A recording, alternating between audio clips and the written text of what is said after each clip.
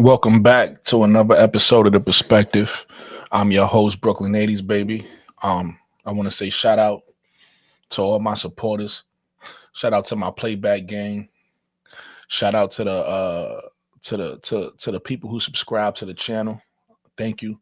Shout out to the people that sent me cash apps. Shout out to the people who hit the like button. Shout out to you guys. Think we got a good show for you guys today. Today I'm gonna be talking about the Chicago Sky and what they can do to start their journey. Right, last year they was in year one of their rebuild, so we want to kind of talk about the things that they can do to get back to chasing the championship again in a few years. Um, I know there's a lot of stuff in the media, you know. Obviously, a lot of people was thinking that Drew Lloyd was coming back to Chicago. I know that kind of was devastating to a lot of people who was looking forward to that happening. Um, I know we just got the news with Kennedy Carter just a couple days ago about her, not being re-signed. That also devastated a lot of people. But we got to move on. We got to move on. I don't think it's the end of the world. I still think there's a lot of things that we can do to build a good team. And shout out to Kennedy Carter. Good luck to her on her journey. And I hope Drew Lloyd lands wherever make her happy. And it's not the end of the road for Drew Lloyd because, again, we could always get a Drew Lloyd next year. We can't overreact to this free agency, right? Everybody signed a 1-year deal, so you never know what's gonna happen next year. But my big bro K-Side broke the news. Well, Andy Constable broke the news. My big bro K-Side reported on the news that the Sky is looking to possibly sign Courtney Vadersloot and DiJonai Carrington. Shout out to WBB Universe because she was the one calling for that. She was the only one calling for that. So shout out to WBB Universe for calling that out. But if that's what they do, I'm not a huge fan of Vadersloot, but I support it. I think she'll make one of our weaknesses is playmaking, so she'll make that better. And then obviously DiJonai needs to work on her outside shooting, but one of our weaknesses is perimeter defense, and she'll make that better. So they are trying to address some of our weaknesses, but those players would just have to it's not much Courtney Vadersloot could do because of her age. I don't know if she'll be coming off the bench or not. But DiJonai would just have to work on her game and just try to become more of a complete player. Jacob Pone, what up, Brody? Listen, I wouldn't mind DiJonai Carrington too. Like I said, it's not smart to ignore the shooting because it's that bad. The shooting is really that bad. So she has to get in the gym and work on that. But I'm not really worried about it with the coaching staff we have because I feel like the coaching staff we have will I feel like they're gonna work on those weaknesses. I think they feel there's a couple weaknesses I feel like they're gonna attack 3-point shooting. I think they're gonna attack post play, So let's get right into the first topic. Lovely. Welcome back. Listen, pile in. Let's get this show on the roll. Let's talk Sky basketball. You know what I'm saying? Let's get right into the first topic, and hopefully, as I'm talking about this first topic, people are piling here. Listen, anybody could jump on my panel too, even first-time panel people. If y'all want to come up and share your opinion, Jay Lovely, feel free, man. I always like to talk to people. You know me. Let me post a link in the chat just in case you guys want to come talk to the kid. ADP, what's up? ADP. Her defense with Kamilla and ain't that's gonna be crazy. I got something for you on the show though. We're gonna talk a little bit of defense, Jay. I got something I want to bring up when we get to the topic on this show about that. So I agree with you. That defense will look crazy, but I'm gonna take it to another step. ADP was good. So my first topic is can a Ncaaw make it to the second round of the playoffs? And I put it like that for a reason, right? Because I feel like a successful season for the Skies making the playoffs, even if they get bounced out in the first round. But I wanna put expectations on the Sky. I want to put high expectations just because of how much trust I got in Angel and Kamilla both being champions, and I know they both. And defense wins games. Defense, I feel like we're gonna win a lot of games this year simply from defense and rebounds. You know what I'm saying? You know what I mean? Last year, I feel like a big weakness for us was salute my brother, big bro K-Sap. Salute to you. I feel like a big problem last year was we didn't have starter level players starting. So that's why our offense looked so crazy last year. That's why we would, fall to big, other teams that have big leads on us a lot last year. And I just feel like that's just because of the lineups we had out there just wasn't ready for starting minutes. So hopefully this year, I have a real belief that new guy was going on, Brody Mo 3. Salute. I have a huge belief that and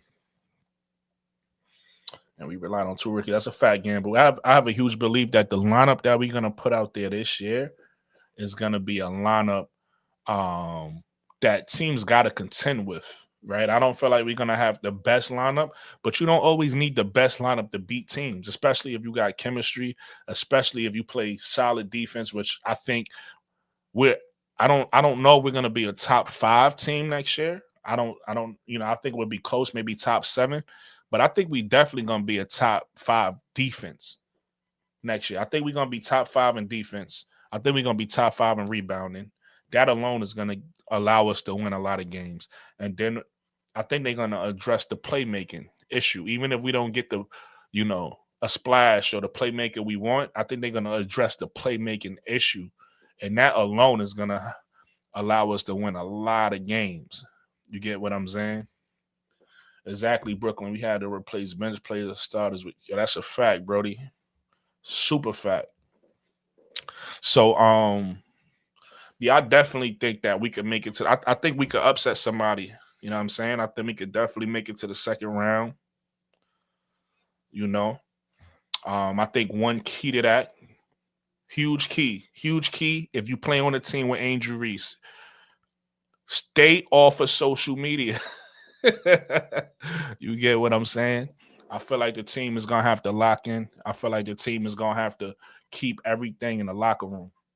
You get what I'm saying? Stay off social media because that social media gonna infiltrate the locker room. You feel me?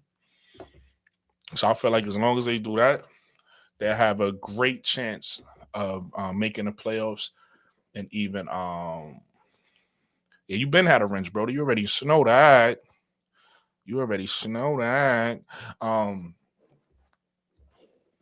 Huge chance of upsetting somebody and making it to the second round. I think also the coaching staff they put together, I think is like the perfect coaching staff for this team. You have a young team, right? You got a young team. Kamilla needs to develop. Kamilla was one of those bigs that wasn't like a finesse big. She wasn't a perfect player, but her skills was touch, running the floor. She was efficient around the basket. She got a jump shot, right? That was her.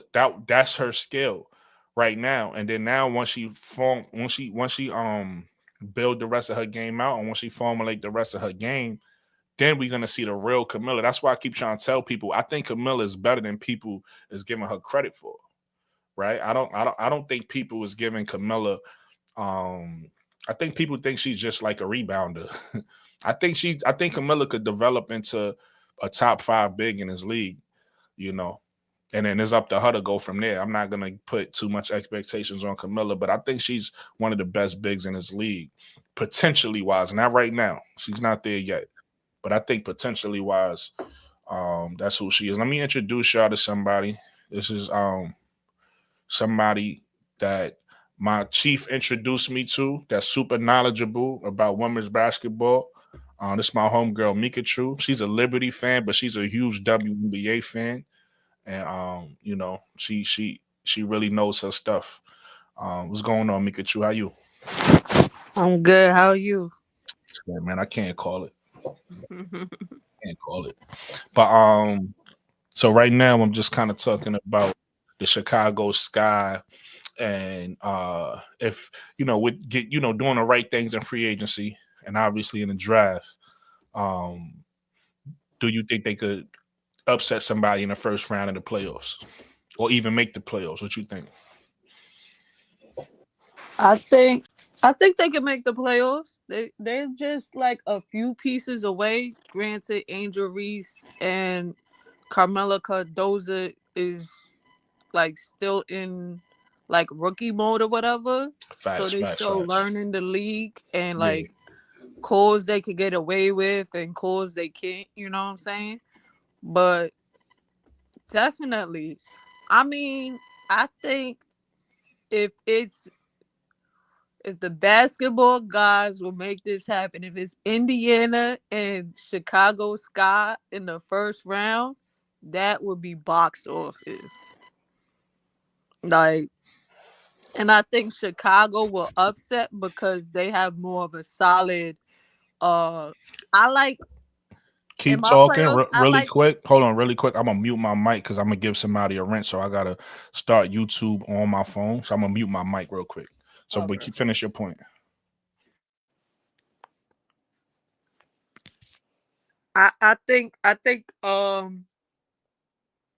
because once you have a solid backcourt, that makes it harder for players to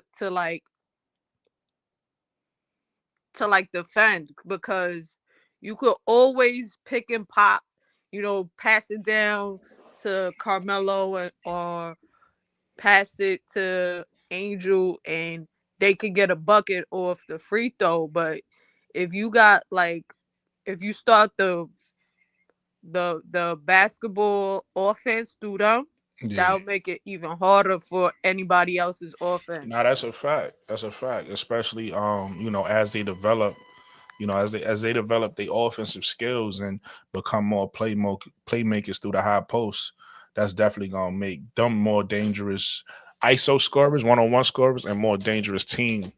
Make them more dangerous team players as well.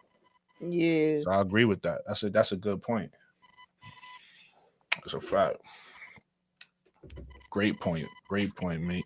I want you to introduce you to my guy Simply Ball Drop. He'll probably jump on the panel a little later. But he's the guru.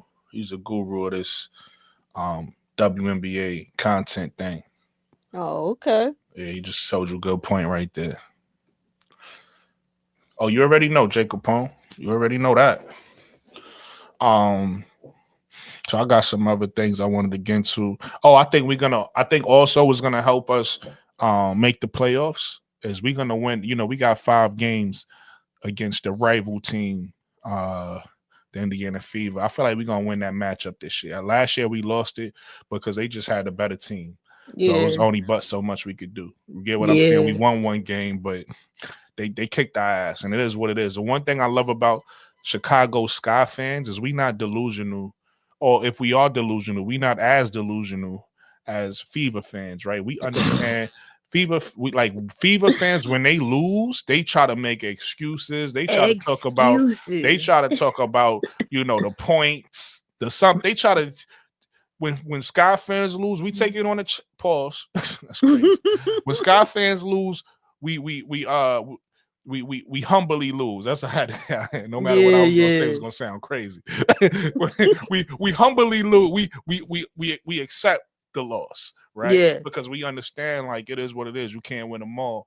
but we'll be back. You know what I mean? We not worried about it. It is what it is. And we also understand that, we didn't have the greatest team last year, and we did a lot. That's why I give Teaspoon a lot of credit. People always want to focus on one side of things, or they always want to look at half the story. Listen, Teaspoon had a shitty roster last year. Bro. Talk about it. I'm like, they and that's why when you was talking about Kennedy Carter and there was this other girl, this white girl, I just can't remember her name right now. I'm like, yo, if they can finally figure out what their offense is, besides passing it to Angel Reese and Kamilla Cardoso was injured You at the probably time. talking about Mabry. Was it Mabry? You said the white girl. Mabry. I'm like, Mabry can knock down the three, but I guess there was, like you said, there was some drama before in like the office or whatever, and they traded her, but they didn't trade her for no offense. I mean, that's the reason why I rocks with the Liberty a little bit, because they'll find some 3-point shooters.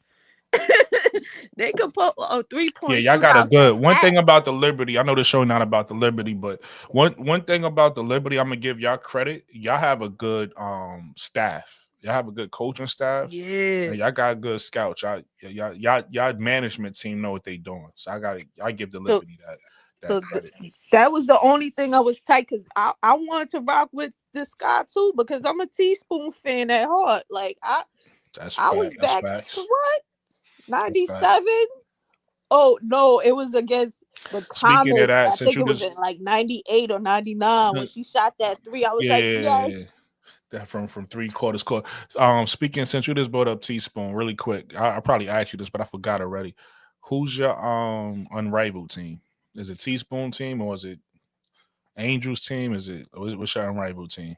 I was looking at Teaspoon team. I know you a Liberty fan. Solid. Is it are you a Nescu, the Phantom, or the Mist with Breonna Stewart? Nah, I'm not feeling her team, but I do like some of the players on her squad, like Natasha Cloud. I seen her play. She nice in real life, and I'm like, yo, she gets busy. Yeah, nah, that's a fact. She a Philly chick that get busy. I'm like, everybody from like the tri-state area, they got a similar game. They always play hard defense, but they scoring is like no other. That's a fact, though. B was good. What's up, family? How y'all day been?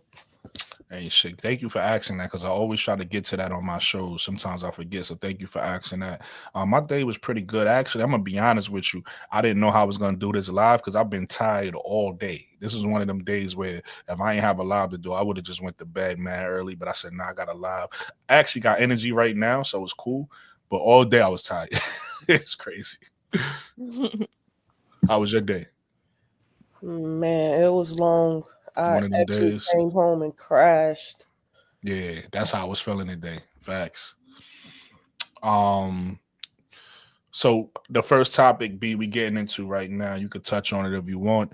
Basically, if the Sky make all of the correct moves and free agency and a draft, right? You don't have, I ain't talking about no realistic moves, not no fantasy stuff. If they make all the right moves, do you think they can make it to the second round in the playoffs? Because I feel like they're gonna do more than just make the playoffs. Me personally, I feel like they're gonna upset somebody.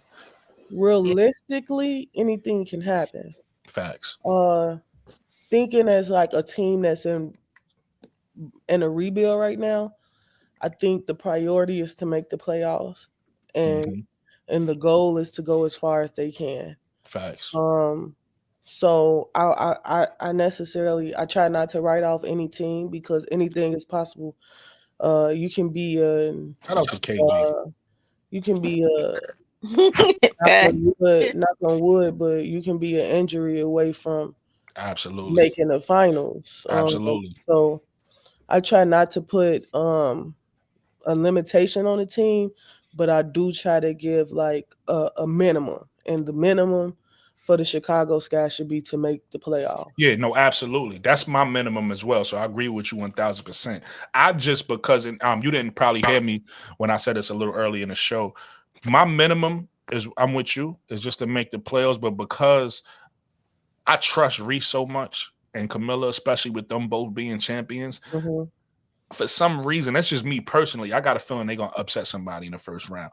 If they make the playoffs, that's good enough for me. I'm happy, even if they lose in the first round. But I just got a feeling we gonna get one of them ones in the first round. Because I think they both come from winning cultures. There you go. And they in Angel tenacity can be contagious. Facts. It can be contagious in the right moments, and the playoff will be the right moment. The playoff will be the time to bring that dog out of her. Bring that dog out of Kamilla. And I think the whole team can build off of that. So, like you said. And then adding on to what you're saying, I think the huge difference this year is the fact that we're gonna have a playmaker. Like we might, like even if we don't get the playmaker we want, I think Jeff is gonna address playmaking, right? So I think when you have a player like Angel and a player like Kamilla, a playmaker is like the world for them. You get what I'm saying? So I think exactly everything you saying plus playmaking is gonna take us.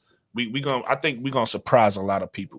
Yeah, because both of them like had solid point guards when they was in the NCAA when they won them championships. Yeah, they point guards was always feeding them the ball exactly where they needed it to be.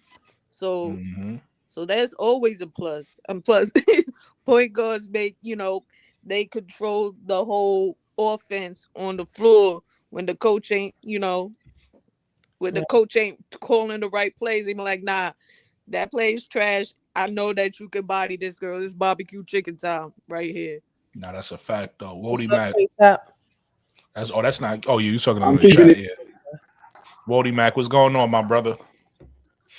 Yeah, because seeing as I'm outside, hopefully the audio is good. I'm using the other Bluetooth, but I was only coming up this thing. It's not great. It's not great. Yeah, it's the other one. I noticed a little bit better, but something I wanted to say real quick and go because I'm outside. Get it off because I can't have you up here with the audio. Yeah, so I know what Quita, but a lot of people respect what Quita said. Quita's a big time Sky fan, and Quita loves sports. Her channel and this, that, and the third. Even as I was up there yesterday, regardless what HD say, what KSAP say, and all that, I'm just sometimes when I come to a point, and I'm just thinking of it in the logical sense. Bro, even it's not more this is long. You gotta make it quick, bro, because your mic sound crazy. All right, make cool. It quick. My bad. Yeah. So even what Quita was just saying in the channel, when she came up on her channel today, she said that yes, a lot of people love Jewel Lloyd, but even as herself as a Sky fan, nothing should be giving away any assets for the potential future for a player who potentially may only be a 1-year rental. Same thing I was saying right now, and I know, like some people say, I'm being antagonistic, but listen, no, I don't even care, bro. Like, it don't even matter. You my guy. When you got a great, when your connection is good, you can come back. I can't have you up here with the bad mic, bro. I like my audio sound a certain way. But you my guy. Thanks for coming up to the panel. Salute, though. You could be in the chat. Hit the chat. Definitely share your opinion in the chat, Brody. Yeah. I don't like the audio to sound crazy. That's it. I don't. Anybody can come up to the panel and share their opinion. I'm cool with that, but I just don't like the audio sounding crazy. That's really all that is. But yeah. So I don't know if somebody was talking where we was, but I think we kind of all agree that the Sky with the right moves could possibly. Listen, like I said, I see them upsetting somebody. I see them making it to the second round. You know what I'm saying? Brooke, let me know. Let me know if you need my help to get anyone out of here. Keep real talk with my chat. I really don't be caring about the trolls for real. Like, what I mean? Unless they like really saying something asinine or something crazy disrespectful, y'all could get them out of here. But if the haters want to come up here, let them come. You know what I'm saying? Let them come. I don't care about that. You know what I mean? You're probably just gonna get laughed at, right? We're gonna crack jokes on you anyway. All right, so with that said, let's move on to topic number 2. What's in you guys' opinion? What's a successful free agency for Chicago? Also, listen, holla at me in the comments. You know what I mean? I respond back. I talk back to the people in the comments. If you have answers to any of these questions, definitely talk to me in the comments. Tell me what you think in the comments. Also, anybody that's watching right now, hit that like button. You know, it's free. You could also hit that Cash App. That's up to you. That's if you want, but the like button is free. Now I'm saying, and subscribe to the channel. So yeah, anybody what you guys think is successful free agency? Or y'all want me to go first? It's up to y'all. For me, Yeah. a successful free agency for the Sky is addressing needs. Yes. I think the priority has to be addressing your needs. You were bottom in the league in 3-point shooting. You have to Yes. address that. Yes. The point guard position is a need. Especially if you want to be successful in this league, you're gonna have to have somebody that can run the ship. And be the coach's voice out there on the court. So you have to address that. And like I definitely thought the Sky was going to Jewel Lloyd route, but I understand not taking Jewel if that means giving up too many assets. Me too. And I think the price that was asked was probably too steep. Yeah, they wanted a third pick. We're not giving that up. Especially for it to be a 1-year thing. Yeah. I don't see Jewel signing an extended contract unless it's like with like the Aces or somebody. So if that price was too steep, I understand passing on her. You can get good players out of the draft. It's some quality pieces. And free agency, I like Katori. Okay. From the Mystics. I think you can trade a 10 pick or something for an Alicia Gray or Andrew Atkins. I like Alicia Gray. I like Aaron Atkins as well. I think you can pick I like up Brittany Sykes too. Yeah, I think you can pick up an Odyssey Sims or a veteran point guard. So I think it's options out there for the Sky. I think realistically what I want from them is to just address the needs.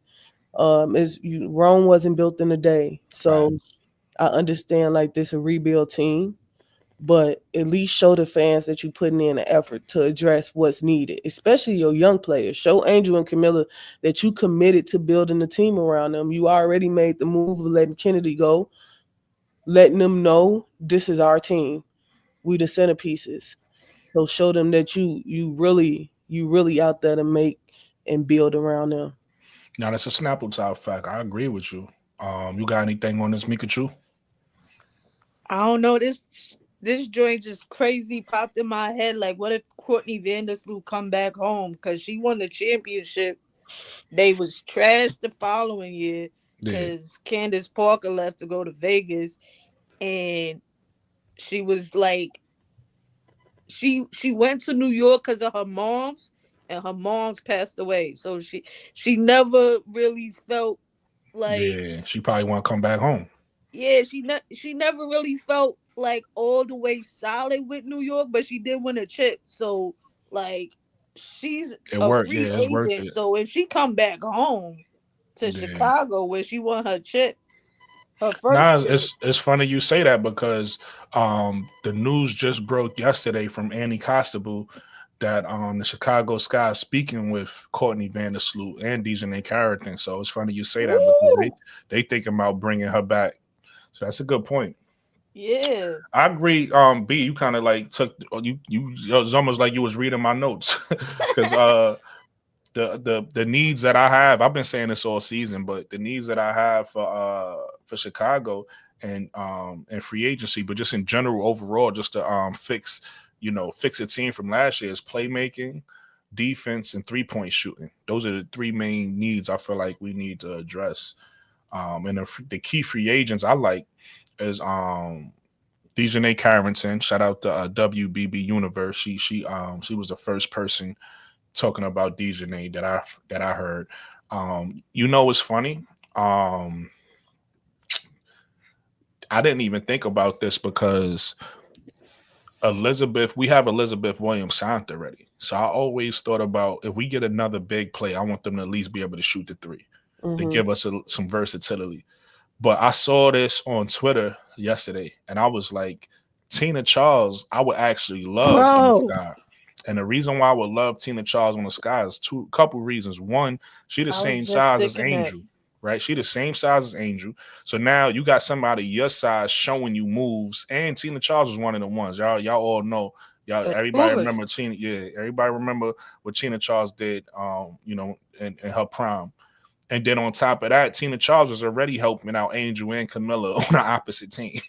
So if you bring her here, Angel is right now, she's getting coaching from Fee. She's getting coaching from Lisa Leslie. She's getting coaching from Kai and Unrivaled, right? She's going to come back to Chicago. She's going to get coaching. Her and Kamilla is going to get coaching from the coaching staff that they brought in Courtney Paris, who is supposed to be really good at teaching the post. So she's going to get tutelage there, right?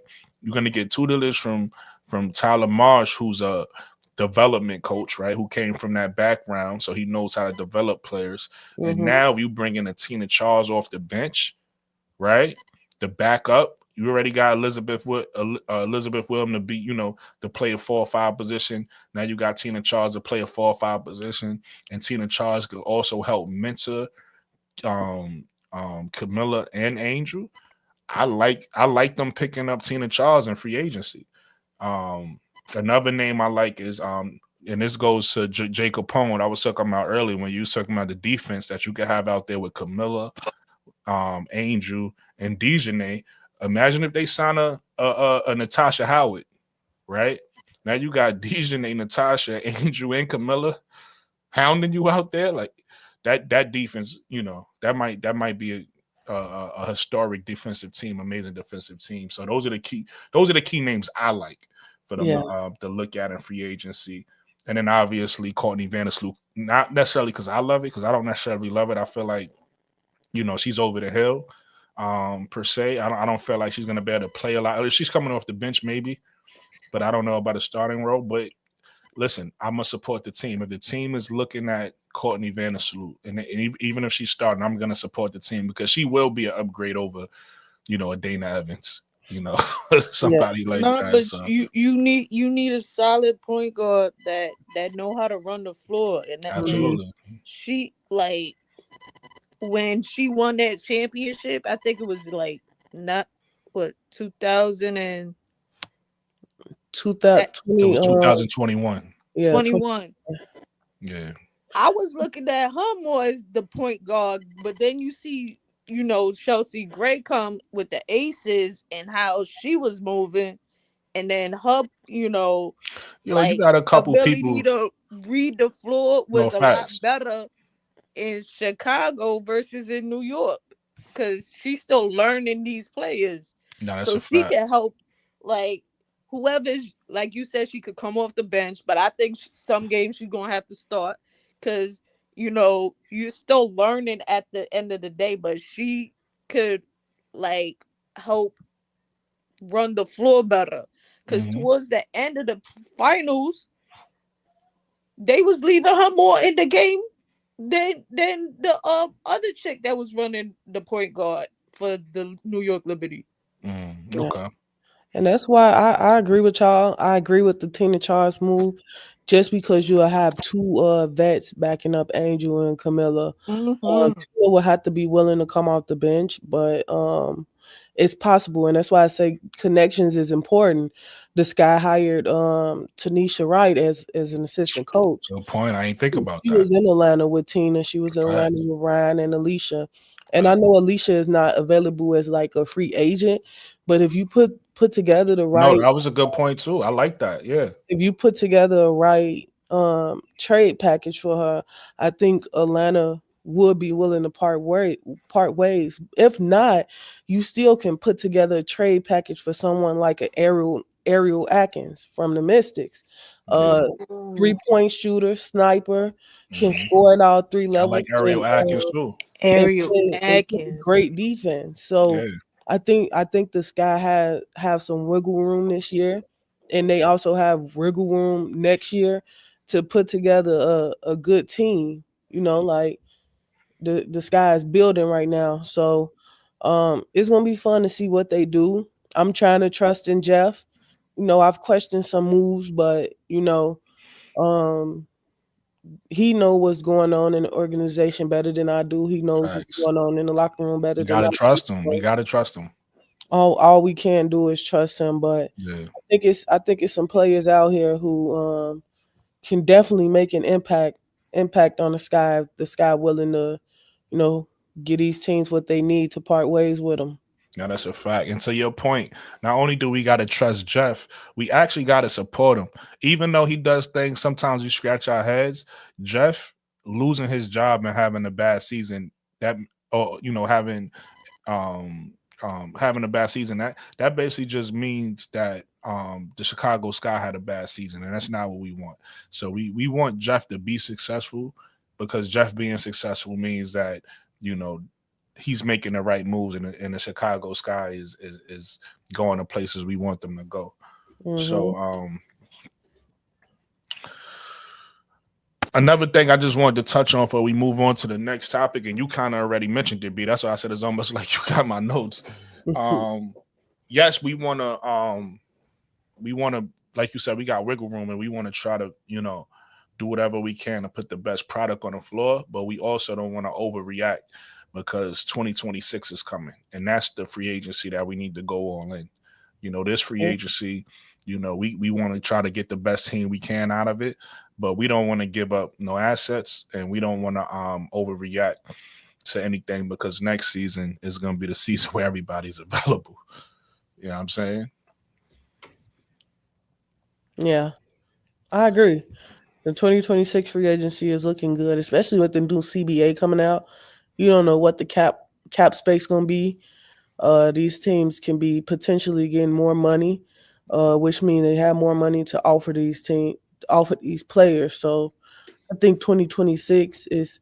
I think fans. The thing with fans is that we want to win now so bad, and we see other teams winning right now, but we don't know the work that they put in to get to the point to win. Like the Aces at one point, the Aces had, I think, almost 3 number 1 draft picks in a row. Yeah. The Fever had, and that's how you build number 1 draft picks, 2 number 2 draft picks in a row. Right. Like these teams have been building for a while. It wasn't built in the night. And as a Sky fan, as Sky fans, we have to understand, like, we still working with the number 3 pick. We ain't had a number 1 pick in a while. That's a fact. We one of the teams that have never had a number 1 pick. Oh, word? I didn't even know that. So we working with being number 3 in the draft for the second year in a row, and we trying to build something here. It's gonna take times. You're gonna have to be with us through the ups and the downs, but it's gonna take times. I think they'll right the ship. I like the coaching hire, so I'm excited. And that kind of takes us right into my next topic. That was a perfect segue. The next topic is basically about the draft and what we should do in the draft. Obviously at number 3, it's either Olivia or Sonia, right? That's why I put Notre Dame and NC State, because for me at number 10, there's so many different ways we could go at number 10, but I feel like a great draft is if we get one of those Notre Dame players, and at number 10, if we get one of those NC State players. If we get a Saniya Rivers, or we get especially now that Chennedy is gone, if we get a Azaiya James, I feel like that's a good draft for us. And I feel like kind of what you said, you keep, I'm not just how you mentioned with Indiana and with the Aces. That's how you're supposed to build a young team. If you look at, I'm more familiar with the NBA. So if you look at the Warriors, and if you look at OKC, both times right now, and when KD was a franchise player, right now, they building a team right. They just getting young pieces, they getting talented pieces, and they just keep adding so they start to climb in the standings.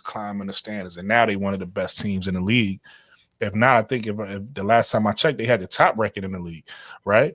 So that's how you build, and that's what Chicago is doing right now. So I don't have everybody is so afraid to get young players and build through the draft, but to WBB Universe's point, the trajectory of the Sky is nothing wrong with building young. Build young right now. We could go get that veteran when the team is ready to win.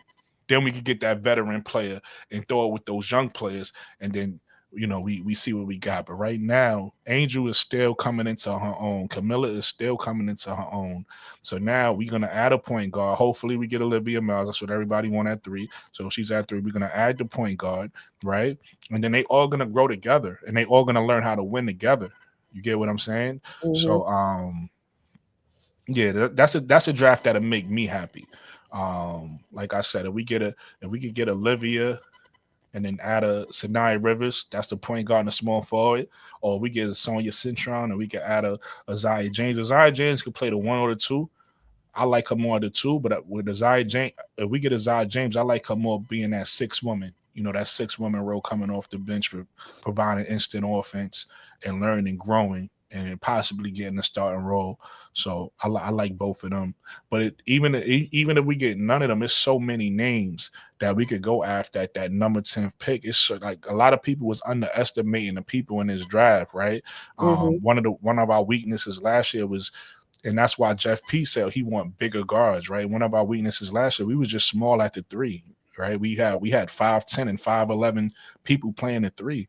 Well, there's a guard out there named Wnba that's really good. I was just gonna say 6 Aaliyah feet Knight. tall. Yes. It's a guard out there. Her teammate. I just put it in our private chat. You got a guard out there named Ashley. What is it? Ashley Barker. I forget her middle name. Is Ashley. I think it's Ashley Sarah Barker. Right. Another good player, 6 foot. You got a girl out there named Zay Green, 6'2". Solid 3-and-D player. Then you got another girl out there named Tamara Pondexter, another 6'2" player. So you got Gianna Neekins, another 6 foot player. You know what I mean? So it's like you got Saniya Rivers, another 6 foot player. So it's like it's so many players we could go get at that 10th pick. Even if we don't go 6 foot, we could go get, if she falls to us, Tahina Pow Pow, right? We can add her to come off the bench, wherever the case may be. So it's so many options at that number 10th pick that we could get that'll be a solid, that could turn into a solid pro. Even listen, I might be in a minority when I say this, but at 10, I wouldn't even mind taking, if she falls as low, which she probably will because of the injury history, I wouldn't even mind taking a AZ Fudd. You get what I'm saying at 10. So it's so many options that we could do, that we could go for at the 10th pick. But like I said, for me, if we could definitely get one of those NC State guards, I'll be happy. What about you guys? What do you think? That 10th pick would it make you happy? You just mentioned it'd be maybe Aaliyah for you. I think I like Aaliyah. I also think like the priority has to be address the point guard position this year. Mm-hmm. Coming in the draft next year, I don't know too many point guards coming out next year, but I know this year is a lot of them, and they range in different heights. But the talent is there. The talent is there, and I know Jeff said he want taller guards, but if you have an opportunity to take someone like a Georgia Amore who's leading the NCAA right now, I'm with you. I was thinking that today. Shooting the 3 ball really good. I think you almost really can't pass up on her. Like especially if you want to address this point guard position. If Olivia Miles is not available, you have Sellers from Maryland. You have. I'm not with you on that one, but if they take her, I deal with it. Yeah, I know, but I'm thinking of like size. Yeah. Size wise, she is what Jeff is looking for as far as shooting the ball. She don't move me. Yeah. But like you said, Aaliyah I think she's leading the NCAA right now in 3-point percentage. Mm-hmm. She can shoot the ball really well. I'm all for Sonia Citron. I've been pushing Sonia Citron for 2 years right now. Yes. I think she is a player that's a Swiss Army knife. Yes. You can ask her to go out there and do anything, and she's going to go out there and do it. She could make for you, defend for you, go score for you. Yeah. Yep. And I look, me personally. Let me ask you a question, B, because you hard on these girls. Is she a dog? Sonia Citron? Yeah. I wouldn't categorize her as a dog. Okay, she's not a dog. She's more of She a A puppy. workhorse. Okay, workhorse. Okay, I like that. Workhorse. Okay. She a workhorse. She a what you need, coach. I bet. If coach tell her, I She need you from to New be a York too, so dog. you know she definitely saying I bet. That's a fact. Yeah, if Yeah. coach telling her I need you to be a dog, that's what she is like. Oh, Yeah. that's what you need, coach. Bet. Yeah. But I think her flexibility is key, and any team that's get her is gonna be in love with her as a player. And I just wish it's the sky, because she's flexible. She's 6'1". She Olivia Miles went down in the tournament against Louisville. She's 6'1". She ran a point guard the rest of the game. Yeah, I know. Got them I'll to be the trying to next, tell got people them to the because next you got a lot of people who watch people recently. There's a lot of recent bias. So you got a lot of people, and now I'm not saying that, you know, her handles is crazy. She has Sonia Citron has average handles. That's okay. Most basketball players have regular handles. You don't, it's a small few basketball players that got special handles. And it's like everybody want Sonia Citron handles to be so amazing. I'm like, yeah, that's not her game. And in fact, if you watch her, she don't need those handles, right? She get the job done with what she has. And if you going back to your point a couple years ago, before Hannah was there, and when Olivia went down, she stepped into a role that's not even her role and was successful. Right? She did a pretty good job at running a team. So it's like sometimes you gotta look at a player and appreciate what they can do, opposed to critiquing every little thing. Everything don't need to be critiqued. I think Sonia Citron has a well-rounded game, and I think she don't have many weaknesses. She, the strength, her strength. One thing I love about her is how she sacrifices for the team, right? Because if you go back and look at her career, when it was just her and Olivia, her points was up. She was more of a scorer, right? And then Olivia goes down, she becomes more of a playmaker, and she got more of a usage rate. And then Hannah comes in, and now she said, okay, well, I'm gonna lock up now. And I'm not gonna focus on scoring so much, even though she can. Right, but I'm a focus on locking up the best player. So it's just like you said, whatever the coach needs, she the Swiss Army knife. So yeah, I definitely agree with you there. Yeah, I'm pushing Sonia. Man, I've been going to war for this girl for years now. Years, and people didn't see the vision, but now I got a lot of people seeing the vision, because like I've been watching her game. They finally came around. You can look at her stats, and I like to see a player that works on their game, and every year they improve. And I look at her stats, and every year she improves somewhere. That's a fact. She improved somewhere. If it was 3-point shooting percentage, she improved. If it was scoring the ball, she improved. If it was steals, rebounds, she improved.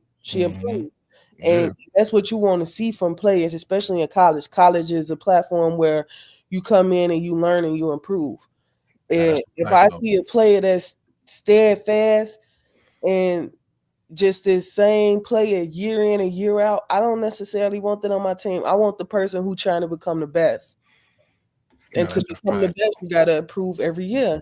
So I'm sold on Sonia. I know a lot of people may not be still sold on her, but if we don't get Olivia Miles, that would be my route.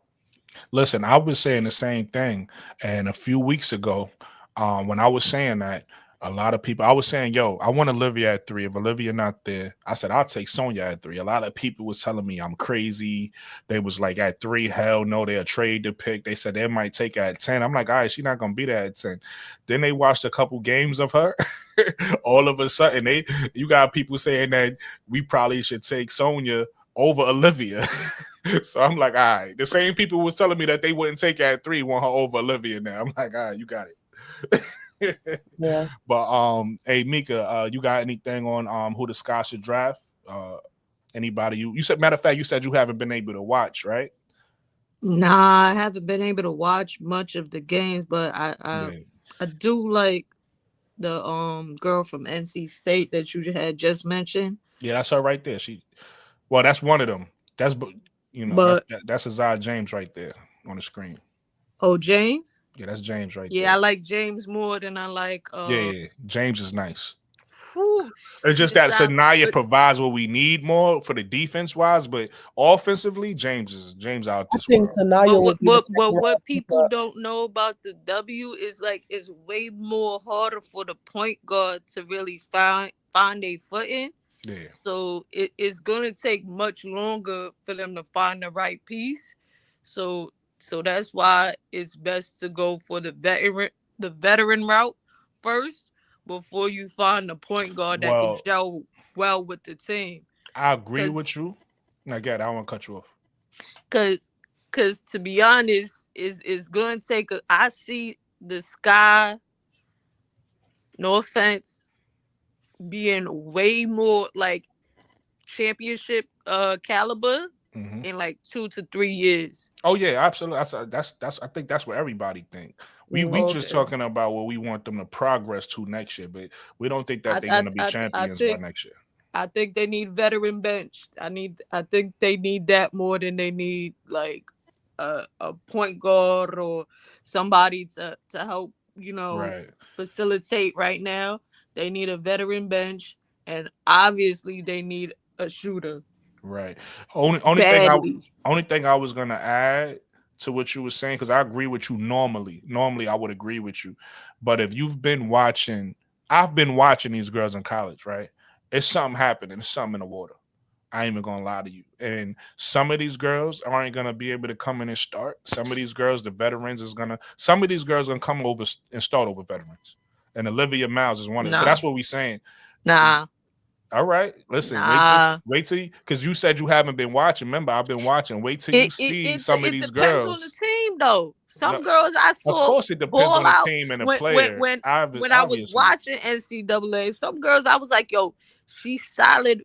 She's a solid piece for whatever team she gets to." And then she get there and she gets cut because it's only limited space in the W. No, that's a fact. But I'm not talking about like years ago. I'm talking about right now. Right now. That literally happened not last year, but the year before that. Yeah, I wasn't watching the year before that, so I'm not talking about that. I'm talking about literally right now. Literally it's something happening before the wave kicked in. Hey, Mika, trust me on this one, Mika. I'm trying to tell you, it's something happening out here. All right, I ain't gonna steer you wrong.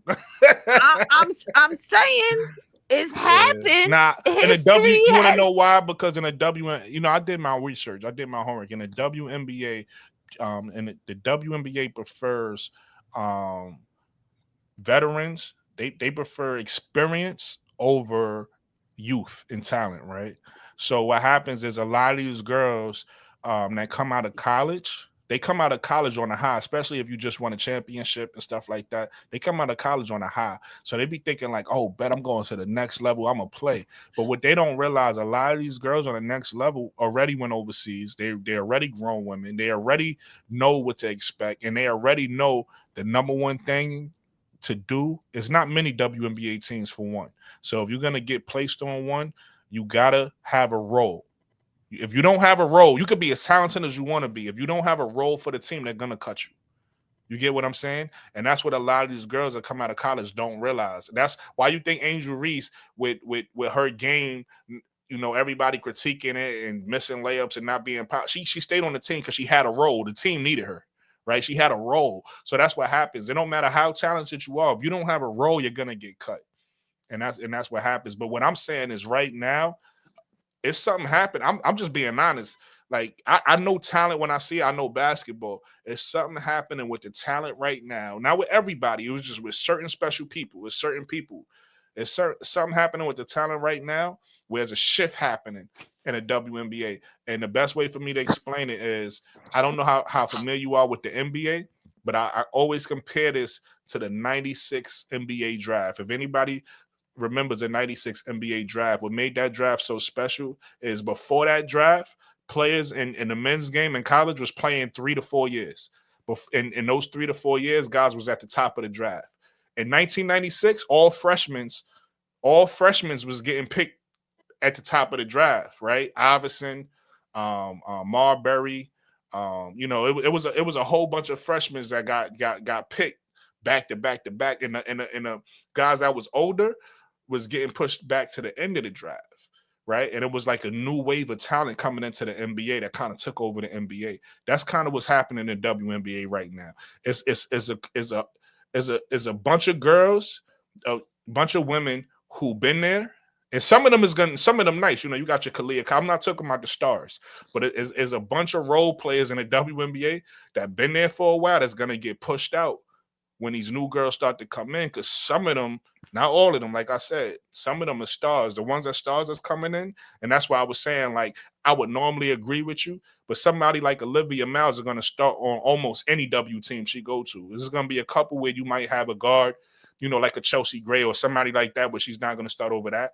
But most of these teams, they'll lose their job to somebody like Olivia Miles, and she coming out of college. I don't think the needle getting pushed that far. I'm telling you. Okay, we'll see. We'll see who's right in a couple years. The difference is the fact that in the men's game, you at least get 3 months before you have to That's a fact. Play an actual NBA game. That's a fact. These girls only get what if they made it to the NCAA playoffs or whatever, right? What? Probably 3 not weeks? even a month. Yeah. If that, I agree with you. The chance for you to develop get a NBA or WNBA trainer to help you develop more skills, because they already see your skill set. They want to know if you got that extra talent, like you are willing to go that extra mile. Yeah, that's a fact though. That's why players that I know I'm nice. I know Juju Watkins, obviously, she's a all-star talent. She's gonna get on the team. Right. But if you a regular degular and you was the star for your school, you gotta have multiple options in the bag. All right, so let me tell you like this, right? You just kind of, because I agree with I agree with everything you said. I think the only thing you missing is the fact that you said you're not watching, that you don't know that in Juju's class alone, it was a lot of freshmen last year that was the best players. But they was the best players on their team. It was like 7 or 8 of them last year. And when Dawn Staley said if the WNBA had the same thing as the NBA, she definitely would have lost her freshman. That's a fact. She would have definitely left, but they don't. You got to play. You got to play at least 3 years. You got to play 3 to 4. You got to be 22. Yeah. So depending on when you turn 22. So those players, they got multiple. They still got a young mentality, but they work on their craft. Now that's a fact. What I mean? That's a fact. Some of them do need to stay though, to your point, because Malaysia Fawali, even though in my personal opinion, this is just my opinion, I feel like she's the second best talent in college right now behind Juju. But she still needs some maturing, and I think I'm happy she's with Dawn. At some point, I think she's better than Juju, but they both the same age, so they I don't think so. It's like their mentality is different. You know what I mean? Yeah. One from the South, one from LA, so their mentality is different. At some point, you be like, "Oh, Juju getting in her bag." I got a different opinion. At some point, you be like, "Dang, Juju need to relax." Facts. What's your opinion, B? I got a different opinion about that. I think as a player in college right now that gets slept on. And I say the names. I know you're gonna say. And I think her talent is purer than both of theirs, and that's Michaela Williams. Oh, I thought you was gonna say somebody else. I love Michaela Williams. I agree with you. But you go into my point. That's one of those. That's one of those freshmen I was talking about. Is that Michaela Williams? She's from LSU. No, from LSU. Michaela Williams is nice. I think Michaela Williams don't necessarily. She is nice. She'll start. She could start right now to me on the WNBA. That's what I'm trying to tell you. Mika, I'm gonna put you on. I'm gonna help you start watching, because there's some of these girls you're gonna be like, oh shit, like some of these girls is nice. I ain't gonna lie. Put it to you like this, because I want you to finish. I'm gonna cut you off, B. I want you to finish what you're saying. I'm gonna say this and land my plane. Because I'm a new WNBA fan or a new women's basketball fan, I started watching women's college before I started watching the WNBA. right? So I got into women's college first because of Angel Reese. And I ain't gonna lie to you, I fell in love with that game more than the WNBA. Of course. I like women's college basketball more than the W. It's more entertaining to me. It's and I know the players in the WNBA are better because they're grown, but like matching up wise, they better. But when I watch the college game, I think it's way more exciting. I think the girls in the college is way more exciting. Because it's way more pure. You know, because like once you get to the WNBA, you got to deal with multiple stuff. In the NCAA, all you got to care about is ball. Well, now they got the NIL stuff, but that's mainly all they care about right now. Is I'm just going to school and I'm balling. That's it. In the W, you gotta do meet and greets, endorsements. So there's multiple like distraction in the W. So that's why I'm like tight that I can't even find nothing now because Angel Reese and Caitlin Clark done graduated. I can't find no games. Yeah, the games out there. You just gotta, you gotta look for them. If you need a platform to watch them, we definitely stream them on playback. But okay, playback. But gotta plug your playback just in case anybody need to know how to watch the games and stuff like that. Oh yeah, my playback is Sky Zone. I'm gonna drop it in the chat as soon as I get the link. I'm gonna drop it in the chat. Oh, thanks. So we stream college games. We stream on Rivalry. We stream just about any women's basketball game. We stream it. We stream the 3-on-3 and everything. So you ever need to watch games, you're more than welcome to join us on playback.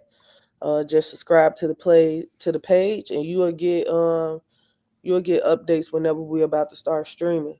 But I want to get back to Michaela Williams. Yeah, I was mad I interrupted you. My bad. And why I necessarily push her, and I see her as like a pure bona fide scorer.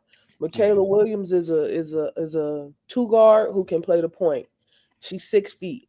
I think she's a small forward that could play the 1, 2, or the 3. She's 6 feet. Yeah. 19 years old, 6 feet.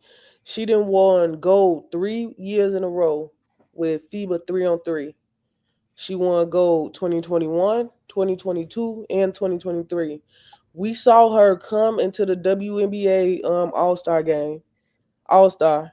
Play 3-on-3 against De'Erica Hamby, Haley Van Liv, WNBA players and talents. And use her body and get to where she wanted to get to on the floor. That's her right there, Mikachu. And get buckets. She is just filthy, especially in a one-on-one game. Just pure. She get you on that island, you cook. I think she finishes at the basket way better than way better than a lot of these guards her age do. Yeah. I just think that unfortunately she came into a team that was on the other side of a rebuild. She came into LSU when Angel was a senior, Anissa was a junior. Oh yeah, I love Shorty. Haley was a senior. Fly J was a sophomore, and she came in as a freshman. She came into a stacked team. She was getting buckets. Oh shoot! I thought people wasn't commenting. And when you come into a stacked team, you sometimes get forgotten about in your class. My bad, y'all. But she been holding her own in her class. To me, she go out there and she play well with the team. I think she the best passer on LSU. I think she's the best pure scorer on LSU. I love Fly J game. I love Fly J ability to attack the rim. Fly J to increase her 3-point shooting. But I think as right now, if I had to take a player and place them in a league out of that class, out of that 2027 class, because that's the class she with. Yeah. With Juju and Hannah and Malaysia, if I had to choose any one of them players right now and place them into the league, Michaela Williams is my pick to place into the league right now. Just because of her ability to win one-on-one. Listen, I ain't mad at you. You know who I thought you was gonna say though? Who? Listen, I'm gonna go on a limb. I don't care. This is how I feel. I've been saying this multiple times, but I feel like Tania Lawson is better. Oh, than Tania Lawson is I nice. thought you was gonna say, but I feel like she better than Paige and Juju. I mean, not Juju, Paige and Caitlin to me already in college. I think she don't get a lot of love. But the reason why I say that is because a lot of people in this, listen, shout out to Caitlin. No disrespect to her. I like her too. I think she's good for the WNBA. I think she's good for women basketball. But a lot of people say, oh, we love Caitlin because of the school she played in and da-da-da-da-da. Well, I'm like, yo, Tania Lawson is doing the same thing. She's in a school that, you know, she don't have a lot of talent around her, but she's kicking up, she's killing, and ain't nobody talking about her. Ain't nobody giving her no credit. Like, ain't nobody really care. And it's like, all right. But Tania Lawson, she definitely a beast. Yep. Like I said, I'm all about players who I see get better each year. This is only Michaela Williams' second year. Last year with that stacked team of Haley, Angel, Anissa, Flage, Michaela Williams was scoring 15 points. 15 points, 5 rebounds, 3 assists. She was shooting 38% from the three-point line, 78% from the free throw line. This year, with less talent, but still a good team, an undefeated team, she 17 points, 5 rebounds, 3 assists, 2 steals now, 1 block now. Turnovers is down, a turnover. She went from 2 turnovers to 1 turnover. She 48% from the field goal. She 37% from the 3, and she 90% from free throw line. So my thing is seeing players who project up, who keep getting better and keep getting better. And I think next year, when you have even less talent, you know, Fly still gonna be there, but Anissa not there no more. So now it's just Fly and Michaela. I think it just keep getting better. Yeah. To me, but I'm pushing her. I'm pushing every platform I get on. I'm pushing Michaela Williams because she deserves it. No, that's a fact. She do. Shout out to Cut the Israel Talk Sports in the chat, because she said a few weeks ago, he was on a live, and we asked Cut the Israel Talk Sports. We said, who's the best player? Who's the go-to player on LSU? She's an LSU fan. And she said Michaela Williams. And I was surprised. I thought she was going to say Flage. She said it's Michaela. So listen, I agree with you. To me, the thing that I love about Michaela the most is everything you said about her game, but it's also her body. I think that body set her apart, because she could just bump you off and just get into her jump shot super easy, or just bump you off and get to the bucket super easy. I love that about her game. D1 offer for softball. Oh yeah. D1 offer for softball. She turned it down to play basketball. That's why she built like athlete. She an athlete. You see her make full court passes with one hand, like she's throwing a softball. Yeah. That's because she know what she was a shortstop. She got that in her bag. Or something. That's why I was going to ask you what position she played. She was a shortstop. She got that in her bag. Like, and that's why, like, and she also getting that 3-on-3 experience.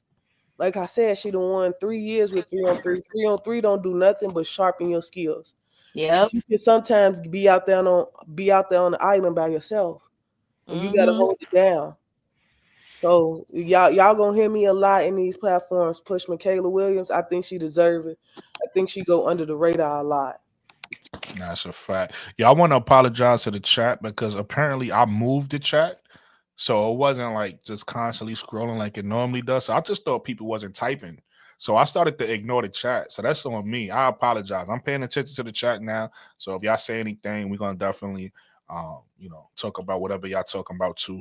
So I apologize for that. I was so much into the conversation we was having. I guess I moved the chat. I just thought, it was weird, because I'm like, yo, it's people viewing. There's a bunch of people viewing. So I'm like, why is nobody typing? But that's on me. I apologize, chat. So all right, so we're gonna move into the next topic. And the next topic, I feel we kind of touched on this already, but I feel like the trajectory, shout out to my girl WBB Universe, the trajectory of the Sky should be to stay young, right? Like I just said, like kind of what you said earlier, B, about Aces and Indiana, and what I said about OKC and Golden State. You listen, you keep building young, you keep getting these young players, and you keep developing them. Get young players developing, and then once you start to notice that you got something special, that's when you start to say, okay, we need to find that veteran that's going to be that glue piece, whoever it was. For Golden State, it was Andre Iguodala, right? When they went and got Andre Iguodala, it turned everything around for Golden State. So I feel like the Sky is doing everything that they need to do right now, perfectly, and I feel like they need to go get one of those players that we just mentioned in the draft, Aaliyah, Gianna Neekins, Saniya Rivers, and then get either Olivia, Citron, and just keep building it up. And then, like Mikachu said, in 2 or 3 years, when they start to realize, like, oh, we good enough to win a championship, that's when the GM need to start saying, well, who's the vet, who's the Drew Lloyd, who's the so-and-so that we really need to bring in and bring them over the top to really win this championship. So, what's your thoughts on how they should build from here? I think we kind of already touched on it, but you could elaborate on it. I agree. I think the goal is to, especially with them not making a move on Drew Lloyd, that kind of let me know that his goal is to build young, but add those veteran pieces that'll get you over the hump. Yeah. And you don't really need many. I think back to the 2021 Sky. They had Courtney, they had Allie, they had Candace, but that Sky team was relatively young. You had Kai, you had Diamond, Dana, Lexi Brown, Azaiya, Steph. You had a mixture of young talent and veteran talent. And I think that's what, and Jeff was a part of that championship team as a development coach. So I think he realized what that team needed to get them over the hump. And I think that's what he's trying to do now. He's trying to put together a roster that's mixed with young talent so we can continue to win in the future, but good enough veteran talent to get us over the hump. So I agree with y'all. Like, you gotta have a balance between the two. You got to have a balance between the two. And I think, like I said, him not moving on Drew Lloyd just solidified that for me, that he prioritizing draft picks. He prioritizing the future. He prioritizing winning in the long run. Because you can get Drew Lloyd and add another piece to that and be like, okay, this win now. But if she only there for 1 year, what you going to do after that year? Exactly. And if it doesn't work, if you try to put a team together too quickly, talking about win now, and then we end up being a Connecticut Sun, then what? You get what I'm saying? The team that almost wins. Like, then we don't want that, right? We want to build slowly and build it right. So absolutely. What you got on Mika? I'm mad you threw that Connecticut Sun shade. Shout out to the Connecticut Sun. Facts. No. Connecticut always rubbed me the wrong way. I'm happy they moving to Boston. But yeah, I think because like in that 2021 team, the reason why they won was Candace Parker saw that they had all the pieces needed, and all you need is me, because I know how to pass the ball, because I was short and I was playing point guard position before I became this tall person that could grab rebounds and dunk and stuff like that. Mm-hmm. And that's what they need right now. They just need to find the right pieces to gel with your stars. Your core player right now is Angel Reese and Carmelo Cardoso. Once they figure out what they actual best move is, once they get a little bag, they still young. Yeah, you know what I mean. They just want to put up buckets.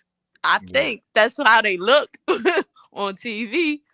Yeah, they want to go to their first go-to moves. Yeah, Sometimes you can't go to the first go-to move. No. Yo, listen, Chris Webber, good point, Mika. Chris Webber said this. He said everybody be trying to work on all these moves. He said the only move you really need is a fake.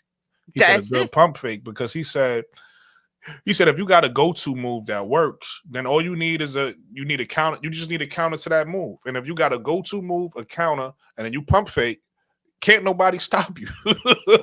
You get what I'm saying? And real quick, I'm gonna land it with this. Chris Webber wasn't the biggest player at his position. He was 6'9", 6'10". Exactly. So yeah.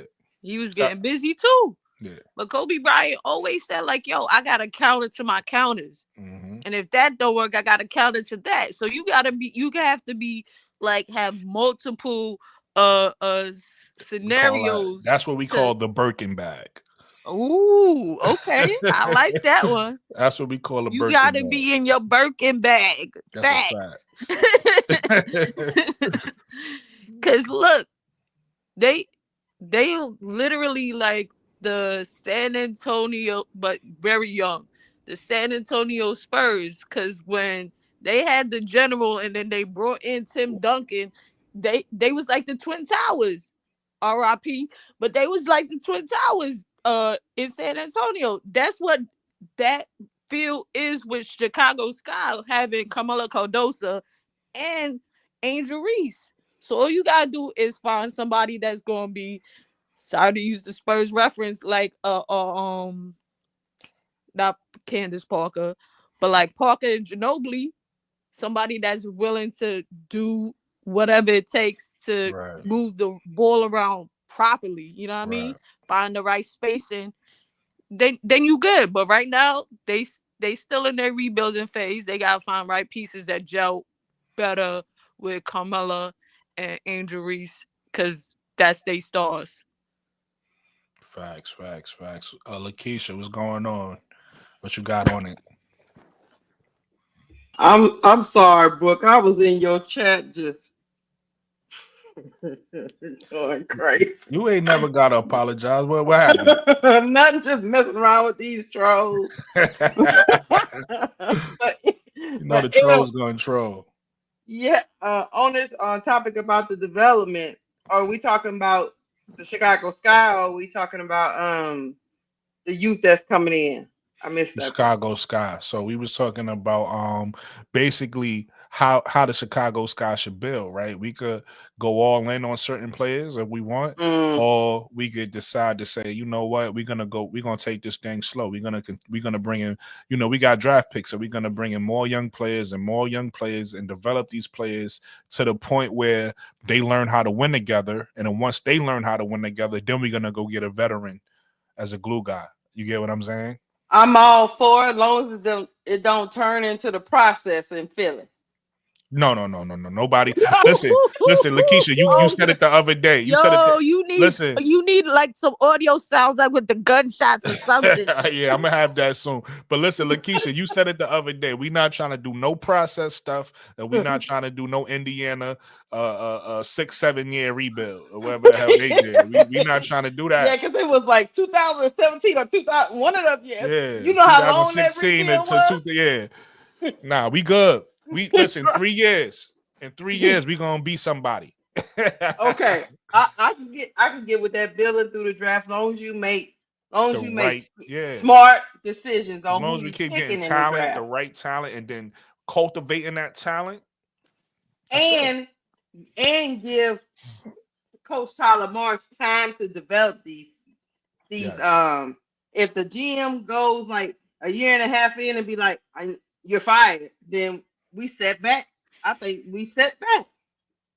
So he's got to give him time to develop and learn and do all this. So that's my only thing with Tyler Marsh. If they don't make the playoffs next year, maybe this is a question for the panel. If they don't make the playoffs next year, does Jeff P keep Tyler Marsh, or does his seat get hot? I think you keep him. Yeah, you keep him. To me, the hot seat is for Jeff P. Tyler Marsh. Yeah, Tyler Marsh stays to me. You keep him. But you know how these GMs do? They blame it on the coach. Yeah, because you got to blame somebody, right? You can't Right. blame the players because you can't get rid of them. So the coach is the easiest one to get rid of. But you know, Right. sometimes it's that GM that's on the high seat as well. So, but nah. So what I was saying was, and I agree with you, Lakeisha. If that does happen, in worst case scenario, you know, unfortunately, somebody is going to be on the hot seat if that happens. But what I'm hoping happens, because you already know, Lakeisha, we done had plenty of these conversations. Jeff P confuses us sometimes, especially with things he say. He say one thing and then do the opposite, right? So, but at the same time, on another note, he also makes smart moves. He also does things like bringing Tyler Marsh, which we like, right? He also get us draft picks, which we like. So he also does good things too. So what I'm saying is, even though Jeff P has done things and make us look at him throughout the side of our eye, right? We have to still support him and hope that he's successful, because a successful Jeff P means a successful Chicago Sky. An unsuccessful Jeff P means an unsuccessful Chicago Sky, and that's not what we want, right? We want the team to be successful, so we almost got to root for him, even when he make these crazy ass decisions we don't understand. And I'm rooting for Jeff P. And I'm gonna tell you why, Brooke, because he didn't get pressured into giving up that number three pick. Thank Number God. 3 pick, and I'm proud of him. I Right. really am. I'm proud of him. Right. You know, I don't say that a lot, but I'm proud of you, Jeff P. Yeah. I'm proud of you. Yeah. Because he could have succumbed to the pressure and just been like, okay, I gotta try to win now. I gotta try, you know what I mean? Yeah. Exactly. And if somebody wants the number 3 pick, no, we're not giving you the number 3 pick. We might. I mean, the only thing I ever said was I think about that 10th one, but I never said that third one. No. Yeah, the 10th one could go. And like I said yesterday on the chat, so the 10th pick is a 10th pick, and it's a lot of value there. You know, I don't mind keeping it, but I don't mind trading it either, depending on what we get. Right. Next year, our pick, because I don't foresee Minnesota being bad, right? Anything can happen, you know, injuries can happen, whatever the case may be. But I don't foresee Minnesota being bad. So our pick that we own, like the pick that is ours, Chicago Sky's pick, Minnesota could swap that. So that pick is probably not going to be valuable, because more than likely, I don't see us having a better record than Minnesota next year. I think Minnesota going to be back top 3, top 2 in the league, possibly, right? So I don't see us having a better record than them. I think we're probably going to be maybe top 6. I see us as a top 6 team, somewhere around there. So I think Minnesota going to take our pick. So I don't mind trading that pick. You feel me? The pick that I want to keep, though, is the pick that, you know, next year's pick that's Phoenix and Connecticut. We own the swap rights to that, because depending on what happens with Connecticut this year, that might be really valuable, because Connecticut might blow it up. We don't know. We got to wait and see what's going to happen. They still got Alyssa Thomas. They called Alyssa Thomas, so she's still on the roster right now. They might decide to retool and run it back, so that means they're probably going to be solid. But if they decide to blow it up, they probably going to fall to the bottom of the standings. And if they fall to the bottom of the standings, that's our pick. So that pick is valuable. So we got to wait and see what happens with that pick. And I almost think they will probably have to be a part of some other team, like maybe a 3-team trade, to even make that 10th pick get maybe what they want. I don't know. Me personally, if somebody comes available, like I think y'all said earlier, I think y'all was talking about Alicia Gray or somebody like that. Yeah, I'd give up the 10th pick for Alicia Gray. But if it ain't somebody like that, then just go in the draft and pick the best players that fit the team. Yeah, I'm with you on that. And going back to what you said earlier, B, because that was a good point. I forgot to piggyback off of it.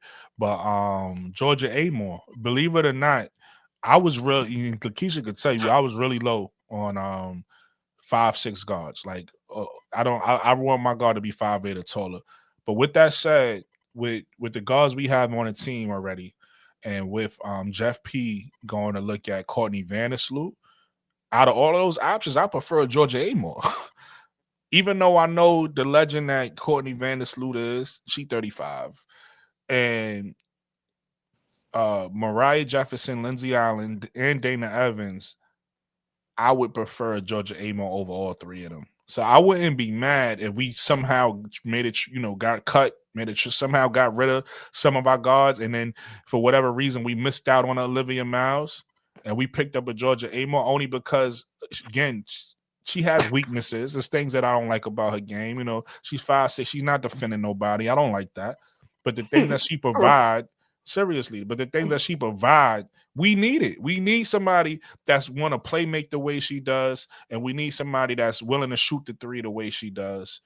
And obviously she could attack the basket, as you can see her size. So I changed my tune on Georgia Amor, and in both cases, if he's still in the chat and Lakeisha, no, that's big of me to say, because I don't give 5'6" guards no love unless your name Hannah Hidalgo. and my tune on Georgia Amor is still about the same. I respect it, don't get me wrong, but I mean they just lost to Texas A&M. Nate, what's up, my brother? I don't. Maybe I gotta watch some more. But from what I've seen, I'm just talking about from a point guard standpoint, able to be a floor general. She probably the second. Not saying she the second best player, but she the second best floor general in the draft. Can anybody get in their mind that maybe, just maybe, if we can't get what we want or what we need, at least get some good players at those picks instead of wasting them on some talent. Yeah, wasting them on some people we might not. Because like I was on a live earlier today and I said, yeah, you know what? I'm gonna tell y'all something. And Brooke, me and you been on the same page on this player. When I say it made Bro Claude all happy inside. But I was like, if we ain't got nobody else, hell, you might want to take a chance at AZ Fun. Hell, it's the 10th pick. If it work out, good. If it don't work out, yeah, I don't mind. Is that's a high risk. That's a high risk. That's a high reward, low risk move right there, right? The 10th pick. If she don't pan out at the 10th pick, we could definitely, how the WNBA do. We'll pick somebody up off of waivers or whatever the case may be, somebody in the gate. So I'm not mad at that. And then if it does work out, you get I don't want to say all-star because we don't know what these players are going to turn out to be, but you get a high-level caliber player at the 10th pick. Because going back to our Sonia Citron point, what a lot of people don't know, because obviously she's been hurt most of her college career. She's been hurt. But coming out of college, AZ Fudd was actually recruited higher. She was higher than Sonia Citron.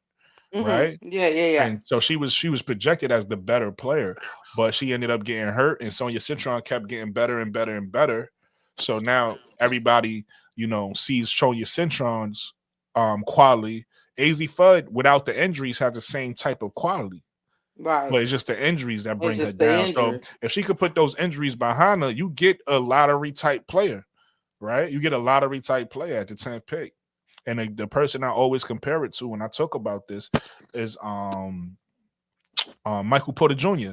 Michael Porter Jr. coming out of college was supposed to go a lot higher than he did, but he dropped because his back injury. Yeah, his back injury. And then once he got in the league, he didn't really have too much injury problems no more. Right. Well, he could have been on a different team had he never had those injuries. So same thing with AZ Fudd. She's going to drop. We know she's going to drop in the draft. The question is she going to be one of those players that never pan out because she's going to keep getting injured? Or is she going to be one of those players that got injured early but then put the injuries behind her? Right. You know what I'm saying? Yeah, I'm with you.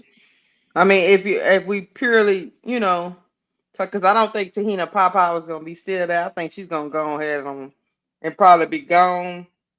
I think it's a huge possibility she could go to the Valkyrie because it's a big her I forget the name of her nationality, but it's a huge community in that area.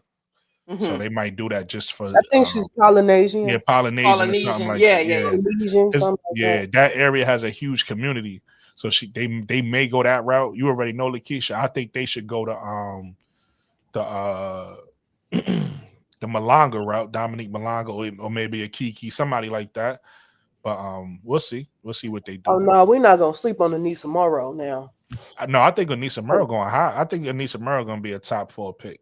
I think the Mystics might take her with that 4, but Yeah, I think could she be going to the wrong. Mystics. Yeah, now I agree with you because the Mystics need. See, Anissa Merrill could play the 3-4, right? Right. Size wise, anyway, she's more of a 4 skill wise. But I could see the Mystics saying we want her to play the 3, and develop her 3 skills because the Mystics have good guards and they have good bigs, but they don't really have a good forward. I know they have So if they don't get a Sonia Edwards. Citron, they might go after Anissa Edwards. You said they got who? They have Aaliyah Edwards. But she's more of a unless she develop her perimeter skill, she's more of a 4-2. She plays. She's more of a hustle player. So they need somebody who could play. Be that dog for them at the 3. They need that type of player. I agree. Key, what's going on, Key? What you got for me? Hey, how you doing? What's up? What's up, panel? Okay, so we just talking about who you want out of the draft. Yeah, listen, you could touch on being that Drew and Keisha came up when y'all came up. If y'all want, y'all could touch on anything that we already talked about. You don't have to, you can touch on whatever. I'm gonna go through it and then come back to where you at now. So can the Sky make it to the second round of the playoffs? I believe that just has to do with what they do in free agency and in the draft. Right. I definitely think Sky is a team that could make it there if they make the right moves. But it all depends on that. But I definitely see them making the playoffs at the very least. Facts. And then maybe they still, a few games and make it to the second round. So, but free agency and the draft is big for them to make it that far. They literally at this point, because everything is going wrong for them, they have to make every single right move in the free agency in the draft right now. So we will see. What's a successful free agency for Chicago? Fulfilling the needs that they have, which is the point guard, the shooting guard, and the wing. If they could fulfill a couple of those positions, maybe all of them, maybe, you know what I mean? Like if they could fulfill some of those positions through free agency and then obviously through the draft, I think that will be a successful free agency for Chicago. And then a Notre Dame and NC draft. What that mean? Oh, that was just me saying what I want. So basically, reason why I said Notre Dame is because I think most people feel like if it's not Olivia, they want Citron, right? Okay. So it's going to be a Notre Dame draft at the 3rd pick. And I was saying I don't mind an NC State draft at the 10th pick where either we get Saniya Rivers or Azaiya James, either or. I'll be happy. That'd be a successful draft to me, a Notre Dame and an NC State draft. But it don't have to be them. Like I said earlier, it's a lot of names. It's a lot of names that we could get at that 10th pick. So yeah, okay, yeah. I mean, I'm with that. I at this point, I've said this a couple times. There's 7 players I've named, and if we could get 2 of those 7 players, I'm down. And most of them are Notre Dame, and Saniya Rivers is in it as well. So I think we don't go wrong as long as we pick 2 out of the 7 people, which for me is Olivia Miles, Cheyenne Sellers, Saniya Rivers. I mean, Tahina Pow, AZ Fudd.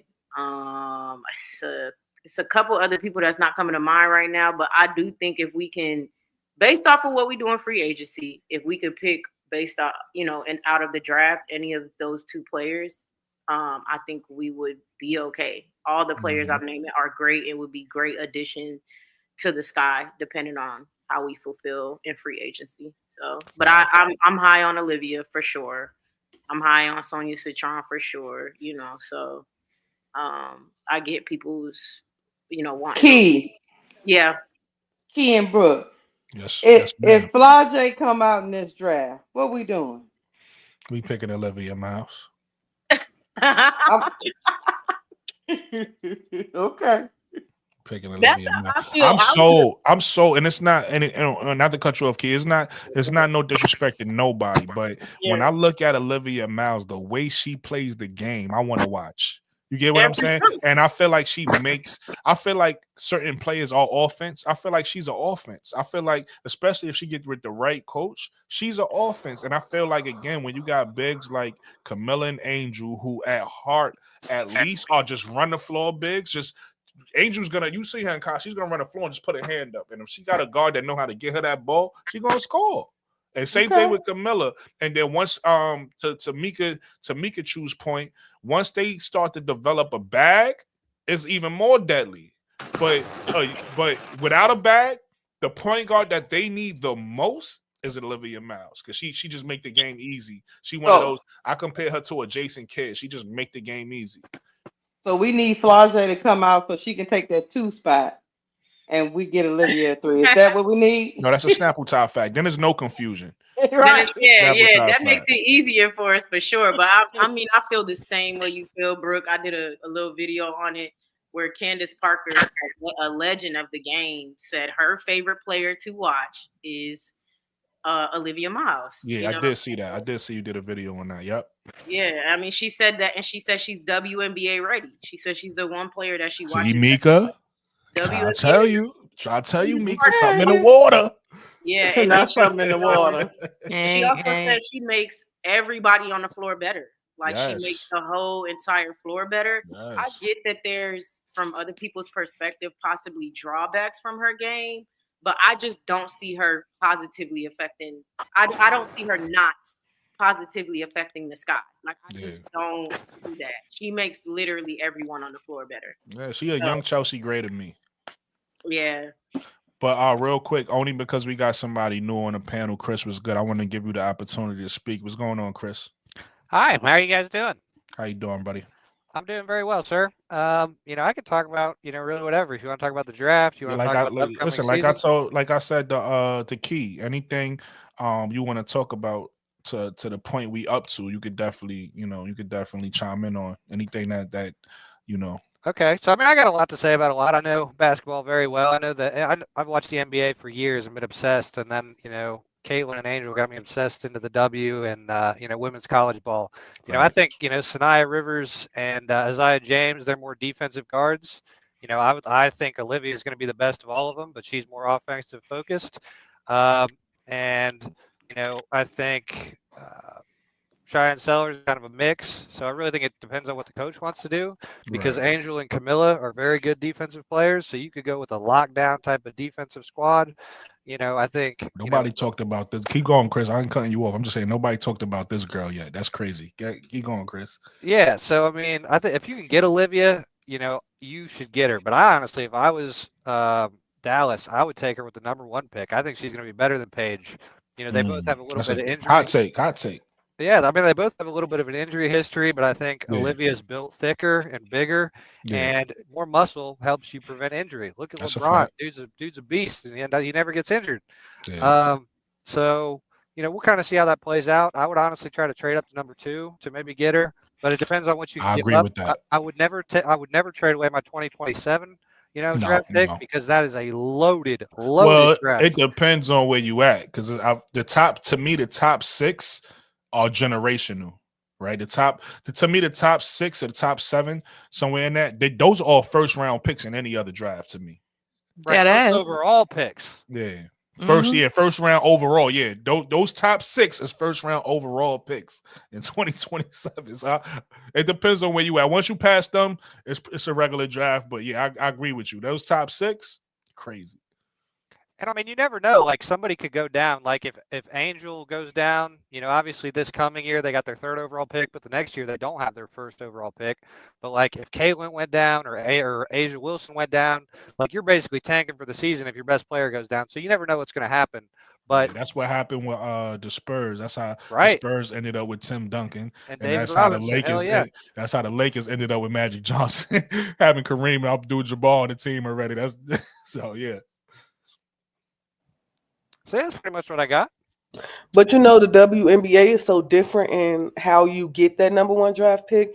They could die in the last 2 seasons. That's a fact. So even if a team like the Aces was to tank, they necessarily wouldn't be in that lottery, because they went deep into the playoffs. Right. So they take in the WNBA take into consideration the last two seasons because they want to eliminate that tanking. No, They want to eliminate teams tanking. No, because the Liberty been trash for a whole decade, and we ain't never got the number one pick. We just got it in 2020. That's on their lottery odds. Nah, we was from 1997 to like 2003. We was solid. We was just needed that extra player, or the basketball guys was preying on us to get us to the championship, or the Comets had multiple injuries and then we win the championships. That's just besides the point. But we had multiple years where the Liberty was trash. It was 12 teams, number 12 in the league, and we never got the number one pick until 2020. The same way. The Sky have never had a number one pick, and the Sky that went through seasons where they was just the bottom. Not 27 years though. Not 27 years, but they had enough years of not being good and to never have the number one pick. It all comes down to the lottery. Like this year, the Sparks were supposed to get the number one pick. The lottery guy said, nah. Yeah, nah. They was. Doing monkey wrench in that. So the lottery still plays a part, but making it a combined 2 years of record also eliminates team tanking just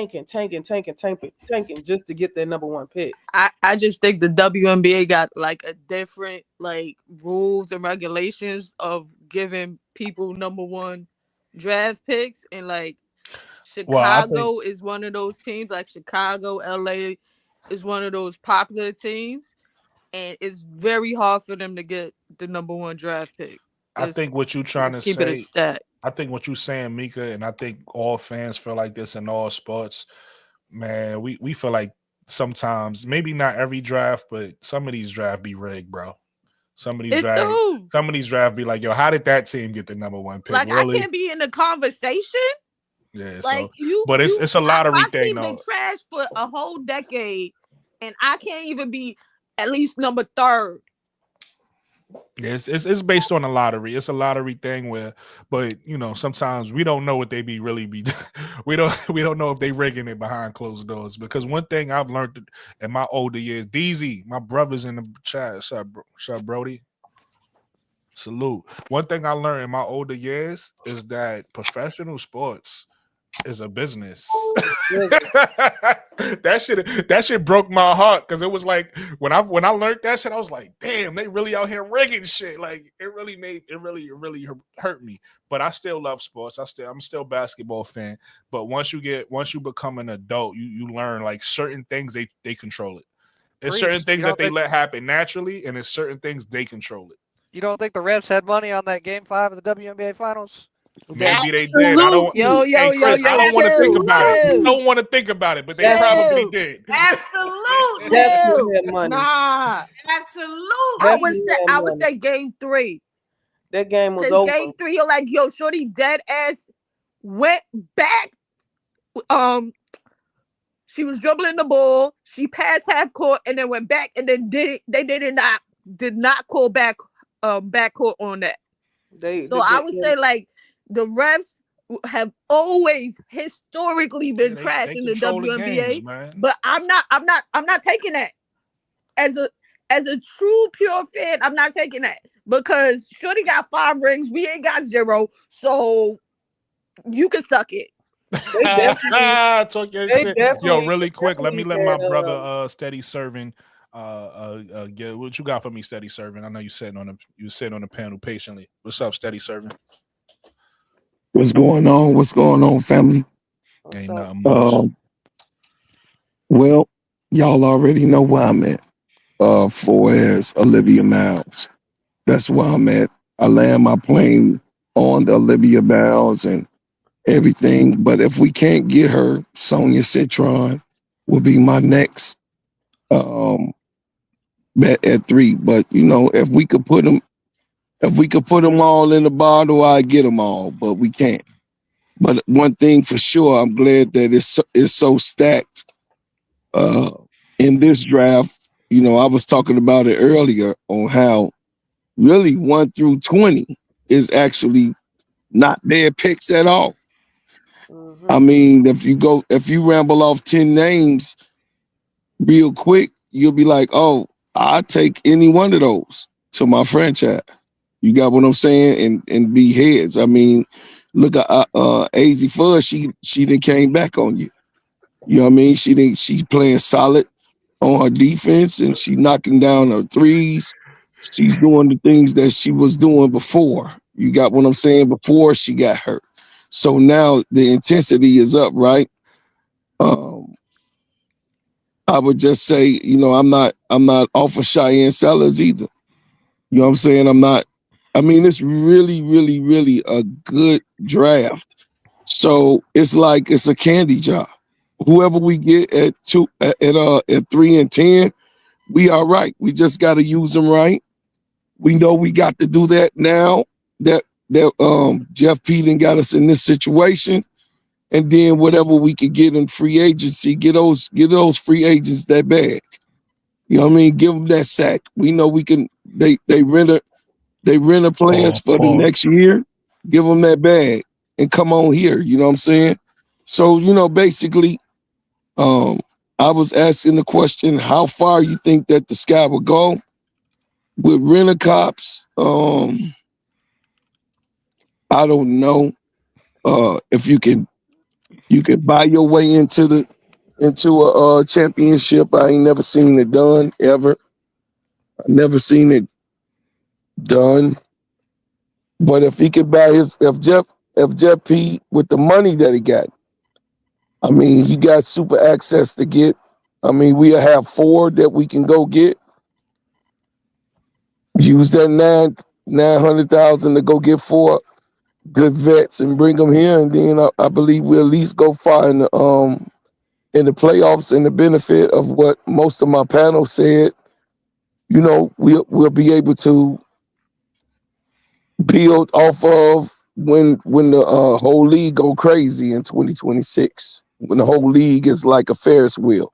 But definitely this year you're gonna see a whole bunch of these old people lose their job. People that's just sitting on the bench and just sitting there and not, participating or whatever they doing or protesting, or coaches that then play those players. They can't talk about those coaches no more because the WNBA got rid of 8 coaches out of 12. 8. 6 GMs in rotation. So nobody can really say anything about the coach and that coach this and this coach that. Nope.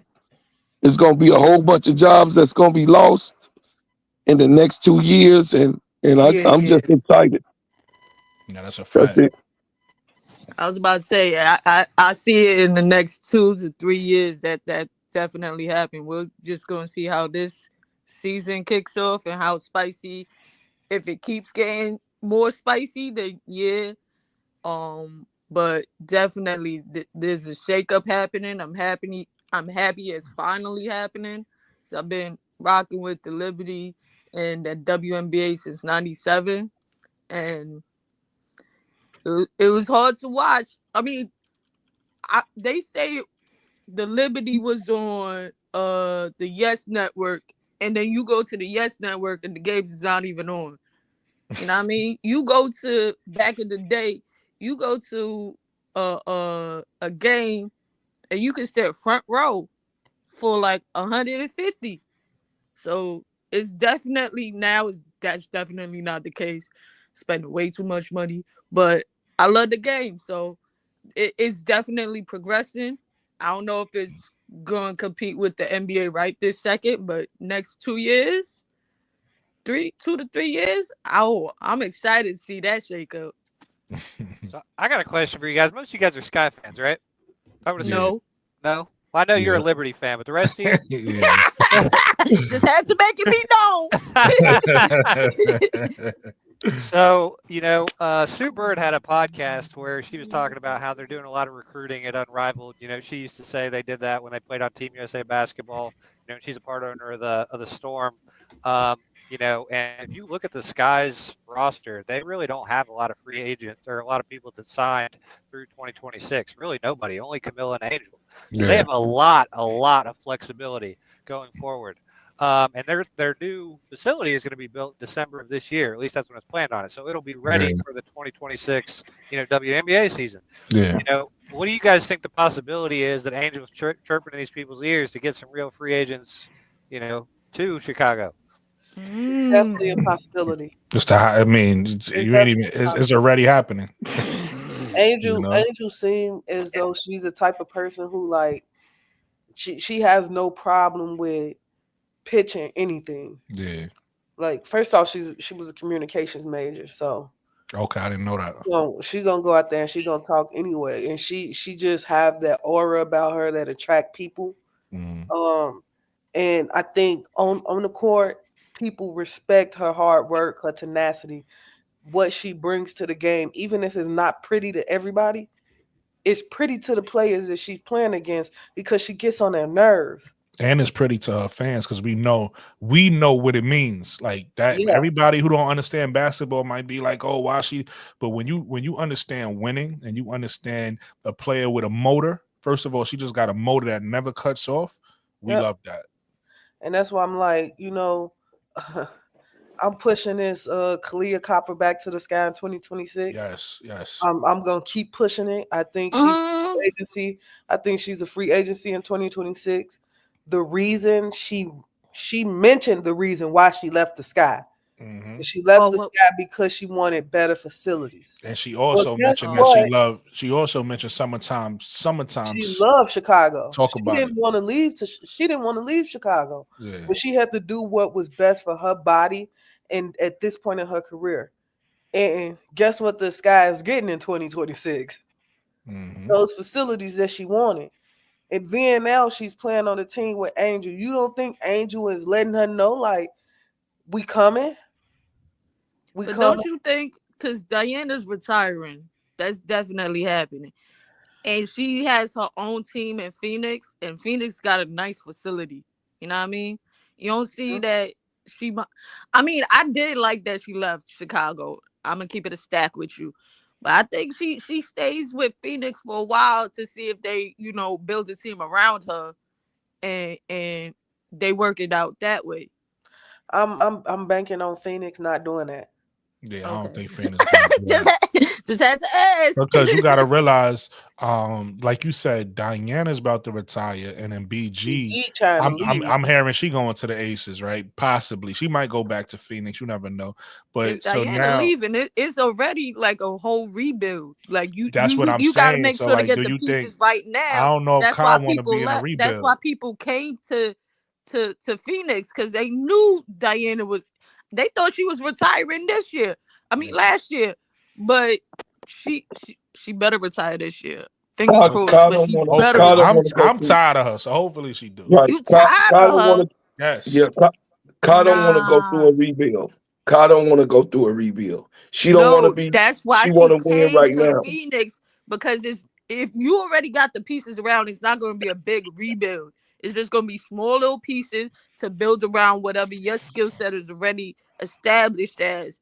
Because she's definitely a workhorse. That's why you got Natasha Cloud, who's another workhorse. Then you got the 3-point shooter that left Chicago, Mabry. She's a dog. You got 3 dogs over there. So now all you need is solid. Mabry is at Connecticut. I think she's talking about. My bad. I think she's talking about Rebecca Allen. No, I think she's talking about Mega Ball.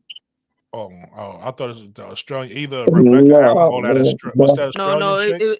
It's some Sophie. She talking about sorry, sound prejudice. It's some white chick. I just can't recall her name. I thought it was Sophie Cunningham. Yeah, Sophie Cunningham. Yes. That's who you talking about. Yeah. People don't know her name because they call her Mega Barbie. Oh, okay. Ooh, I didn't know that. Yeah. But no, you got 3 leaving. workhorses already there, and now all you need is a solid power forward or a center. Ain't But she got you everything you could make mentioning in moves in the Chicago. playoffs. You can make She needs waves. Everything you saying is in just mentioned, Chicago. she in Chicago. It's in Chicago what she They still needs. young bucks. They still sipping on Similac. Stop it. What? They still young bucks. They ain't there yet. The young the young winners. Yeah. What? They didn't even make it to the playoffs. Let's keep it a stat. Wait, hold on. But Mika, you just said you don't really watch college like that. We talking about pedigree. I was mentioning WNBA. No. Come on, man. When we say champions, we're talking about their pedigree, where they came from. These are champions. The young winners. That matters. Everything. Some people never won their whole life. In everything, they won in everything. High school, college. Everything. Listen, Kamilla, let's keep it real. Nobody want to talk about it. Hold on, look. Nobody want to talk about it because Kamilla not as popular as Angel. But if I'm not mistaken, I think Kamilla Australian team beat the USA team when they in that Absolutely. Yeah, so let's talk about it. Kamilla wanted them. You know what I mean? She's from Brazil. And Brazil. My apologies. I'm still a new WNBA. You know what I mean? Work with me. Nah. I'm saying they still got ways to go. And if you are looking to win a championship, you can make waves next year. But what not 2025, I'm talking about 2026. But I get what you said. But you also, it's also like it can go both ways because you saying that in Phoenix, they just gonna need a 4 and a center. Where are they gonna get that at? You lost BG. Like you trying to get I'm that banking on free BG agency. staying. You trying to get that through free agency. It may be a possibility where they have to go get that 4 and that center through the draft. FYI, Phoenix ain't got no draft picks. FYI. So my thing is the reason why I'm pushing Kai back to Chicago is because I see Jeff building something, and I think when Kai came to the Sky and the Sky gave her an opportunity to develop her game and to win, and she won a championship with the Sky. She was the centerpiece for the Chicago Sky. I think if she wants to come back to the Chicago Sky, I think the Sky will open her with open arms. The leading scorer in the league. I don't think she necessarily wanted to leave. Like I said, I think she. I didn't think she wanted to leave either. I think she left because she had to do what's best for herself, her career at this moment, and the rebuild just wasn't part of that. But it looks like Phoenix may be heading down the route of having to do a rebuild. And if a rebuild is something that she didn't want, why not come back to a place that loves you down? Kalia Copper was the city of Chicago. Still is. KFC. And still is. So I'm pushing that for 2026. I wanted to correct something. She didn't ask to leave. They told her that she was leaving. She was informed. She was traded by the man who left the Skies in shambles, Williams. Yeah. So she wasn't. Wade. Wade. I mean, Wade. He the one. So listen. I know everybody. I said this on my podcast. Y'all got to realize where we coming from. You know, like Brooklyn was saying. You know, he's just the current one. But I was there. So Brooklyn, imagine where I'm at and how passionate that I was. I really wasn't trying to really stir people up, but we gave Kyle Copper away for nothing. That was the first original Kennedy Copper. Let me piggyback on what I gotta correct you real quick, bro, guy, because James Wade was gone before Kennedy. Yeah, he was gone already. No. I said, let me show you how I feel about Kennedy Carter. He left. KFC was given up the same way, almost the same way. It wasn't by James Wade. James Wade was gone already. So the decision to get rid of listen. What I'm saying is, Jeff P was not there yet. For Cop. He was in like this. He was there. I'm saying he was not the. Listen, he was not wasn't the the GM. he was He was not the the GM. GM. It was Yes, he official. was, I know Brooklyn. what I'm talking about. He was No, not he the got GM. hired. But look, let me because it is one thing I do gotta correct. Because we sometimes people, because I am a new fan, but I do research. Kai didn't leave because of the facilities, right? Kai Right. left because Skylar Diggins and Nnaaw or no other free agents didn't want No, to he come here didn't because want to come. Yeah, they didn't have no yeah, facilities. So what happened was Kai was willing to stay. Kai, yeah, it's not Go like ahead. Kai asked to leave. Once Yes. no free agents came, they worked with Kai to get Kai on a better team. It was a yeah. mutual thing. But It Kai was a wanted to mutual stay. agreement. Kai never asked out because she was disgruntled. Let's be clear Yeah. about that. That's why I was going Brooklyn. Exactly. Yeah. That's Thank why I you. was trying to get And to it. that's why I was saying she didn't ask to leave. Like, I got to get away from. That's my whole point. And Yeah, then of course Jeff P was not in office. What I Yes, he was was. saying, He was there, I'm Brooklyn. it was But like when a gray area. He was no, just all right. hired. So this is what It a was lot a of gray people area in between it. this is what it is. A lot of people didn't realize that when what's his name, James Wade, yeah, when James Wade was still the coach, and I guess he was coach and GM, right, at the Yeah, time. right. Yeah. When he was worst still a decision coach, ever. when he was still a coach and GM, Jeff P was a part of the. People think Jeff P got hired at like from some outside. He was a No, part he of was the was already already established there. there. guy. He He was was the just development he was a team. development coach. That's Yeah, what Yeah. a lot of people don't realize. He got promoted from development coach to GM. So he was a part of the franchise, yes, but he wasn't. But he was He not part wasn't of a the GM. decision. He wasn't able to make those decisions. My No. point. My yeah. He point. Hey, hey, I just got a few minutes. I'm on break. I just want to Go, say something go real ahead, quick. man. And Go I'll ahead. roll out. Hey, I just want to say, that what people are not thinking about either, is the fact that, these two pick swaps that the Sky have, Connecticut and Phoenix, just like the Dallas had the right side pick swap. If both of them miss the playoffs next year, we can literally get the number one spot because we'll have the odds will double.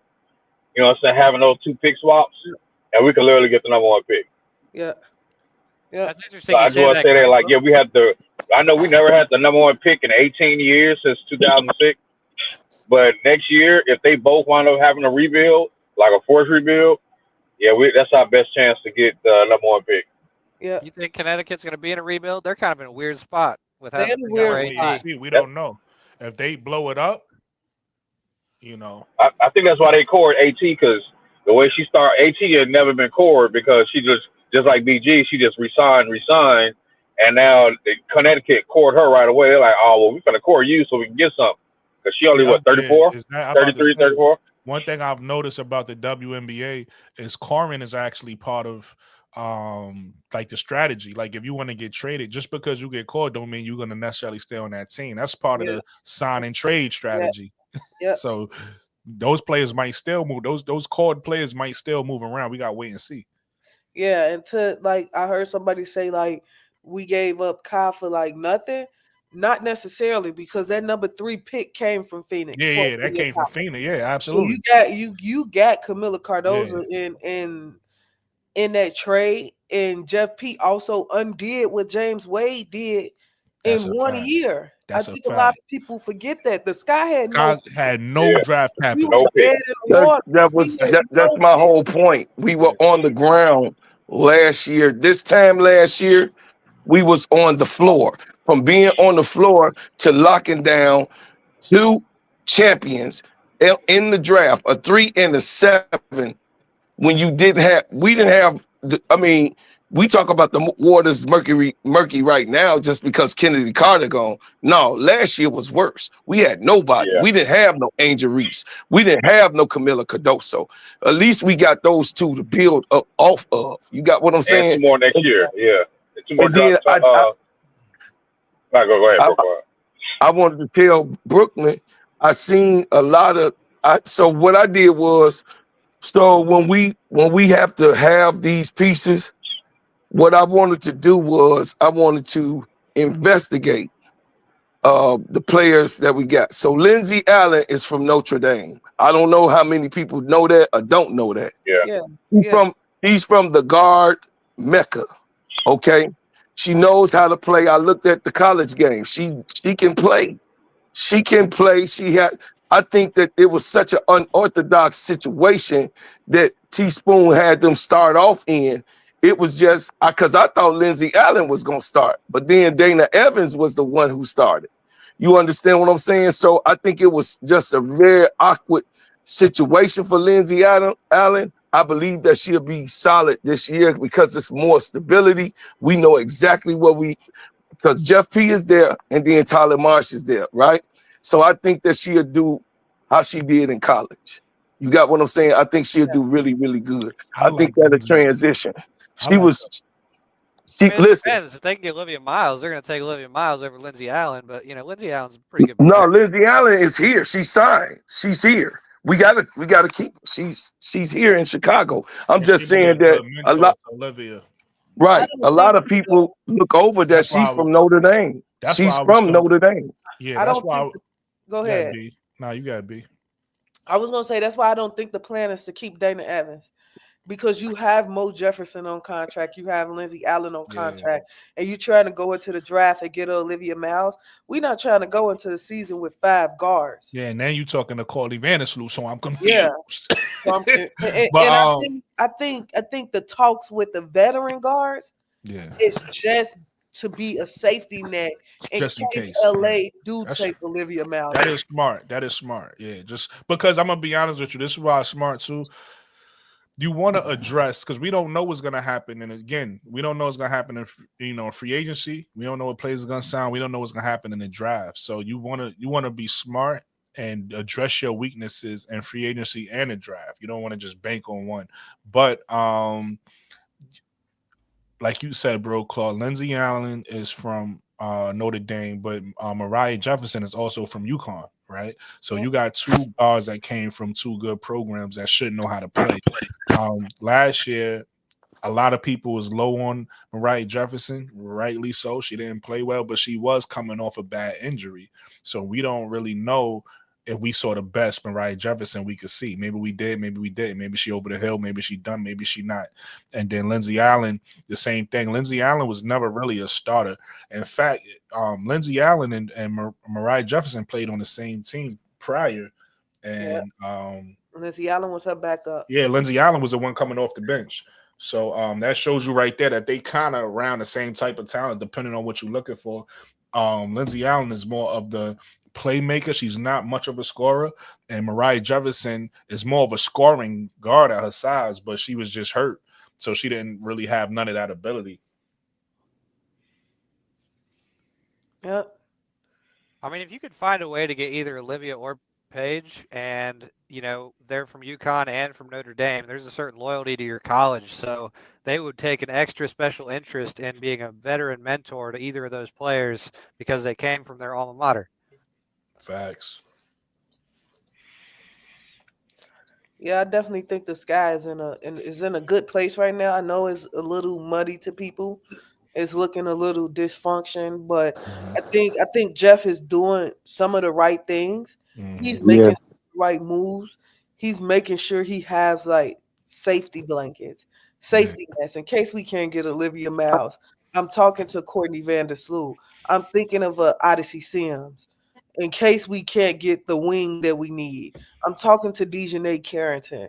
I'm looking at trades for possibly Ariel Atkins or Alicia Gray. So he's doing things to make sure he presents something to his 2 young players that he decided to build around. Yeah. Because you have to show, like you guys keep saying, they're from winning cultures. They've done nothing but win in their careers. So they expect to win. And they went through a season that was new to them and they took it on the chin. But by the end of the season, both of them saying we making the playoffs. So now you got to bring something to them and present something to them and show them that you serious about making the playoff, as well as them, you, by being in the gym, being an unrivaled, going overseas, working on their game, that they serious about making the playoff. So it's just like a give and receive type relationship right now. And I think that's why I said I'm trying to put my trust into Jeff, that Jeff gonna make the right moves. And I think he started off strong with hiring Tyler Marsh. I like the hire. That's a development goal. And I like the staff too. Yeah, you ask Asia Wilson, you ask Jackie Young, who helped work on their game, and they accredit their game to Tyler Marsh. Yeah. So I think the Sky can be in a good position. It's just gonna take some work. hmm I definitely back that up, and I also know how bad it was, but I also know how good it is. And me personally, I don't trust Jeff P. I'm with Keisha on that. I don't trust him. I will never put my trust in him, but I do expect him to do the right thing to put the team together. I just don't like the way he's going about it. You know what I mean? Because uh, great minds would know. A greater mind, maybe he couldn't get nothing for Kennedy Carter, if that's he's saying, but I don't believe that. I believe that Kennedy Carter should have been a sign and trade if he really felt that way about it and really a strategic military mind about it. But, you know, we either here, there, we gone, that's gone, and spilt milk. Right now, we're where we at, and we got $900,000, which is more than anyone in the league. So therefore, we can buy whatever we want because money talks. So we got 2, 4, 6, 8 at least, and then saturate. So we got 4. We could get 4 elite players with $9,000. 900,000. I'm sorry, with 900,000. So we good.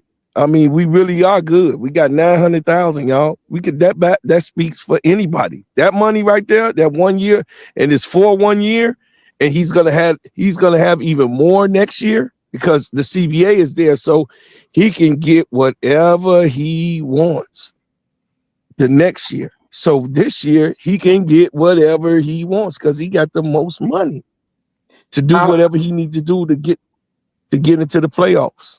So the Sky could have scored Kennedy Carter, but they seem to be cool. Like they didn't hold Marina Mayberry hostage. They didn't hold Kalia hostage. They seem like they're very like player friendly in terms of like doing what the player wants. Now we have no idea whether Kennedy wanted to come back or not. Like we can speculate, but at the end of the day, we don't really know.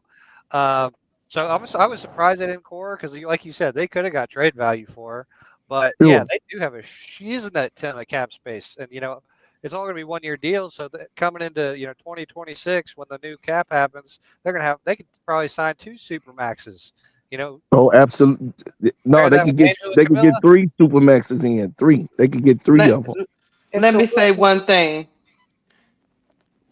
One of the reasons why I don't trust Jeff P is because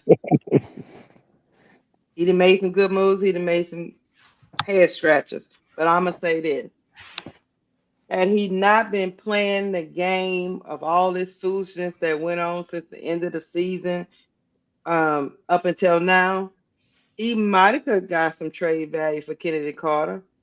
But all the hoopla back and forth with all these articles coming out and he going back and forth, and instead of him just ending it at the end of the season, if you call me as a team and I know you trying to dump a player, well, if you gonna dump him anyway, why would I give you anything for? I agree. So if you really wanted to get something for her, you shouldn't have engaged in all of this foolishness that went on for months. And that's on him as the GM because if anything, you should have kept it all in house and got her all of that, kept it all behind the scenes and got her traded. I think I want to give you something else to think about because I was up thinking last night, and it was brought to my attention like if the Sky didn't give Kennedy a qualifying offer, do you think that they cored her in an expansion draft? And if they didn't core her in the expansion draft, which I think they didn't, because they never offered her out, they never gave her an offer. So why would I waste a core on you if I wasn't planning on offering you anything anyway? Mm-hmm. Why didn't the Valks decide to take? They didn't want her. Could have. So now, and I get everybody want to say Jeff P should have did this, Jeff P should have did that, but that speaks volume to me because you were available to be taken. That's right. Mm-hmm. You were Nobody wanted you. available to be taken. Well, Valks didn't want you. She would have been the best player on that Valkyrie's team. That's crazy. They didn't want her though. And then They I didn't think want the more, I drama. think Let's keep it a deeper stack. into it. So why did the Valks pass up on her? I think deeper into it. The She brings WNBA, drama. not even that. The WNBA is not big. It's small. That's right. Most of the Valks and Tyler Marsh is from the same coaching tree. Mm-hmm. They have similar styles. They have similar discipline routines. They both come from the Aces. GMs talk. Everybody talks. So my thing is, if the Sky knew they wasn't giving her an offer and she wasn't court, why didn't a team that's clearly building around something take a piece as talented as her? Well, Okay. to Go me, ahead. oh my bad. From my perspective, that's obviously, yeah. It's like we could say they didn't court her, but we don't know if they did. And then if they didn't court her and they didn't take them, to me, my perspective is that the Valkyrie is not trying to be like, they're not trying to be that great of a team. They're trying to get some picks and stuff like that through the next couple years, and they want to build around whoever those picks will be, and not somebody like Chennedy, regardless of how good she is. I do think teams want Chennedy. I don't think they want to build around Chennedy. I think that's two different things. Yeah. And so I find it hard to believe that she wasn't protected, though. I don't have that thought process. But what I do think is they tricked Jeff. I do think that teams tricked Jeff. That's what I think personally, to make him think that she don't have no trade value, stuff like that. And now they just about to get her in free agency. That's what I personally think happened. But I mean, your thought, we're speculating, obviously. So yeah, it's all speculations. It's all speculation. And that's what's so weird about Jeff, because if they was trying to trick me, that's why I've always said, and I could be wrong, guys. Don't get me wrong. That's why I always said the coach had to be okay with all this, because if they was trying to trick me, I'm still not letting her go for. I'm not letting talent like that go for nothing. So You could go. if I couldn't get nothing for her, she'd have been right there suited up. You could go to Chicago core players and say she was not core right here. Yeah, but Mo 3 brings up a good point. She was restricted. She was a restricted free agent. She wasn't an unrestricted. So they only could pick unrestricted free agents anyway. Yeah. Oh, so they couldn't. Oh, the Valks couldn't pick her then. So that's why they didn't pick her, because they couldn't. Right. Right. So basically, Chicago held her up when they could have let her go if she wasn't part of their long-term plan. Yeah. Well, no. The Chicago actually did let her go, because the way you become unrestricted is what Chicago did. When it wasn't no way for them to unrestrict her early. Right. It was rule. Okay. So basically, she had to wait until the 21st, and then that's when she became unrestricted. So now she could go anywhere. If anybody wants it, they could go get it now. They ain't extend the offer yet. So usually when you valuable, teams don't wait to extend the offer. That next day. She's still waiting for an offer, so that's still, what y'all saying is kind of still valid. It's just not the way y'all saying it, because right now she's available for anybody to go offer. Yeah, but nobody, no news yet. Nobody in free agency has signed at all, though. Nobody in free agency. Yeah, but still, we're not even hearing news of anything. We're not even hearing no reports. So what But do you guys think about it's still this? time. It's still time, though. With Chennedy, so she, somebody said keep it a buck. She brings drama or whatever, and I'm not going to dispute that. But she won a sportsmanship award when she's been playing overseas in China. Now, again, that is a little laughable, but this is the real part of this: is her career will be over if she keeps starting drama with every team she goes to, because you just can't be that toxic and people keep you around. So she's got to realize, I'm basically getting to my last franchise or two, or my career is over.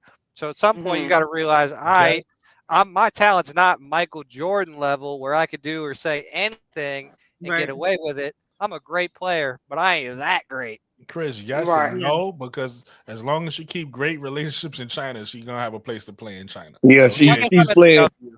She's 1.5 over there. She's 1.5 million. Not like playing in the WNBA. It's not. I don't care what she says. well, Right. no. It might not be talent It don't wise, matter. It's but the money. She money, said. yeah, money wise, she's making more money now. She Now, said she's worried about her bed. once that CBA kick in, probably not. But right Listen, now, this she is- makes more money overseas. Facts, and she will, and that's fine. What I'm saying is that is not like I'm not the money part. I get that, and I get that she could say that that's all that matters. But a baller like her wants to play against. Yeah, you want to be in against the best. Yes, company. I feel you. period. Absolutely. So she's Yeah, I agree with Key on that. You over there doing your thing. Don't get me wrong, but you still feel like you still not gonna. You still. I put it to you like this. You're not gonna get the you're not gonna get the respect you think you owed over there. Of course not. You don't That's get the the thing. respect until you do it in the best league. So, Mm-hmm. and right now the WNBA is the best league. Mm-hmm. And I think she really wants that. She She does. wants that She want to be respect. here. Nah, absolutely. I think she Listen, felt disrespected. She didn't get invited to Unrivaled. listen. She She was. over there. She started Listen.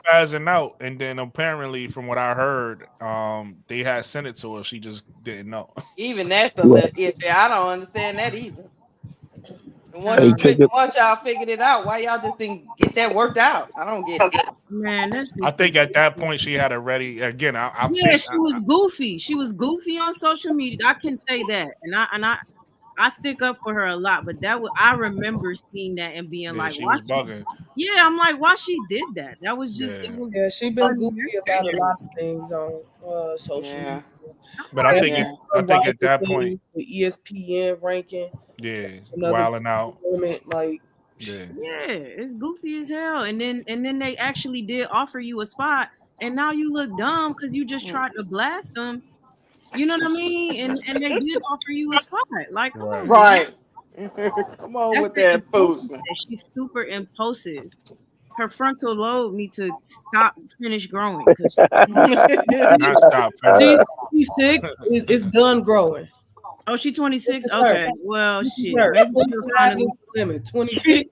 that brain. This was Y'all crazy. I'm serious though. I remember. I'm like, why she did that? Like, what? Yeah, she spazzed out. She Yeah. spazzed. She posted it online like, oh, now da, da, da, da. And it was like, oh, well, they had already asked you, bro. So what's tea? And my thing is, if they didn't ask you until after you spazzed, then let that be known then. But now it just looked like you spazzed, and they actually did offer you a spot, and you was, your agent dropped the. The agent dropped the ball. Yeah. That's why she got a new agent now. She just hired last week, like last Monday, literally. Well, So the I new I agent, hope he work out. Lord, you know, the new agent is pulling out his damn hair because she's very spontaneous. You got what I'm saying? She's very reactive. You know what I mean? So you know me being a rapper in my career, and when I had a publicist, me and R. Kelly had the same publicist at one time. Shit. Oh, that's why Oh, here we Nate said go. you was at those parties. Bars. me and R. Kelly had the same publicist, right? So Regina Daniels was very smart, and she did not let either one of us speak out like, you know what I mean? She would do all the coverage and covering. I mean, you could go literally and see if we was going into a radio station, they already had the questions already laid out that they were allowed to ask us. Like when I was in LA and they was asking if I was a ghetto child and how do I feel about, coming from the worst part of town of Chicago. She didn't want those kind of questions to be asked. You got what I'm saying? So she scratched those out because of the imagery of what I was doing, projected in, because I was considered At 32 as a rapper then, back then, when I was growing, at 32, you had to have some type of season. You know what I mean? It was 2002. Aaliyah just had, was killed in a plane crash, and it's a lot of stuff that was going on. So we still was looking for um, a situation where I was transferring from a no limit field to another type of field, which y'all actually hear transparent on my channel today, all the way up to 2015. You feel what I'm saying? So Mhm. I know that when you got good people, they don't let you just go and spaz out and go into these certain areas and just speak your mind. She's very spontaneous and she's actually uh she got on a channel. She got on the basketball channel and was talking like, what you say? You know what I mean? Like, you seriously, she should have kept quiet and stopped doing the Twitter fingers, because you're not KD, you're not him. I mean, for as the stylist, you're not KD. Mhm. You understand? I got a perfect segue for that. Shout Go out ahead. to anybody in this channel who's under 26. You talked about, one of the ladies talking about your frontal lobe's not developed until you're 26. Stay away from all the toxic, negative people and stuff until you're old enough to make those kind of decisions. Surround yourself with as many positive people as possible to elevate yourself in life. Anybody that seems suspect and is getting you to do dumb shit, don't let your young self be brought down by that stuff. Wait till you're old enough to make those conscious decisions and your brain is fully developed. I know this is a basketball channel, but that's a PSA for life. And that's what you know what I Somebody always got say to people. somebody got a little bit of Got a little, background yeah. noise. I don't know who it is, but Yeah, I if don't know who you it could get is, rid of but that for me, I appreciate it. just put yourself on mute. But piggybacking off of what Chris said, that's why it's okay. I know people talk about the momagers, and I get it, but it's okay to keep those type of people around that's gonna tell you to stop wilding out. I want Because somebody around me I love me. if I was her mama, I would have went over there and knocked on the apartment, a condo door, and said, if you don't give me that phone, Jesus, take the wheel. Give me the phone. You out here, you putting yourself out here looking bad now. Sometimes you gotta do that with young people, because I got 3 of them in my house, and some of the stuff they say and then take off and delete. And I'm like, first of all, why can't you just go say it to your mirror? Why you gotta put it out there like that? Now go stay into the mirror. Now you out here deleting and blocking people. What's up? All you have to do is not say it, right? That's funny. So I think if you keep people around, you got to keep people around you. And shout out to the momagers and the daddy ballers and everybody, and Alonzo Ball Daddy, and all these people that keep their kids with all this money and all this fame grounded. Because you need people like that to tell you the truth. Because a lot of people get a lot of people around them. Them people ain't telling you the truth. They there for the along for the ride. They like to see you wilding out. That's right. I mean, like people like Daddy Ball and even Pete, even Master Pete. I mean, Pete's super hard on his children. What I know as a fact, he's super hard on them, and Daddy Ball literally will start beating their butts, they behinds. You got what I'm saying? Behind closed doors, they say, "Oh, my dad beat me up, but I'm all right. I survived." You got what I'm saying? You have to do that. Hey, bro, close. Sometimes you got to go a little Joe Jackson on him. Oh yeah, no, he's Joe Jackson for real. They called him Joe Jackson. Yeah, they called Daddy Ball Joe Jackson for real. Yeah. Because he run that piece like a military. And that's what you gotta have. You feel what I'm saying? Yeah. That's the same way with my son. I didn't allow him to get in different spaces and corners. I was right there all the way to my ass. I ain't ashamed. My pop's with my ass, man. Yeah, you know what I'm saying? Remember one time, I never joined the gang or nothing like that. I grew up around gangs though, in Brooklyn. And I remember one time I had this outfit. It was fly, and the only thing it was missing was the bandana, right? The blue bandana. I just tied it around my head. I was about to go outside. My pop's about to knock my head off. Like, where you go?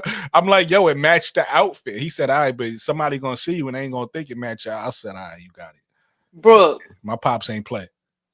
Brooke, I got grown kids. My mama be watching us every night. She watches every night. And she'll call and be like, okay, now. Y'all cussing a little too much now. Y'all don't want to put that on the airways, Keisha. Y'all need to tone that down. I'll be like, Mama old school. Mama don't play. She old. Oh, you got me messed up now. I'm really have to watch my mouth. You just told me your mama be watching. My mama be watching us like sports TV. Hey, Mama, I'm from New York. I apologize. This me, Mama. This is me. I'm sorry. She be watching us. She say, y'all be. Because I curse. Y'all be crashing out. What you call it, Keisha? Crashing out? I say crashing out. I'm sorry, Mama. I apologize. But you need some people in your life to be like, yeah, okay, you going too far. That's a fact. Yeah. Mm-hmm. Shout out to Mama if you watching. We're life. What's up, Jonathan? You want to jump in, Jonathan? Yeah, Jonathan been holding down the chat. Hey, Jonathan, what's up, bro? Hey, what's up? Who's that? Chris. I was interacting with the chat earlier. I actually thought you were a Spanish guy with your last name. Oh yeah. Okay, Chris Strong. Yes, sir. Yeah, I'm black. Yes. Oh, it's all good. I just thought, man, it's all good. No, it's. I ain't gonna lie. You the first Black Gonzalez I met, so I would have thought the same. I thought you was mixed. You gotta, Man, I'm not. Yeah, funny as it sounds, I'm not mixed. I'm fully black, and all my ancestry is from Hispanic and black. So the last name is passed down to me. So gotcha. Yeah, that makes sense. Ain't nothing wrong with it. Hey, listen, my girl Hispanic. I mean, ain't nothing wrong with it. Hey, I ain't mad at that. But yeah, man, my dad. Like if you know a real dad, that man's been in my life 24/7, all the way up to me being 34 years old before he passed away. Yeah, I was about to say, I'll pay to my pops too. I'll pay to your pops. I'll pay to my pops. Yes, and yeah, he was very overprotective, but very caring. And did it annoy me? Yes, because I wanted to. I was like 18 and going up, and I wanted to get out and do my own thing. And he said, no, that's dangerous. That's this dangerous, or that's dangerous. But there were times that I was able to do it on my own. And thankfully I made it home. But at the same time, I see what he's been saying. Mom's same way. Mom loves me, caring, stand with me. Young, get old. I'm almost 40. And she still calls me and my older brothers her babies. So it's like, wow. That ain't gonna never change. Well, you see, I was raised by my daddy. So, I was raised in hard knock. And my daddy had his daddy. And my daddy's daddy had his daddy. So I didn't have no tears. You know what I'm saying? I'm just being honest with y'all. I couldn't even cry around them. You know what I'm saying? Nah. Proclaw, don't get it twisted. My mama is not the tears mama either. It's reverse in my family. The women are a little harder and the men are quiet. The women was to knock you upside your head and the men let me be clear though.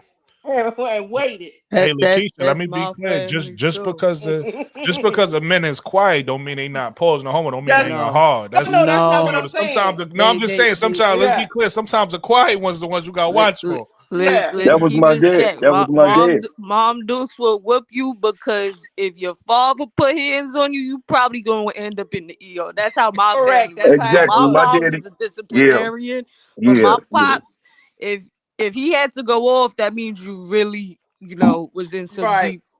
Right. I tell people all the time, my father beat my ass, my mama hugged me. See, they're from the 30s.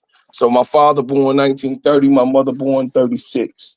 You understand? My father didn't have an off switch. Those 1930 guys, They didn't have an off switch. So when they get to start and hit you in your head and start, doing all types of, maneuvers that he learned in the Korean War, because that's where he was. Right. I mean, it feels a lot different, So my mother, my mother tried to cradle me and get me out of those type of whoopings that my brothers had. I mean, my brothers had no. my brothers. I don't know how they lived through it. My brothers, I don't know. I wouldn't fall and break my fingers because my dad didn't hit me. You know what I'm saying? Let me tell you, bro, Claude, my mama will hug you and she'll beat you and then hug you. Shout out to your parents, man. They almost gave you 90 good years so far. Yeah. There was always a balance. There was always a balance. That's a fact. Yeah. That's a fact. Yo, let's jump into the next topic. We was having a good conversation, so I just left it. Yeah. But this is a topic that I saw people debating on Twitter about. So I said, let me bring it to the panel. Can Angel, Reese, and Kamilla Cardoso play together? A lot of people feel like in the modern NBA, you need shooting bigs. You need two shooting bigs, and they feel like two non-shooting bigs can't play together. I personally feel like they can. I compare Angel and Kamilla to Sylvia Fowles and Rebecca Brunson, who is two pretty much, traditional bigs. And later on in Rebecca Brunson's career, she actually developed a three.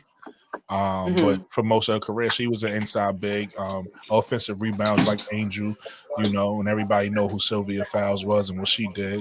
And they played together, and that team won a lot of championships, right? Obviously, they had a Maya Moore, Lindsay Whalen, and I hear background noise. Somebody got mute. Is it me? Nah, How you doing, sweetie? There we go. I muted it. Oh, And they had a Simone Augustus, so it's hard to find those, right? Those are special players that to put around those two bigs. But I feel like Chicago could do it, especially like we said, Olivia Miles in the draft this year. We get her. If not, anything can happen. We might get a Sonia Citron, whatever. But I feel like we could build a special team around those two bigs. So that's my opinion. What you guys think on Angel and Kamilla playing together? I got Chris. next. You go ahead, Jonathan. You go ahead. Yeah. Okay. So, first off, I like Angel Kamilla as a duo. I was thinking Kamilla could be the offensive big while Angel be the defensive big, but then I was like, now I need them both ways, and we need some guards who's also talented at defense. So I remember on one of the chats, one of them, I think it was Donna, said a great defense can create a great offense. So with that being said, if I want to build around Angel and Kamilla, I'm definitely going for DiJonai Carrington, Courtney Vadersloot, draft Olivia Miles from the draft. And if she's not available, I'll get Sonia Citron or Cheyenne Sellers. That's if Sellers' injury isn't serious. I pray not. But Citron and Miles and Sellers, if she's not super hurt, and she end up on IR, and we probably won't be able to pick her up due to that serious injury. We gotta find someone that can score, pass, hit the threes, but most importantly, play defense. At least 3-4 decent bench players that can shoot the three ball and that can shoot, period. And everyone else who's a starter can do both sides of the ball. And whoever can play defense, who can play straight defense, we can pick those up as bench players. Like, we need something that's going to balance the team in order to make it to a championship team. And whatever weakness someone needs work, I'm sure Tyler Marsh will help the defensive players work on their offense, and Tanisha Wright get the offensive players work on the defense. For example, let's say we do get Miles, because Miles is a terrific player, but she kind of lacked defense. Nah, if Tanisha Wright, no, I mean she's okay, but her defense can be a little better. And I believe Tanisha Wright, who was an ex-point guard at WNBA, can get Miles' defense up to par when if she gets drafted by the Sky. Yeah, I believe each weakness, that's the coach's responsibility to fix. You know what I'm saying?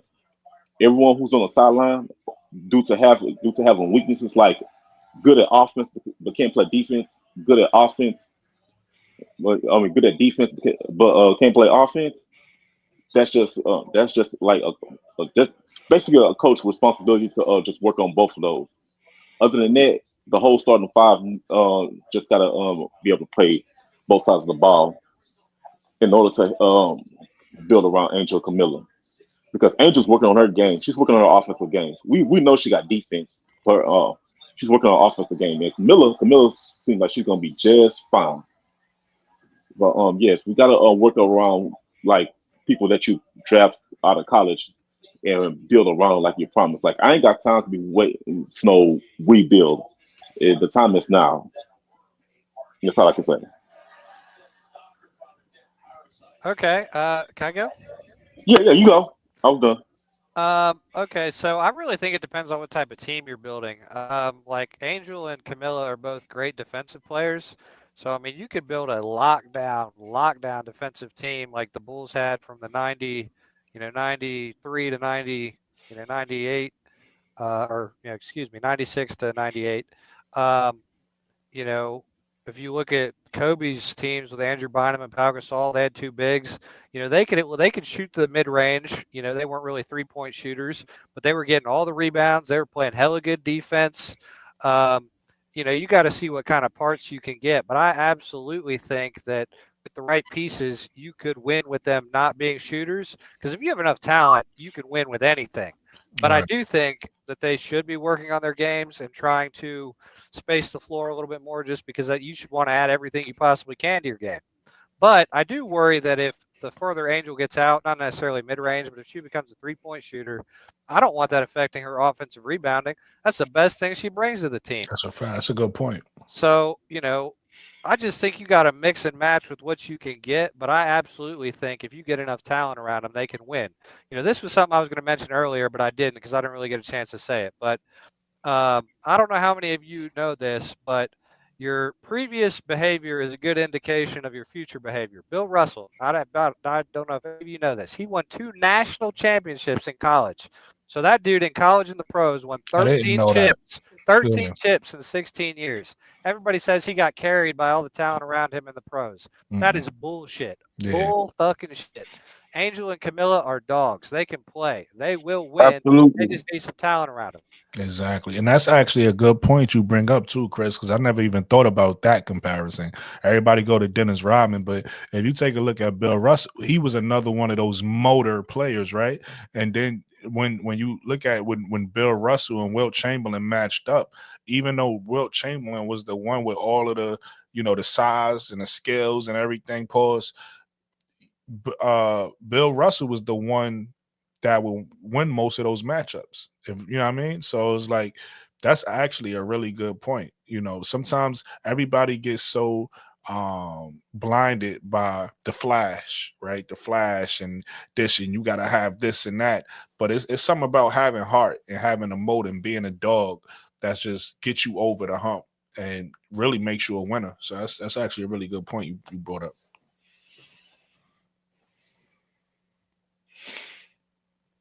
Anybody else want to go? Okay. Can Angel, Reese, and Kamilla Cardoso play together? Absolutely. Absolutely. I think they already play very well together. I think they're really good teammates to each other. I think Angel is an even better teammate to Kamilla. I think Kamilla always needs to have a battery in her back, so she has to be on a team with someone like that for her. I think people have pointed out, like SC on South Carolina, it was Raven Johnson or something like that. That's her best friend. So I feel like they're the perfect teammates for each other. Like even in Brandon perspective, calling them the skyscrapers. I think the fact that Kamilla isn't a rebounder and Angel is, you know what I mean? Like they just balance each other out very well. And then the fact that they do have that championship DNA and are willing to play whatever role to get that, I think plays into it as well. So I mean, I think anybody like bringing up other teams and just how the dynamics are between bigs and all of this other stuff. I think and I feel like I hate talking about Angel sometimes because I feel like I just know people be like, "Golly, girl," because I think you throw everything out the window when it comes to Angel. Like if Angel's on your team, you could talk about all the stretch the floor and all of this other shit if you want to, but she changes the dynamic of anything she's involved in. So you can absolutely win. Yeah, like you could win anything with Angel. You just got to figure out how to flesh the team out, and you're gonna win. Because she just wants to win that badly. I mean, I know Kamilla is not used to losing, but it's just a whole different ball. Angel wants to win so bad. So I just feel like I definitely think they can play together, and I think they're gonna continue to enhance each other and enhance each other's games.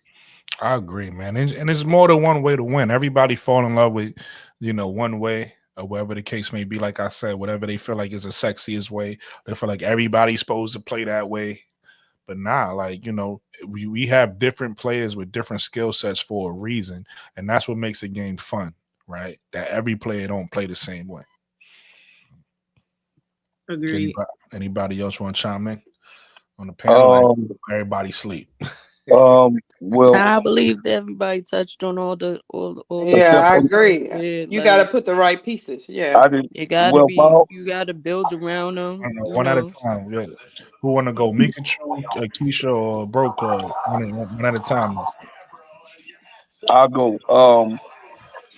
And please, somebody got background noise. I don't know what that is. So I don't know. I don't have nothing going on. Do they play well together? Yes. Actually, Miller is a little bit faster than Angel because of Angel had the rod in her leg, right? But they both run like deers. They're very fast. Okay. Like Kamilla said when she was on draft day, wasn't nobody gonna get no rebounds. They proved that. That's you understand? Did she get? Yeah. Did she get?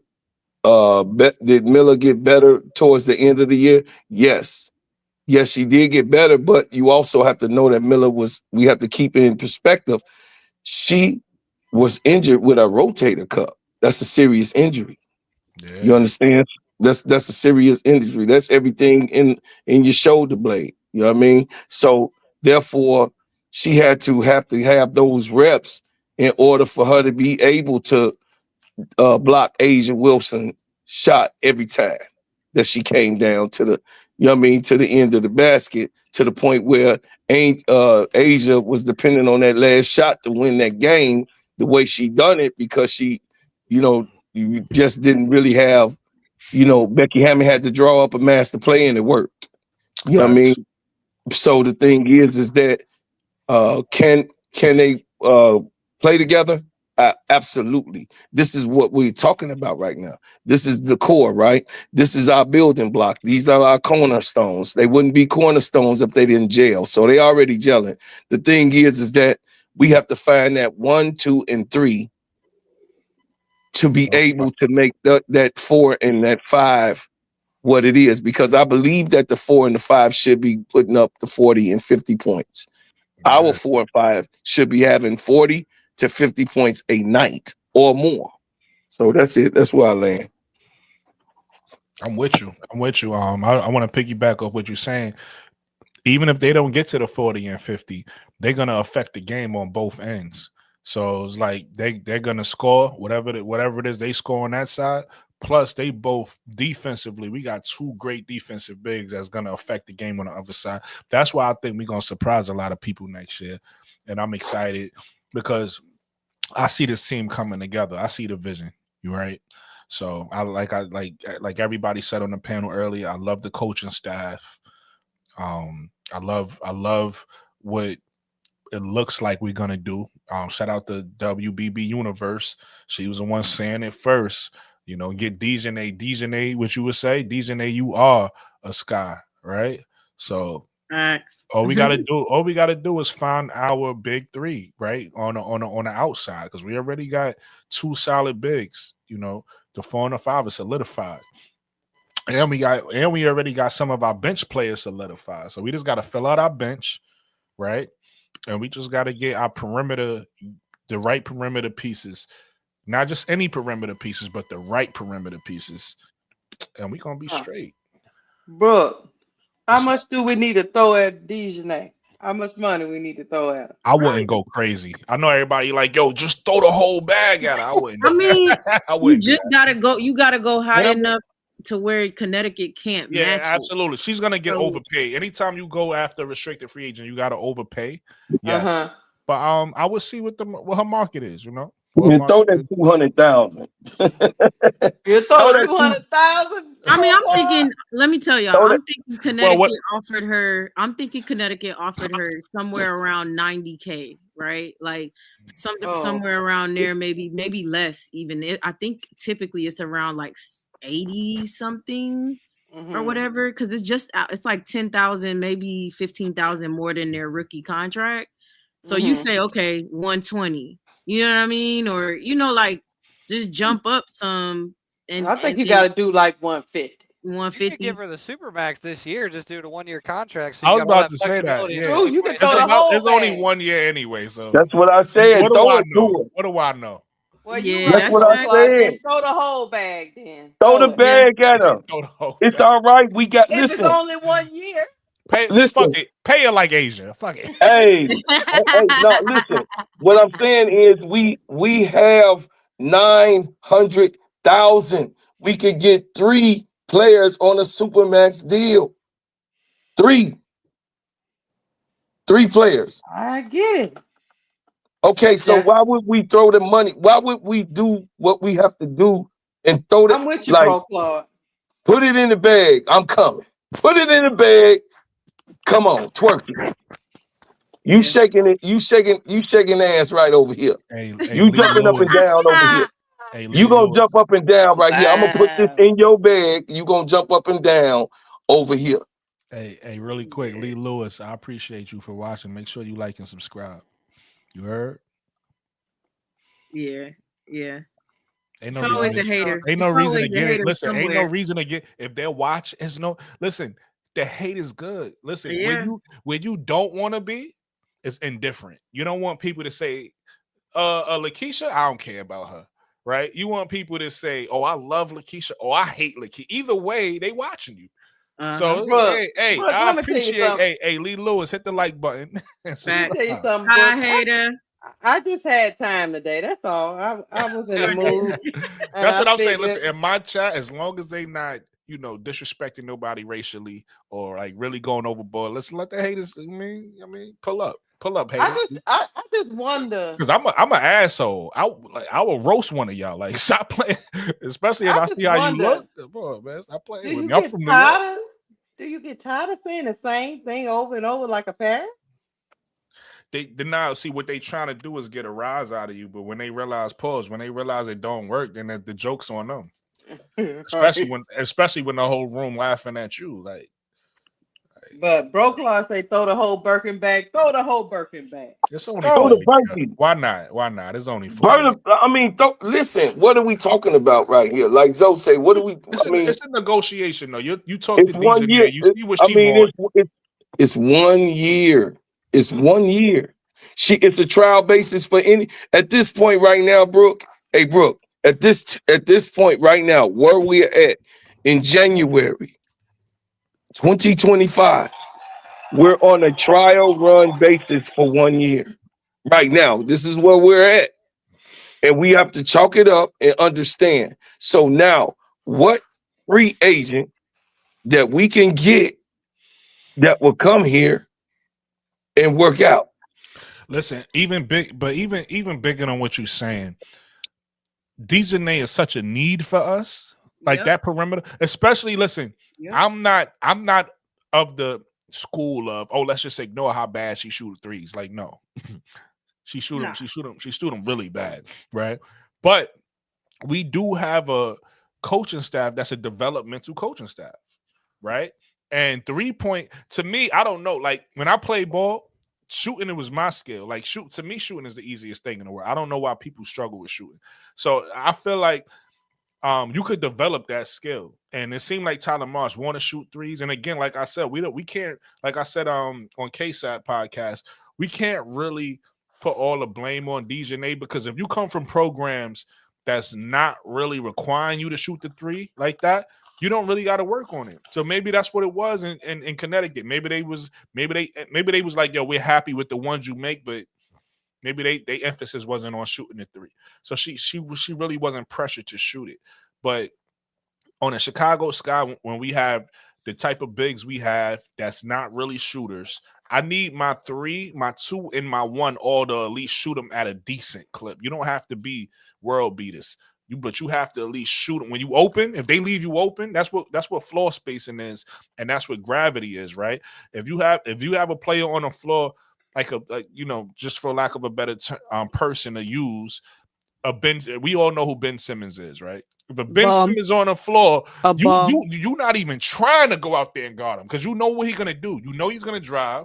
You know he's not gonna shoot. So why would I waste my energy trying to guard? Now your player that's in the paint, your Kamilla, your Angel, I got more pressure on them now, because I don't got to worry about you out there. So that's what I'm saying with DiJonai. I just need her to raise her percentage up. She has the confidence to shoot it. I will give her that.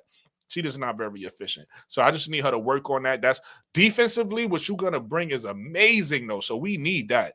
And I'm all for the DiJonai pick. I'm all for that. I just need and her I think he'll help her develop that, number 1. And then 2, it's a shared effort with her, right? Because if he can also help Michaela get there, where she was hitting some threes coming out of last year. Yeah. I think they shared that effort, right? Like they shared the effort in, making those threes with Michaela coming off the bench for DiJonai Carrington. I think that can be figured out between the both of them. Facts. I agree with that. Yes, I think we are in agreement. Like, regardless of what we critique in these games, DiJonai, we need that. We need that defense, right? Yeah, I think it just fulfills that 3 position, and you're not as worried about trying to find it through the draft, possibly. You know what I mean? Mm-hmm. Somebody in the chat say Kamilla got in a little tussle over there in China. I'm glad Kamilla's sticking all up. All I want to know is, did she win? That's all I want to know. I have to go look. She can't come back. She lost. She can't come back. I feel you. You got those parents. Don't come to me crying. Go fight back. I'm back in my house. You're right. Kamilla got some of that dog in her when Angel Reese pulled her hair in the SEC National Championship. And after the game, she shoved Flage to shore. Yeah, she ran up on Flage and had her brother jump out the stands. She had her moment. Yeah, she didn't have her moment. You gotta hype her up. That's all. Ain't that? That's what Angel Reese be doing. Be hyping her up so she could get that out of her. That's why they played so. Somebody mentioned it. They played so good in that Aces game where I think she had 5 blocks on Asia. Yeah. She did. Mm-hmm. That dog came out of Kamilla. Yep.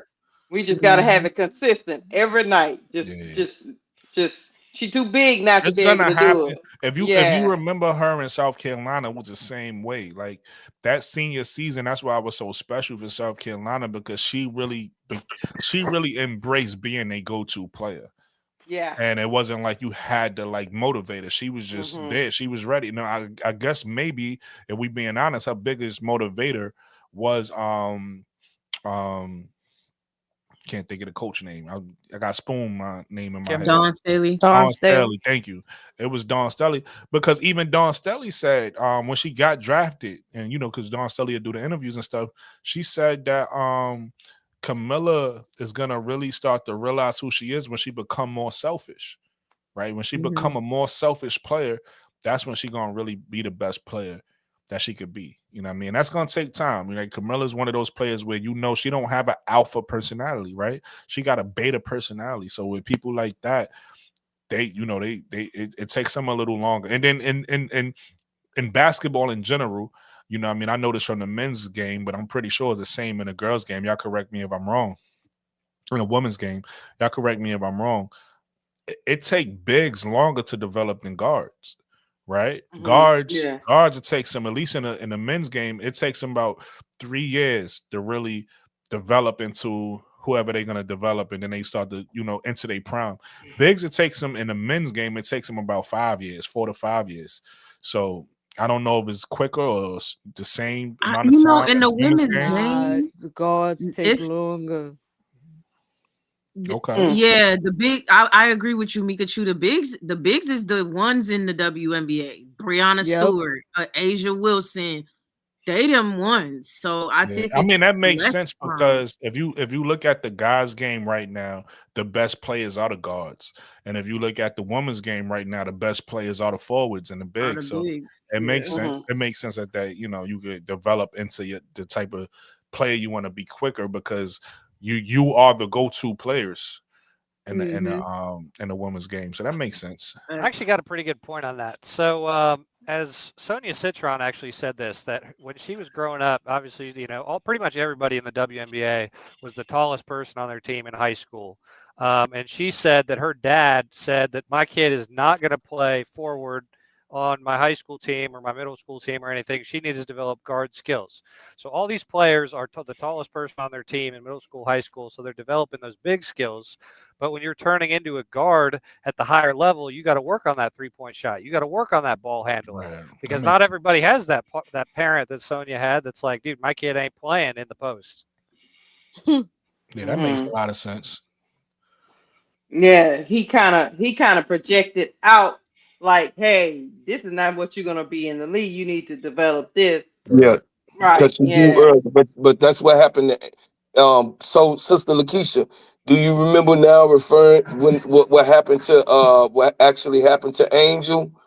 This is what Moki did because Angel was not just under the basket before she was LSU.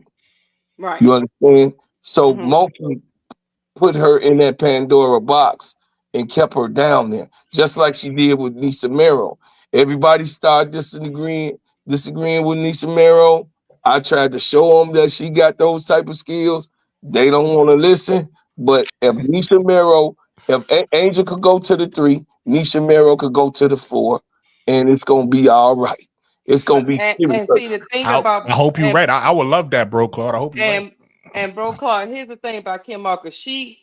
I love Kim Walker and I love her style, but her style is predicated a lot on a dominant big. She wants a dominant big inside. She wants somebody to rebound and play defense. And then she works around that talent. So that's just the way her style of basketball goes. Yes. And you know what I mean? That's the way she plays. She wants some dominant big down low. So you gotta play her style, and she's a dominant personality. You don't play her style, you're not gonna play for her. So that's why people sometimes don't see that these other she destroyed stunts they grope a little bit. Yeah, because if she sees you can be dominant and you a dog, you going down there in that low to be dominant and be a dog. That's it. So bro, Claude, the only thing I can't agree with is she destroyed HVL. That was not. Oh no, I don't agree with that. That was Haley Van Lift's fault, not Kim's fault. To prove what I'm saying is this, baby niece. Look at her right now. They lost yesterday. They did lose yesterday, but she had a good game. Listen, she was great at Louisville, and she's great now. But my point is, she's always been great. Yeah, I never said she wasn't. That's not what I'm saying. I'm saying Kim did not ruin her game. That's what I'm saying. Kim has ruined some people. I'm not saying she doesn't force them into certain positions and keep them there. And doesn't, I know that about her, that she does not develop players. But Haley Van Lift came to it's a whole story behind it. She came to LSU to be a point guard. She wanted to do that. And Kim tried to help her because she was trying to get her draft stock up. She knew that her draft stock was low playing at Louisville. Even though she played well, she knew the WNBA was not just looking for that, and she's short. So she was like, damn, they typically only take somebody like me at the point guard position, or she at least wanted to develop the skills so she could be a 1 or a 2. So she wanted Kim to do that for her. And the Louisville coach was about to phase her out as well. She was upset because he had ended up picking up somebody or something, and he was finna phase her out because it wasn't working. And so she came to LSU. So that's the one where I'm like, I don't like when people say that, because she chose to come and be PG and she couldn't do it. Oh Kim no, I tried. agree with you, Key. In that situation, Hailey Van Lith was trying to become a point guard. Yes, she looks better. Yes, she looks better now because she's had a year under her belt. But before, when you was trying to get her to understand it and see the floor and feed the bigs, she was struggling, bro, Claude. She was struggling. But now she looks better. Sometimes it comes with experience after a while. Yeah, you was never a point guard. That shit take time, man. And then you playing, and then she came over to the SEC. She didn't go to an easy conference. She came to the hardest conference on top I of like that. that. I never heard nobody refer to it like that before. The SEC. I like that. Yeah, Into coming the from SEC. Louisville, the SEC is a totally different thing. Monster. Yeah. Yeah. Yeah. And so she needed time, and she never had done it before. And she struggles guarding too. She struggles to guard. And then you gotta guard then she wanted to It was also her mental too. Really quick, Mika, and I want you to go. Hey, Key, they even lied when she went in TCU now. She all of a sudden she done went from 5'7" to 5'9".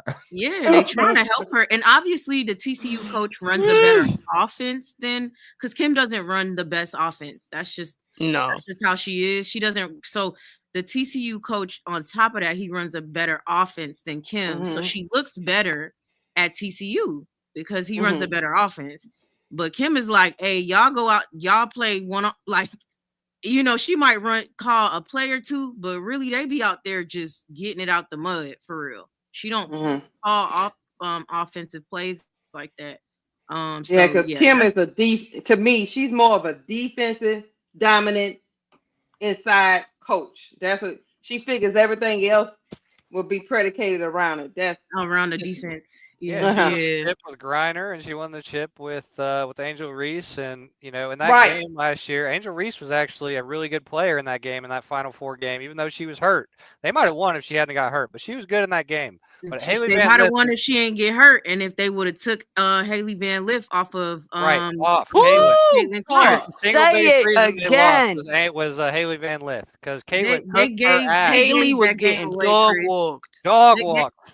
They gave that game away, Chris. If you ask me, I said Kim just gave up or something. It didn't make no sense to me why they would not put Flaujae on Caitlin Clark. It made no sense. Kim was done with Hailey Van Lith. She was just done. She was just standing out there. I didn't even see no fire. She was just like, you know what? It is what and she it usually, is. and I don't know if she didn't want to embarrass her, because Kim don't play. She will sit you. So I'm like, why she not sitting Hailey Van Lith, dog? That shit don't make no sense. And she was cooking her. That's the first time I seen Kim Mulkey just give up and just went, okay. And then Angel fouled out. And that was that. That was it. That was that. Yeah. Yo, and it's so funny. You could tell when people is like salty, because I don't know how you brag about that win. Like, Angel won in a championship game and got a ring, and all Caitlin Clark fans go is, yeah, but we beat her in the Elite Eight. So you ain't win nothing. Like, who gives a fuck if you won a game? Like, nobody cares about the runner-up. So you know what I mean? If you don't win the championship, nobody cares. Nobody cares. Like, that shit is funny. I get it. But those are people, you know what's funny? But look, exactly. Those people say that, oh, we beat you in Elite Eight, is the same people when you say, yo, but Angel a champion, oh, we don't care about college. Okay, but you keep bringing up that Elite 8 game. Okay. Yeah, I don't even argue with him no more, Brooke. I'll be like, okay.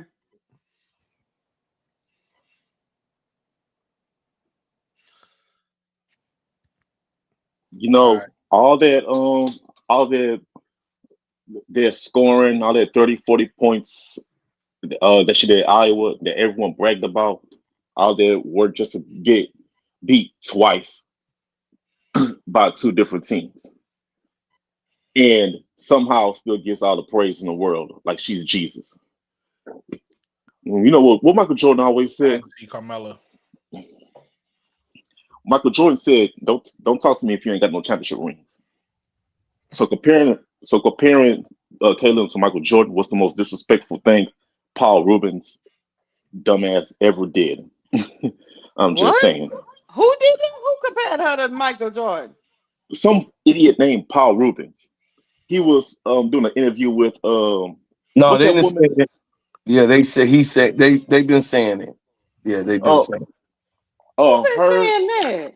I heard somebody Paul Rubens. compared to Larry Bird. I ain't heard No, Michael somebody Jordan. say They Michael done, Jordan. yeah, you talking about They Caleb? got- They don't compare No. Caleb to LeBron, Yeah. No, to look, Michael, to Steph Curry. LeBron came out of high school. no, look. This That's What mad is we talking disrespectful. about? Yeah, I don't get that. Larry Bird, like they. Yeah, I heard the Larry Bird, the I great heard white the Larry hype. I'm like, Bird. Okay, I get she that, nice, but y'all putting too much battery in her back. Let her develop. Come on. y'all notice that they compare her with successful black athletes. Lisa Bluder said Taylor Clark was the Maya Moore's generation. Maya Moore. Wow. Yes. Don't play with me. Yeah, Anyway. Anyway, let's move on from that. Hold on. Before we move on, I want to say one more thing. And this is from Jason Fatlock. Y'all won't believe what he said. We got background noise. Somebody, I don't know who. Background noise. Jason Fatlock said Caitlin Clark is suffering, has been going through way more worse than Jackie Robinson ever did. That's what Jason Whitlock said.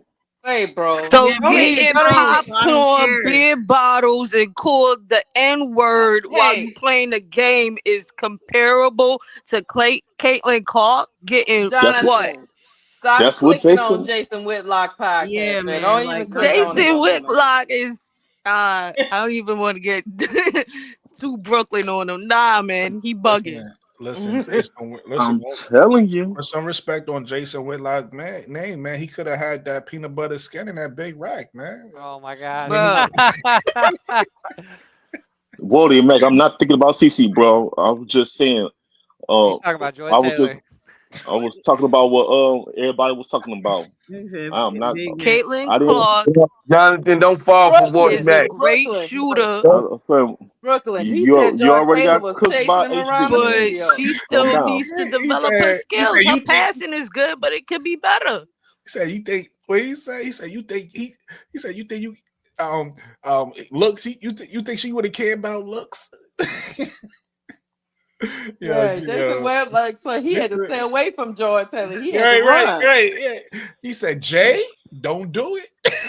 And guess what, Brooklyn? I understand that you guys have a lot of confidence. I get it.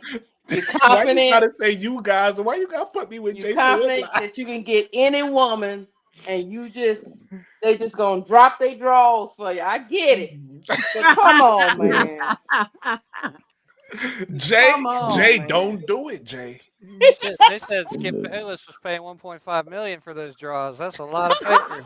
Man, y'all look, wildly. He backed the wrong person. That's what happened. Growing up watching sports, man, I've never, experienced, like, even as a little kid, I loved Michael Jordan, but I've never bragged about him or tear down any other player to uplift him. This is something different, Jonathan. I don't know. Maybe the LeBron, because they got some LeBron haters that go too far. Yeah, and that's probably they all that no. I was part of the Jordan fan club, but not that fan base where they tear other players down to uplift Jordan. I wasn't never part of that. But you didn't have to. I don't think Jordan fans do that. You didn't have to, Jonathan. I don't know what you're talking about. I lived that era. You didn't have to tell. You didn't have to tell nobody. You didn't have to tear nobody down because Michael Jordan was. Yeah, was nobody did that. But Because what we people only do, cared about them rings. here's what people And do. I'm a Jordan People, hater because I'm a Knicks fan. but look, But Right. that's just where it stops because we already know he's the GOAT. Like, come on. that's a fact. But the problem is people put people names in the Jordan conversation that shouldn't be there, and then we gotta set the record straight. But nobody, I don't think nobody Jordan fans don't tear down other players. 6-0. That's all you gotta say. Yeah, I heard somebody. Yeah, somebody Not was even over there talking 6-0. about. How you three-peat back to back? Like that's crazy. Twice. Brooklyn. Not even talking about He basketball. retired, came back, I had and somebody tell three-peated me in again. the chat. Well, not literally the same time, but you get the point. Yeah. I had somebody in the chat talking about, yeah, she better than Simone Biles. She met. I said Simone Biles is a whole nother gymnast. sport, and she's not though. But that's a whole nother sport. Simone Biles, that's like saying she's better than Asia, right? Because Simone Biles is at the top of her sport. She's a gymnast. Caitlin is not at the top of her sport. Like she's no, not Simone there. Biles Bad is at the comparison. top of the world. Thank bro. you. Yeah. Simone Biles is maybe, and y'all can correct me if I'm wrong, but I think she even making history, right? Like she's in the history. Like that's Like, not Caitlin Clark. But we listen. I love Caitlin Clark I because love Caitlin Clark. they fans go crazy when you critique Right her. now, there's not She's a good Caitlin Clark player. right now She's a because you good don't player, know. but no. They even said Caitlin Clark is better than Steph Curry. I've heard that too. Shooting, yeah, Like of in course. comparison Come to her on. sport, or like you mean like one-on-one? Like they That's talking a crazy about? thing. Retard, remedial people.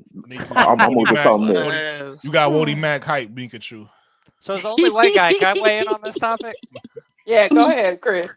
All right, so I do think that there's a parallel to like Larry Bird and Magic Johnson. And I don't know if you guys ever saw their documentary called Courtship of Rivals. And Larry Bird said the hardest L he ever took was the national championship. It wasn't any of the MVPs. It wasn't any of the finals MVPs. It wasn't any of the championships. It was their college 1v1. And I feel like Caitlin, her hardest 2 L's she'll have ever taken in her life, even in the pros, will be her 2 national championship losses. And I don't think she's Michael Jordan in terms of the level of player, but I think she is kind of a Michael Jordan in the level of fans and hype and all that she brings to the sport. That I agree. But that is nowhere near the level of player. I don't think Angel or Caitlin will ever be the Michael Jordan or Bill Russell or Kareem or LeBron of the WNBA. You know, I think they will both be all-time great players, but I don't think they're going to ever be the best of the best.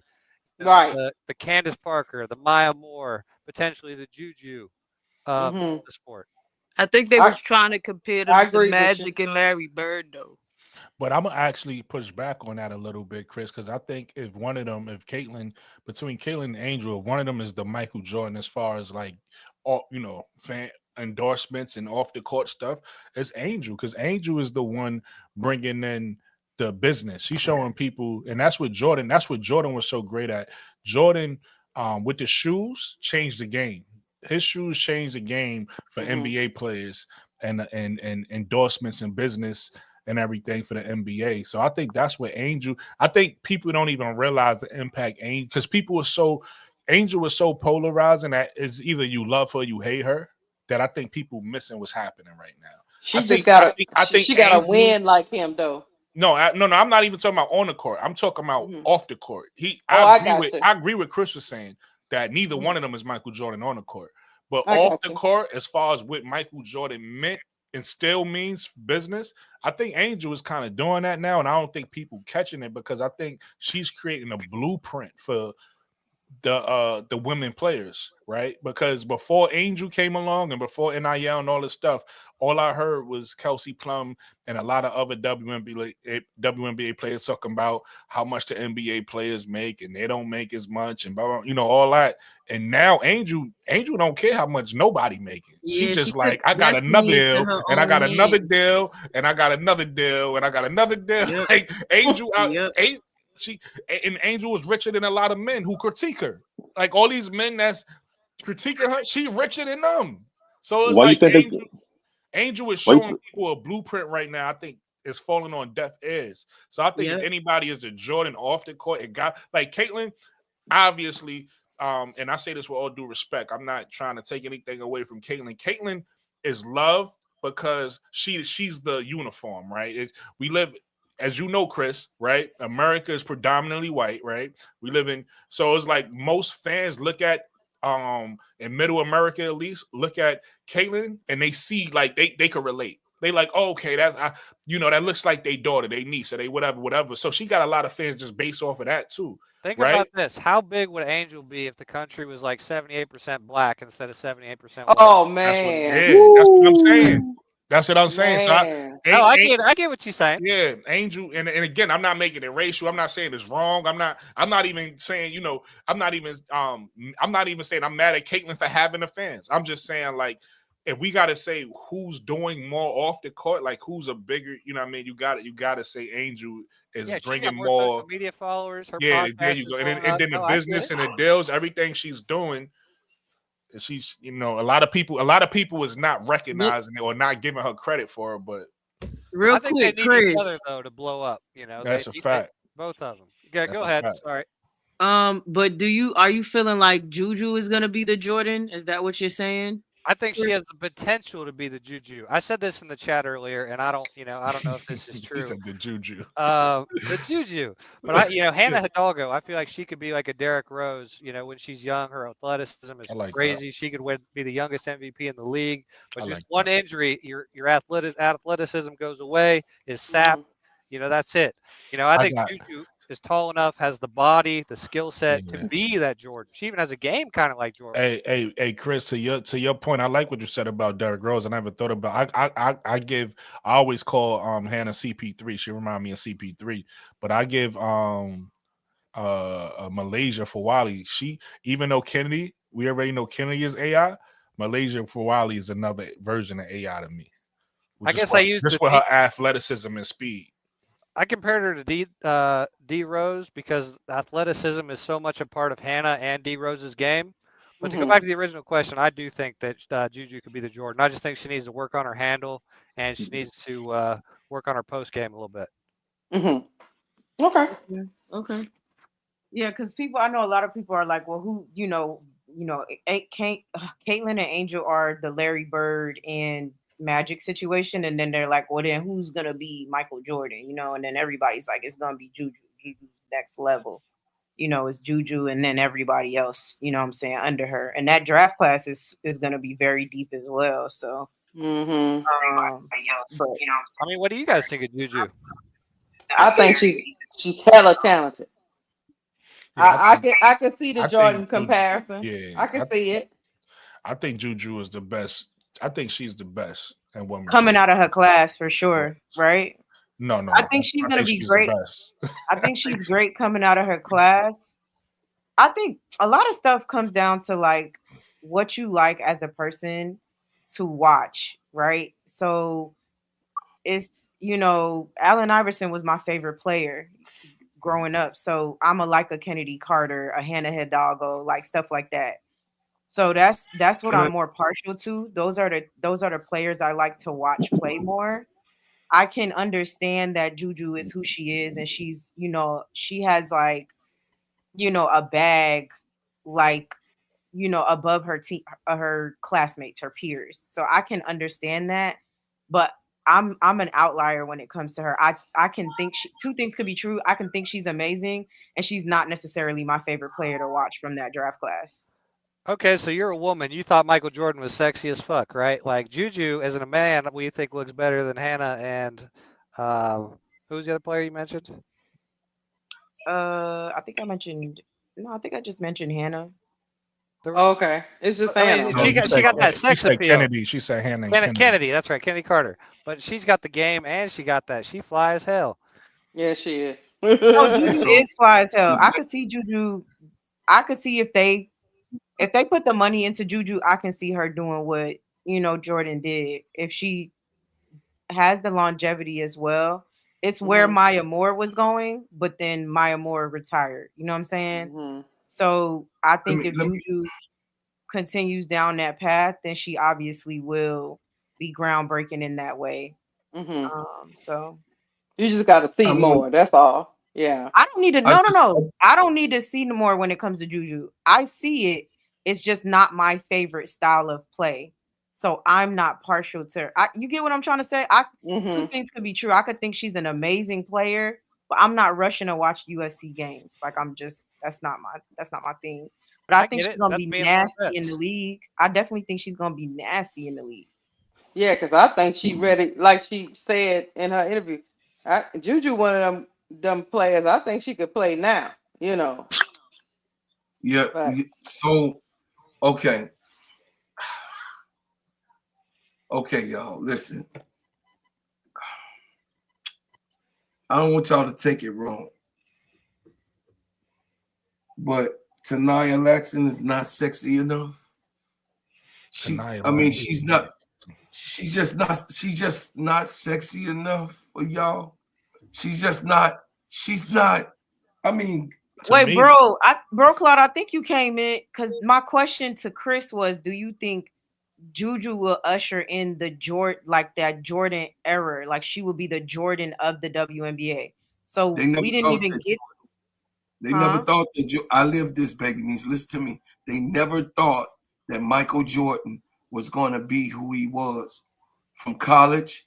Even they played him short in the USA team. I'm 55. Once again, I saw it happen. They was not big up in them. He didn't, no matter what films or footage that you seen, I'm telling you, James Worthy was the man at North Carolina. Period. And Ewing was the man in college. So Ewing was the man over there in Georgetown. You understand? So it was not, but he didn't come out with Ewing. He came out after Ewing. Yeah, I know. Ewing came out in 86.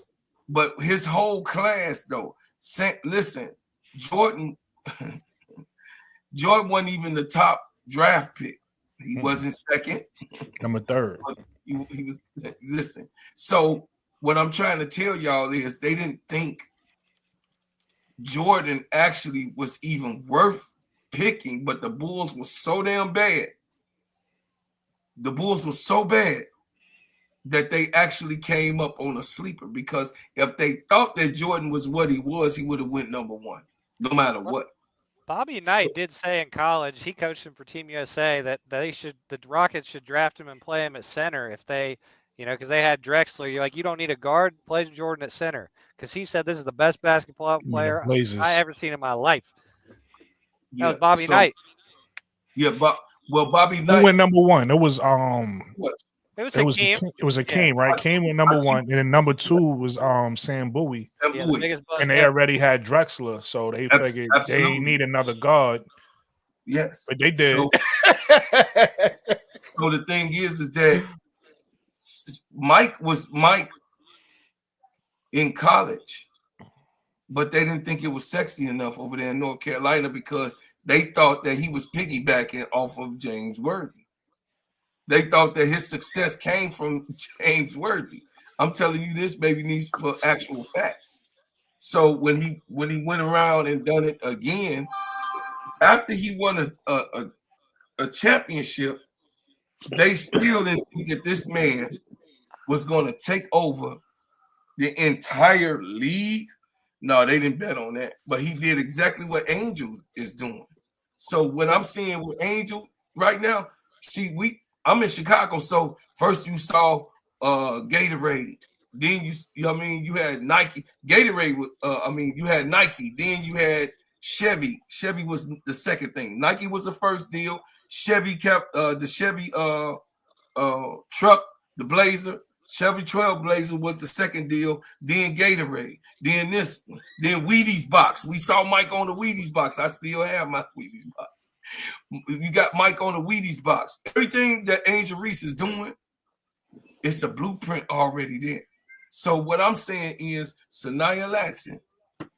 I think that Saniya Laxton is the sleeper in college because she played for Florida, and Florida is not sexy. And she's the number one scorer right now in college, y'all. Are y'all kidding me? She's the number. Hannah Hidalgo is not the number one scorer. It's Saniya Latson, and she giving them the business. Look at the film. She giving them. I mean, she giving easy work down there. I'm telling you, it's much see TV, but the school, Florida State, is just not sexy enough for people to go and watch. But she giving them the business. Hannah Hidalgo, I love her because she's exciting, she's electric, but so is Saniya Latson, y'all. And listen, and she's more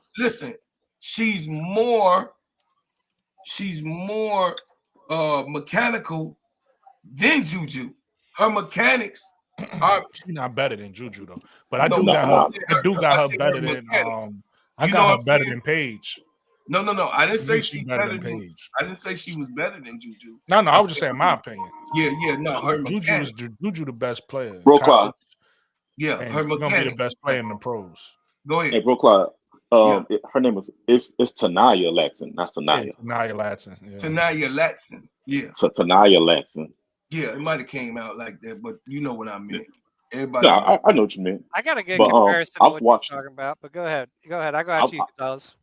I just don't think people think she. I don't think people think she's sexy enough. I don't know. See, my issue with Saniya Latson, though, and I said this early in the stream, is the fact that when Caitlin Clark was at Iowa, all her new fans, or whatever the case may be, they all claim they like her because she played at this, she didn't play at the biggest school that wasn't stacked and all that, and she was she was killing it. Well, Saniya Latson doing the same thing, and ain't nobody talking about her. So I don't know if that's why you like Caitlin. Right? Yeah. Because if that's why you like Caitlin, you should like anybody that's not on the biggest school, right, that's coming out killing it. Right. And that's what Saniya Latson is doing, and nobody's talking about it. Like, nobody is talking about it. And that's kind of crazy to me. It's like she should be getting some type of press for, what she's able to do. You know what I mean? Unfortunately, her team isn't gonna be super sexy because it's really just her and another girl on that team. that team really just not that good. You get what I'm saying? It's her and it's Michaela Timpson. Michaela Timpson is really good too. She undersized. She really like an undersized big. Michaela Timpson. And she can block shots. Yeah, she can block. Yeah. Very good defensive awareness. Yeah, at 6'2", she's solid. The problem is she's 6'2", so on the next level she's gonna be like Angel. She's gonna have to adjust her game a little bit. But she might have to play 3. Nah, she can't play the 3. She's gonna be the 5. She's gonna be undersized 5. Or she's gonna develop some a shooting ability and go to the 4. But with the thing that set her apart from Angel is 6'3", but she's more of a perimeter defender, or she could guard inside, but she's not really a shot blocker. Michaela Timpson is a shot blocker, so she's gonna be able to play the 5 as a smaller player. She just got to probably get stronger, and develop a little jump shot for when she got to play the 4. But going back to Paul's point, Saniya Latson, she being slept on. In her draft next year, she's gonna be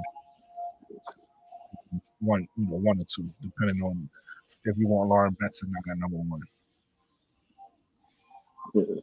So my thing is, I've been watching Saniya Latson. She is a very fast guard.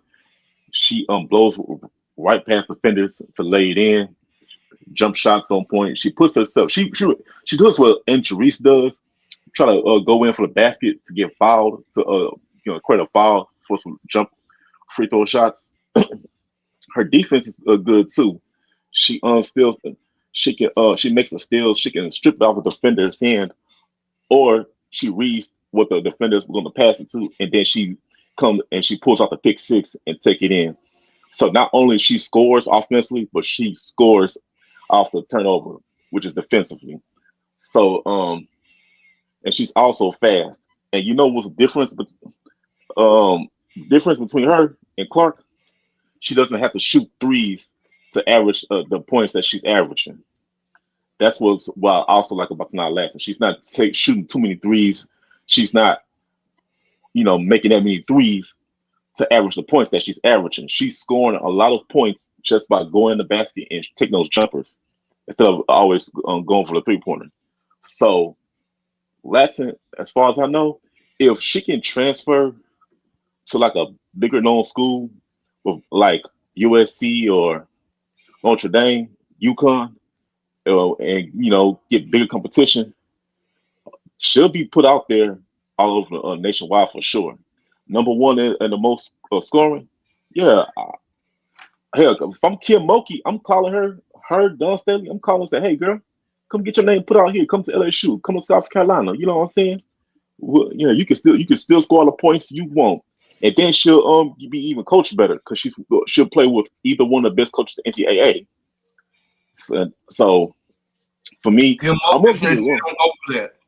Kim Mulkey don't. Mhm. Kim Mulkey says she don't let people just come on her team and shoot the lights out. She was talking about Caitlin. She said she don't have players that just shoot at whenever they want to. This is such a good lead into the point that I was going to make. Okay, so Jordan played for Dean Smith at North Carolina. He is basically like Gino Auriemma and Don Staley of college Yes. right now. Yes. It's a system. You don't get to System. be the Yes. guy. So Malaysia Fulwiley was a super integral part of winning that national championship game last season, just like Jordan in his sophomore year, I think, when he hit the last shot. So, but for whatever reason, the best player on the team, Malaysia Fulwiley, is not getting the minutes that she should be getting. But if she came in that 2027 draft class and she took over Hannah Hidalgo and Juju, I would be surprised. I'm not going to say shocked, but surprised, because if you look at her bag, she can do everything. She can shoot it. She can handle. She got crazy finishes around the rim. She looked like Kyrie out there sometimes. Yeah. So, she could be somebody that comes out of nowhere, like you're talking about. Jordan came out of nowhere, and he became the best player of all time, arguably. But That's we a just fact. got to wait and see. Really, I mean, you never know. That's a fact. Like I said, we can sit here and debate that draft all we want. It's about 6 or 7 players that's gonna be amazing. Like I'm still surprised. I even highlighted her as we was talking earlier, but nobody even mentioned Madison Booker yet, and she is, she one of those players too. Bruh, That's gonna Addie be a Crooks needs to problem. call her up and be like, "How'd you lose all that weight, dog?" Madison Hey Booker. man, Audie Crooks needs to call Madison Booker up and be like, "How you lose all that weight, dog?" I like Madison Booker. She giving me. Yeah, I don't remember her being big. She She had a was lot of big weight. last year. Look it up. Look at that pictures. Okay. Yeah, I'm liking old Maddie Book. I'm liking old Maddie Book. Yeah, don't let that SC game fool you. With something she was intimidated or something by the lights or something. I don't know, but she a problem. Sometimes you just be off. Yeah, sometimes you just off because it wasn't even like no crazy defense. She was just missing everything, but Yeah. she's a problem. And That's then another sometimes one you that's gonna be she gonna change a franchise. Like whoever get her. sometimes you go in some places and you young and you like colonial life, man, is intimidating, man. Yeah, You walk up in there. South Carolina. Right. You walk up in there Yeah. and you like, they ain't playing around here. We They love seen their it with Michaela basketball. Blake. Remember when Michaela Blake played LSU? She wasn't looking like the Michaela Blakes all season. And then I don't know if you saw a couple games after that, she hit a game winner. So she was back to herself. But again, when you sometimes you stand in front of that team, whoever that team is, it's just the energy different. The energy a little different. But yeah, the WNBA in good hands, man. All these players, the players Key was mentioning, Hannah's really good. The player Steady Servant mentioned, Saniya Lotson is really good. Juju, Malaysia Fulwiley, Madison Booker. Lotson might have to come up out of Michaela Williams. Shout out to Big LSU, Michaela Williams. You know what I mean? It's something in the water. I don't know what's going on. It is something in the water, that's for sure. So something I'm worried about Saniya Lotson at the next level is her height. Kind of the same with Michaela Williams. I think they're going to be a little undersized for their positions. If you look at like Kelsey Mitchell, which is kind of I think Saniya Lotson will be a little better Kelsey Mitchell, which is sacrilege considering I'm a Ohio State fan. But when you're that little kind of for your position in the W, it's easy to score on you. Do you guys think Michaela Williams or like Saniya Lotson will be like a defensive liability at the next level? Nah, because Tonight Lawson 5'8". That's average. Now, listen, I just said Michaela she Blakes. got. I don't know. How And close she is. Michaela Williams is 6 foot. So I think you said Michaela Williams or Michaela Blake? No, Michaela Williams. She's like 6'1", Oh, Michaela Williams is power 6 forward. feet. yeah, she's 6 feet. Yeah, nah, she's perfect height. She's gonna play the small forward position on the next level. Oh, okay. I figured And she'd be Tonight playing Lawson. forward. Okay. No. She's a guard. Yo, Jonathan, bro, like, come on, bro. Come on, bro. Yeah, But she's that wing that Like, you she's think that Michaela wing Williams that could be a guard? Michaela Williams is gonna she has guard skills, but she's 6 foot, so she's gonna play the 3, right? And then if you take a look at Taniya Lawson is 5'8". That's Enrique, that's Odyssey Sims, that's most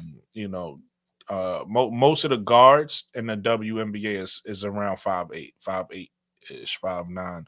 You got some that's 5'7" and 5'6". That's small. But 5'8", nah, she's gonna be fine. Yeah, Michaela Williams can stretch the floor. Yeah, I think she's gonna play the 3, like you say, Brooke. She's gonna 5'6", you a defensive liability. 5'6", 5'7", you a liability because everybody bigger than you. Even if you get scrappy, because that's the word those guards use. I play scrappy on defense. That's a code word for they can't play defense. and So Michaela can get her shot off at any place on the floor. So yeah. Michaela and all those guards, they just in a second season too. So just imagine, right? Season 3, season 4, and then a W. They are ready. Like, look, WNBA ready now. Now, of course, they're not grown women. It's grown women in the WNBA. Let's be clear. But we just talking about skill set wise. Just imagine when they grow into their grown women bodies. Yeah, Brooke, because like when Michaela Williams went into the Elite 8, she was a freshman. Yeah. Y'all, I am tripping so hard. I've been drinking a little bit. I'll be honest with you, and I didn't mean Michaela Williams at all, dude. I've been trying to talk about Anissa Morrow, and you're talking about she can get her shot off from anywhere, and I'm like, dude, Anissa Morrow cannot shoot the 3. What the hell are these people talking That's why he said, because when you said power forward, I was like, nah, power forward, nah. Right? But yeah, Anissa Morrow, yeah. My bad. I've been tripping, y'all. Anissa Morrow. That makes more sense what you're saying. All right, Chris, I got you. Anissa Morrow. So your question is, Anissa Morrow got that dog in her. Okay. She got. I was confused. And she from Chicago. When you come from one of those towns where it's like you got to have a little extra in you because when you go outside, you never know what's gonna happen. All day. You could play bigger than your size. You could play bigger than your size because you have to. So yeah. That's bro. Claude say he say roof. You know what I'm saying? Yeah, all day. All Lisa I Morrow, know is this: it's time for Anissa Morrow to come up out of college because she just up in there abusing them poor little girl. She shouldn't be able to do what she doing.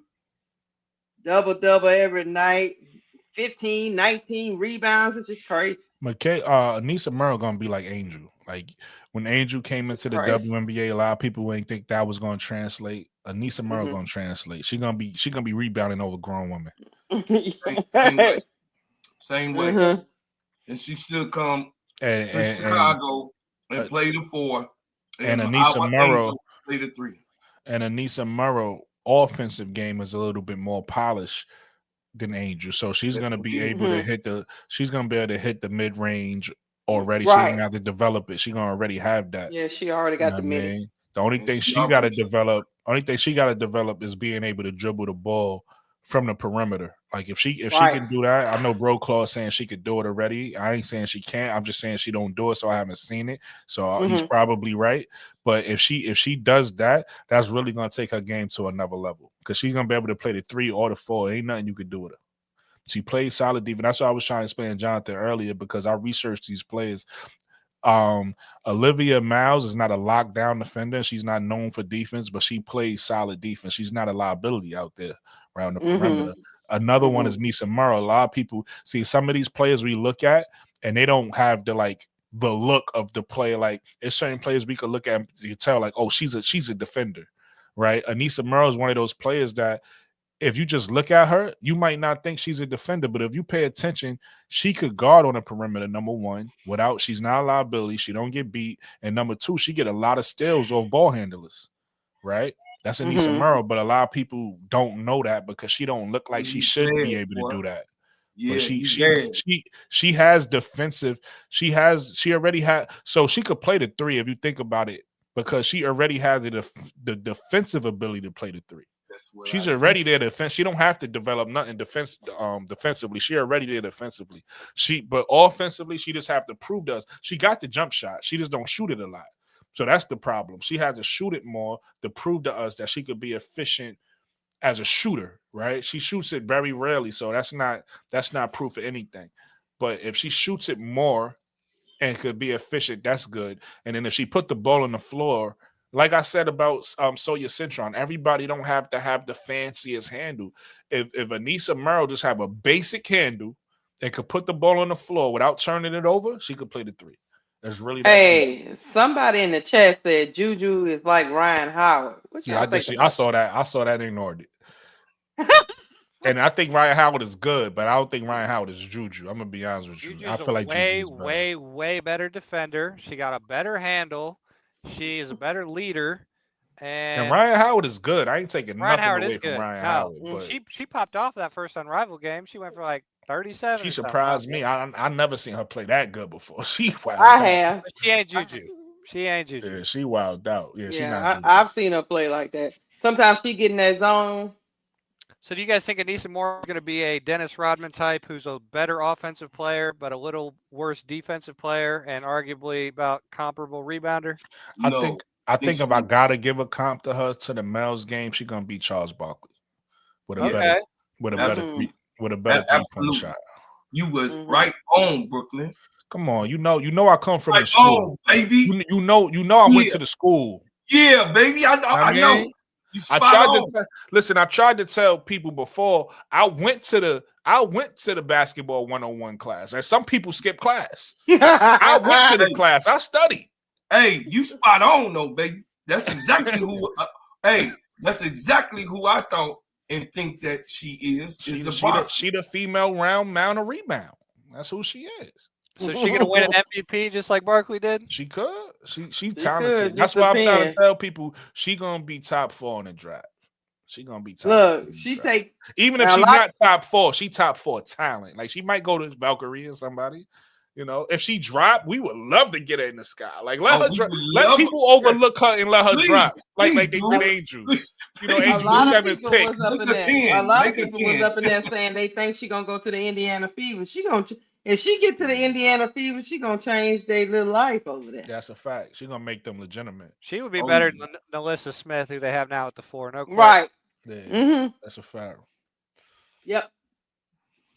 And again, me personally, I like Nalissa Smith too. I think she's good. I just think she was on a bad team. Like, you know, that team ain't fit her, so she looked worse than she actually is. I think Nalissa Smith will look better on a team where they need her to play her role. Right, like an offensive role, like Dallas or something. Yeah, Dallas. Absolutely. Yeah, I can see that. Even though Dallas got big bigs that Hey, Chris, I got a question for you. Where you think BG going? Yo, you keep saying that. I'm gonna check them out, King Pisces Nathan. I'm gonna check them out. I think she's going to the Aces. There was somebody who was talking about rumors to either the Aces or the Fever. And, you know, the Fever wouldn't work for BG because they're a running team. They want to run and gun. Right. You know, the Aces are a half-court team with Chelsea Gray, you know, Asia Wilson. You know, they could use a shot blocker, you know, a couple shot blockers. That's the Twin Towers in there. You ain't getting no paint points with Asia Wilson and BG in there. So I would say the Aces. Okay. What about you? What do you think? I think I would like seeing that. Yeah. If they get BG and Drew Lloyd, that's gonna be crazy. Yeah, man, that's too much, man. That ain't even. I don't know if that's fair. There's like gonna be 3 super teams. Shit, between them and the Liberty. And whatever Seattle trying to do, who knows what they trying to do over there? And the Liberty fans need to realize they got a super team talking about we want Satu too. Like damn, how many players you need on the super team? It's crazy. But what are you giving up for Satu for that 1 year though? since we got that's the thing. reset. They think Melissa Smith. But guess what I heard, No, not the Fever, the Liberty. I heard a rumor that they. Oh, the Liberty. I was thinking about Indiana. I heard a rumor that they was going after Gabby Williams from Seattle. That's what I heard. Gabby Williams, she got cord though, so maybe she'll get traded. But she's the one who got cord. I doubt it. She's gonna be the one that replaced Drew Lloyd, so I doubt she get traded. They said somebody was saying the Liberty was saying if they don't get Satu, they was gonna take a run at Gabby. That's what they saying. That's what they saying in the tea leaves. What do you guys think of that tea leaves that's going on in Seattle? All that drama potentially between like Drew Lloyd and Skylar Diggins. Yeah, I just think the personalities didn't mesh. It just didn't work. Sometimes it happens like that. Mm-hmm. And you got Skylar or you got Jules back? I got Skylar back. I'll tell you one thing. I got both of their backs, man. I don't really have. I like both of them. I just think they just don't. Sometimes I just don't think they don't mesh. Sometimes you can get on these super teams and you just don't. You just don't mesh. Some people just don't gel. Skylar Diggins is who Skylar Diggins is. She's been that way. She's always played that way. She's always been tenacious. She's always been in the forefront. She's always been cursing in the interviews. Right. Always been that. She's been that. She's the Rajon Rondo of the league. She's been that. She's been that. Yeah. So that's you know what I mean? So it just didn't mesh. And you got a 2-guard that's not talkative. She's not being fundamentally active with speaking on the court either. You got what I'm saying? She's not combative. She's right. Just like, and speaking of, just like all these super teams can be put together. And sometimes it just don't work, Chris. You can have all that talent out there. And you be like, why it's not working? I look at it like Skylar, kind of like Kobe, not to the same level of play that Kobe Bryant was, but the same attitude. Yeah, hear me out. The same attitude. And she's telling Jewel, you having the worst year of your career. You need to pick it the F up, girl. Like, what the F is wrong? And just giving it to her like, hey. And Skylar, she about that life. But Jewel just had a bad year. And I think that's kind of where the problems arose. But again, I do not think Skylar is Kobe Bryant. Do not, on a talent level. It ain't not that. But you know what? Some people, like I tell people all the time, this generation is different, Chris. Some of these players, people, they're not gonna be around that stuff. They ain't gonna be around people cussing them out. They don't like it. They like them out. I don't have time for that. That's true. Some people can't handle it. They like, look, you ain't gonna be cussing me. Because I know a couple of people that they ain't soft, but if you start cussing them out and talking to them crazy, you're not gonna disrespect me. Matter of fact, type but see, I got something to say about that. Like, so, sometimes people take things the wrong way, right? Because you got certain people that's more sensitive than others, right? So like me and my friends, let's use me and my friends for an example, right? Or just me, when I'm cool with somebody, and like I said, my friend, we like when I'm cool with you, when I don't put it to you like this, if I don't fuck with you, I ain't gonna say much to you.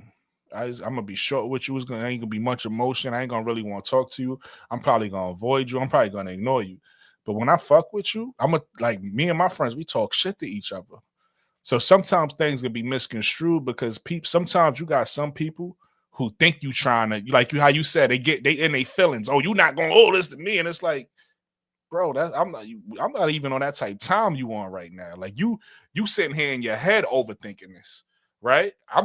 Sometimes you could just be trying to kick it with somebody and talk shit with somebody and not even be trying to make them feel soft and none of that, but they feeling soft on their own. You get what I'm saying? And I'm gonna keep it real with you. Some of those people I do feel like it's soft.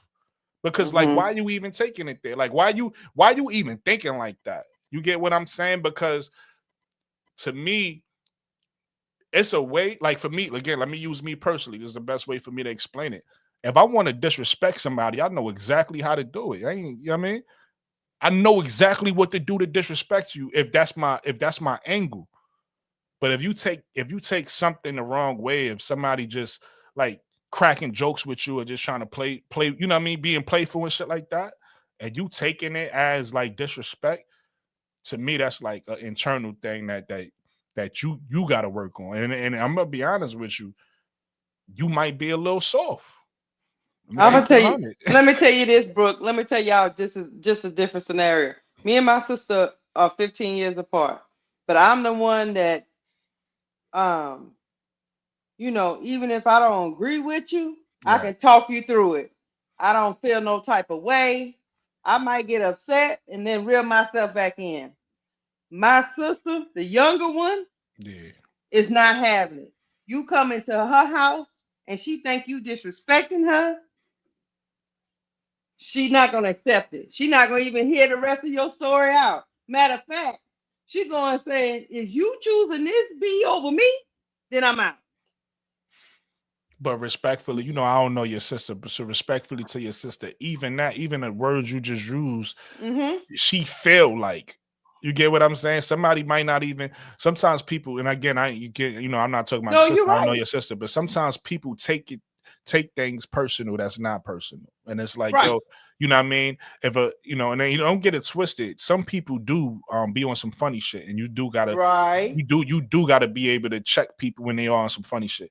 But at the same time, you gotta be able to know the difference with somebody not. Like sometimes it's certain people that just take things as disrespect, and it's just like, Brooklyn, some people. Hold on one second, bro. Because some people can check someone like me. I can check you and then talk to you after. Right. Some people check you and they done with you. They're not gonna give you another chance to disrespect them.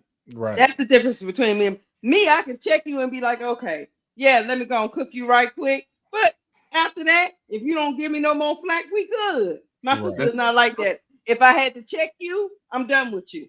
Right. No, well, that's called, so the way you check, that's called character fundamentals in the military. I was a drill sergeant for 4 seasons in the military in my 8-year stay. I'm not going to ask you, you got to understand that this is warfare on the court, right? You got strategies, you got ways of attack, you got ways of defense, right? So if we on a battlefield, I'm not going to say, hey, good, beautiful woman, pass me that gun right there. Pass me that M16 and hand it over to me, please. And thank you so much. And then shoot down range. No, I'm gonna say, give me that mother and get it to me as fast as you goddamn can right now. Some people get emotional of that. Some people get their feelings hurt. Yeah. But you're at war. And when you're at war, you can't worry about what's coming out. You have to worry about the cause of what is actually going on. Who is that going to react on the battlefield and make progress and production happen? Or, it's just the way that he said it to me. I didn't react because I don't react well. Well, damn it, get off the battlefield because it's not for you. This is not for you. This not with a person like me. You have to put those people in that type of environment that they can be comfortably jailed with, and it just was not a good. It was not a good jail with Skylar Diggins. Nneka can handle it because Nneka is old school. I mean, all the ish that Skylar taught, Nneka took it too. She took it. She was firing at Nneka. You could see her yelling at Nneka, "Get the damn rebound!" Damn. You could see Skylar Diggins telling Nneka to get the damn rebound. A champion. Just like, you know what I'm saying, anything else. I don't think Skylar won anything, but Nneka is a champion. You feel me? So I'll say this. You have to be able to be responsible on what you put out and take in, right? We all are, you know what I mean, adults on this thing. So just because Brooklyn I'm looking forward, King. I'm sorry. King got me. I'm searching. I can't find it. Yeah, bro. Close. Just because Brooklyn, a lot of people don't like Brooklyn's approach. They just don't. I'm being frank on his own channel. But I think it's one, I think it's straightforward. Two, I think it's very honest. Could he tone it down a little bit? For who? And for what? Those that don't like it, don't be around him. I say this. I'm real. You know, I appreciate. So I got a tight circle of friends, right? And I appreciate their advice, even if I disagree with them. One of my friends told me. So y'all already know. I had the exchange, and I'm choosing. This shows you how much of a real dude I am because I wanted to respond so bad, but I chose not to respond to the sub live that was about me, right? I wanted to respond because I didn't like the fact that it was just brought to the internet. I thought that was corny. I'm like, yo, you got my number, you could call me, right? That's what a real person would have did. We keeping it real. You felt because I ain't know you felt some type of way, but if you felt some type of way, you should have called me. But you on the internet, whatever. Anyway, so I wanted to respond, but I said, nah, you ain't gonna respond because it ain't about that. And I was like, you know, sometimes it ain't about your ego. It's like it's corny. It's corny. Like, you know what I mean? This is women's basketball. What we doing? We proving who's tougher. Like, what we doing? Like, I'm not doing that.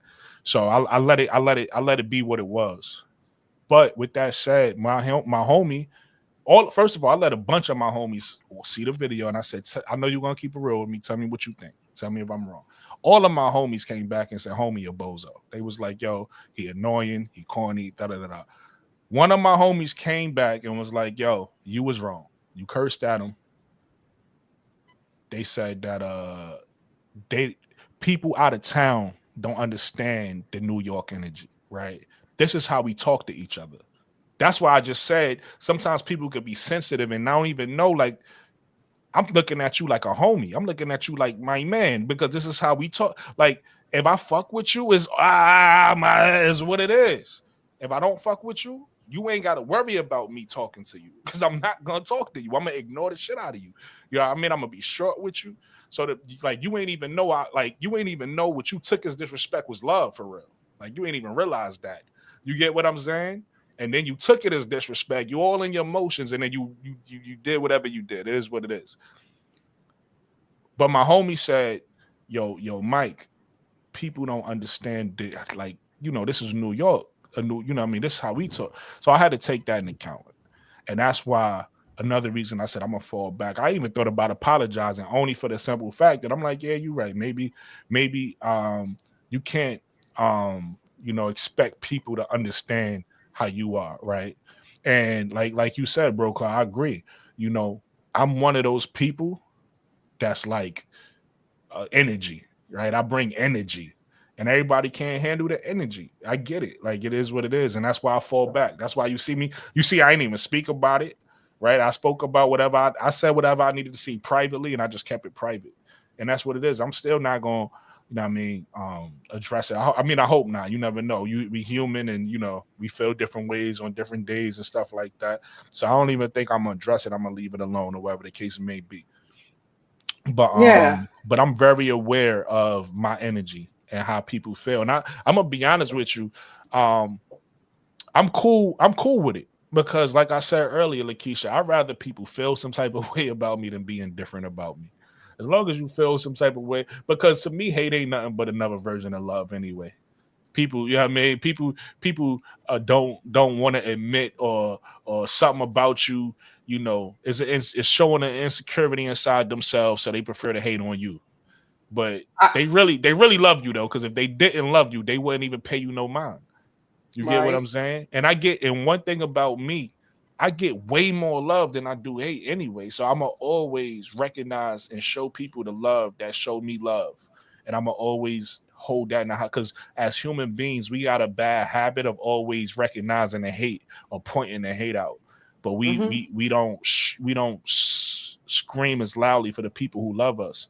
So that's why you don't never hear me really talking about it. I'm aware. I see it. In fact, I troll some of those people. When I see them doing it, I start talking to them in the comments because I'm an asshole. Like that's my person. I was a class clown. Like, this is my personality. That's what I'm saying. Everybody can't handle that. People don't like when you laugh at them.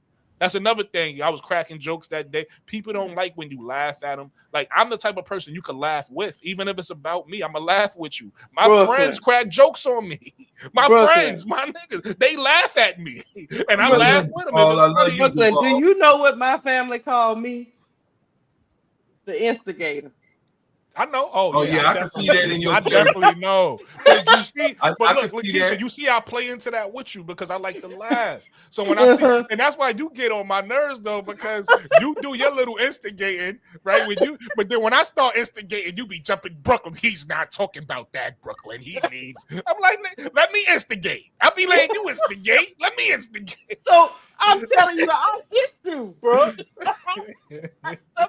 Sometimes we can't help ourselves because it's just our personality. We might not even be taking it serious, and then it turns serious, and then you're like, oh hell, I That's wasn't exactly even trying to give that energy.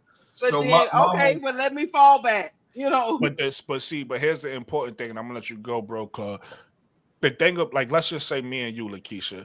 Let's say for whatever reason, one day we laughing and joking and it gets serious. Okay. If it's on my side and I feel some type of way, I'm gonna hit you up privately. I didn't feel. I'm gonna use Bro Claude as an example, and this wasn't even something I felt some type of way. I just didn't want to address it publicly. I felt like it's better just address privately, but it wasn't nothing that I was upset or angry about. But the conversation we was having about Asia Wilson, right? She's a black woman, and I just didn't like. Again, I try to go for facts. That don't mean I'm always right, because it's times where I'm wrong, even when I think I'm going off of facts, right? The Kennedy Carter thing, right? When you brought it up, Lakeisha, that something happened with her teammates. And I was saying, remember I was saying a few weeks ago, I was saying, I seen her having fun with her teammates, right? And I was being honest because that's what I saw. I wasn't right, but something came out and I was wrong about that. But I was going off the facts. You get what I'm so the same thing with Asia Wilson. I haven't heard Asia Wilson say nothing negative about Unrivaled. So I just didn't like the narrative that was being put out there. But I hit Bro Claude up privately because that's what real ones do. Hey, Bro Claude, listen, I just want to give this to you. You could do what you want with it. Here's some information. I just don't like us putting a black woman out that way and saying that she's hating, because I don't see that. And that's not a conversation for the public. That was a conversation for me and Bro Claude, because that's how I roll. So again, if I have an issue, I'm gonna go to Lakeisha and say, Lakeisha, I know we normally blah blah blah, but I ain't like I don't play like that's what you're supposed to do, and vice versa. I would hope that you would do the same for me. I don't know, like if you feel something, if I cross a line and I ain't mean to, right? Hey, Mike, that's how you supposed to do. I'm not expecting you to not say nothing to me. Right. Feel some type of way. Now all of a sudden I see you talk about me on the internet. It's gonna be like, I didn't even know we had a problem. Well, let me tell you so. Peace, Duvall. I love you too. I love you too, Duvall. So let me tell you this. I'm very with me. As y'all already know, I'm a very open dude. You gonna know if I'm happy. You gonna know. Pause. You mother. Okay. You mother. I'm being silly. You must be making the ditty, man. So the thing is that he made a ditty right there. Anyway, thank you, Mo 3. I'm from the Midwest, man, so I function a little bit different. Okay, you gonna be serious, guy. No. It really, I'm all right. It's not that deep with me. So the thing is, y'all already know. I mean, Keisha didn't have interaction with me privately, and you have Brooke privately. If whatever I say, and I stand on it, and that's what it is. Now, if you don't like what I said, you have your opinion. It's just like you did before. You have your opinion to say, "Hey, I didn't like that." I'll be like, "Oh, okay. Did I offend you? If I didn't offend you, then what are we talking about?" Now, if I offended you, I apologize for offending you, but that's still my point of view. This is how I feel. You know what I mean? That's why I say perspective. This is the way I look at life, and this is the way that I have to handle me. So, I've always been like this, bro. If I like you, I like you, and if I don't like you, I'm not fucking with you. Excuse my language. I'm not messing with you. You Listen, get man, the hell. you can curse on my platform. I know this is KSAT platform. We don't curse on my platform. Okay, I'm not fucking with you. Period. You understand? If I don't like you, you ain't gonna get a goddamn word out of me. Nothing. Right. You're not gonna get nothing out of me. And the best thing you could do is to get your ass away from me, because I'm about to do some things that I know that I have to do to defend myself. Because right then you become a emotional threat first, then a physical threat. I'm just set that way as being a soldier for over almost, 8 years in the military. I'm very strategic on how I can feel when a person feeling me, digging me, and I know when a person not. And if you not, that's okay. I know I'm a lot. I know I'm very loud. I know I'm very opinionated. And I know that I point things out that people be like, oh man, I wish you could have been quiet about that. But I point things out, and the reason why I point things out is because I feel like we're not gonna sweep this shit under the rug. Just like, this issue we talking about. We're not gonna sweep that shit up underneath the rug. The shit need to be fixed. And whatever time it need to happen, if I need to be on the call, whatever the fuck need to be happening, because we, at the end of the day, we black men, man. We gotta walk a certain way. And me being the older brother in this piece, I'm telling y'all that shit need to be figured out. And it's gonna be all right, but it don't need to be in the YouTube streets. It need to be behind doors where nobody else can. Let me say this, not to cut you. Let me just say this for the record, though. I'm cool. Like, I'm not. I know you are. Because the reason, but let me tell you why, though. The reason why I'm saying that, because my man, even when I was talking to my homie, I was laughing, joking about it. I was like, yo, you got to look at this. Tell me if I'm wrong. He was like, yo, you seem real zen for somebody that's, you saying somebody talking about you. But the reason why, and I told him this, I said, he ain't disrespect me. Like, he ain't say nothing about my mom. You ain't talk about nobody I love. Like, you ain't. So that, to me, that's really why this is confusing, because I ain't do that to him neither. So it's like, to me, it's like, yo, nobody really crossed no real lines for this to really be an issue. And everything that you said about me on your live is a lie. Like, you know what I mean? Like, you was lying. So it's like, there's no reason for me to take it personal and be upset. Like, that's how you feel, right? Like, whatever you wanted to say in the time, that's how you felt, but you didn't really say nothing that's true. So I don't have to walk around feeling no type of way. I don't. Like, I really don't care for real. My whole thing was, originally I wanted to address it because it surprised me. Because I went to homie page to show him love. And when I showed them love, that's when everything, and I saw the video, oh, okay. I'm like, oh, okay. Oh, okay. Like, yes, and I saw everything. So I went there to show love for real. And then I was surprised, but I'm not. He ain't crossed no real lines for real. He just, to me, he just ain't do. To me, he did something like he ain't do the real nigga thing. Like, he ain't really, what I mean, hold it down like he was. That's not what you do. You get what I'm saying? That, to me, that was corny. That whole thing is corny. Like, real recognize real, and I ain't look familiar. You feel me? So that's kind of how I feel about it. But I'm not like upset about it because there's nothing to be upset about.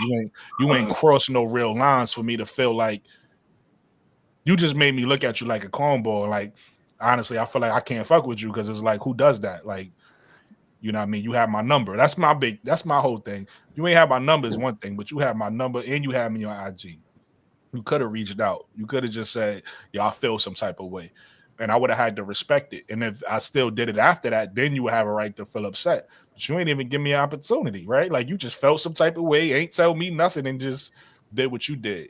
So that's why I look at you corny. Like, that was some cornball shit to do for real. But I'm not upset about it. I'm not pressed about it. I'm not mad at him or none of that. I just think it's corny for real. Like, that's my whole thing. It's just, that was a corny thing. It's just a corny thing to do, but I'm not like, again, he ain't crossed no lines with me. He ain't saying. That's why you see me cool about it. My whole thing was originally I did want to respond. Originally, because like I said, there was a lot of lies in that video. So I was about to expose. I was about to respond with video proof and all that, but I said nope.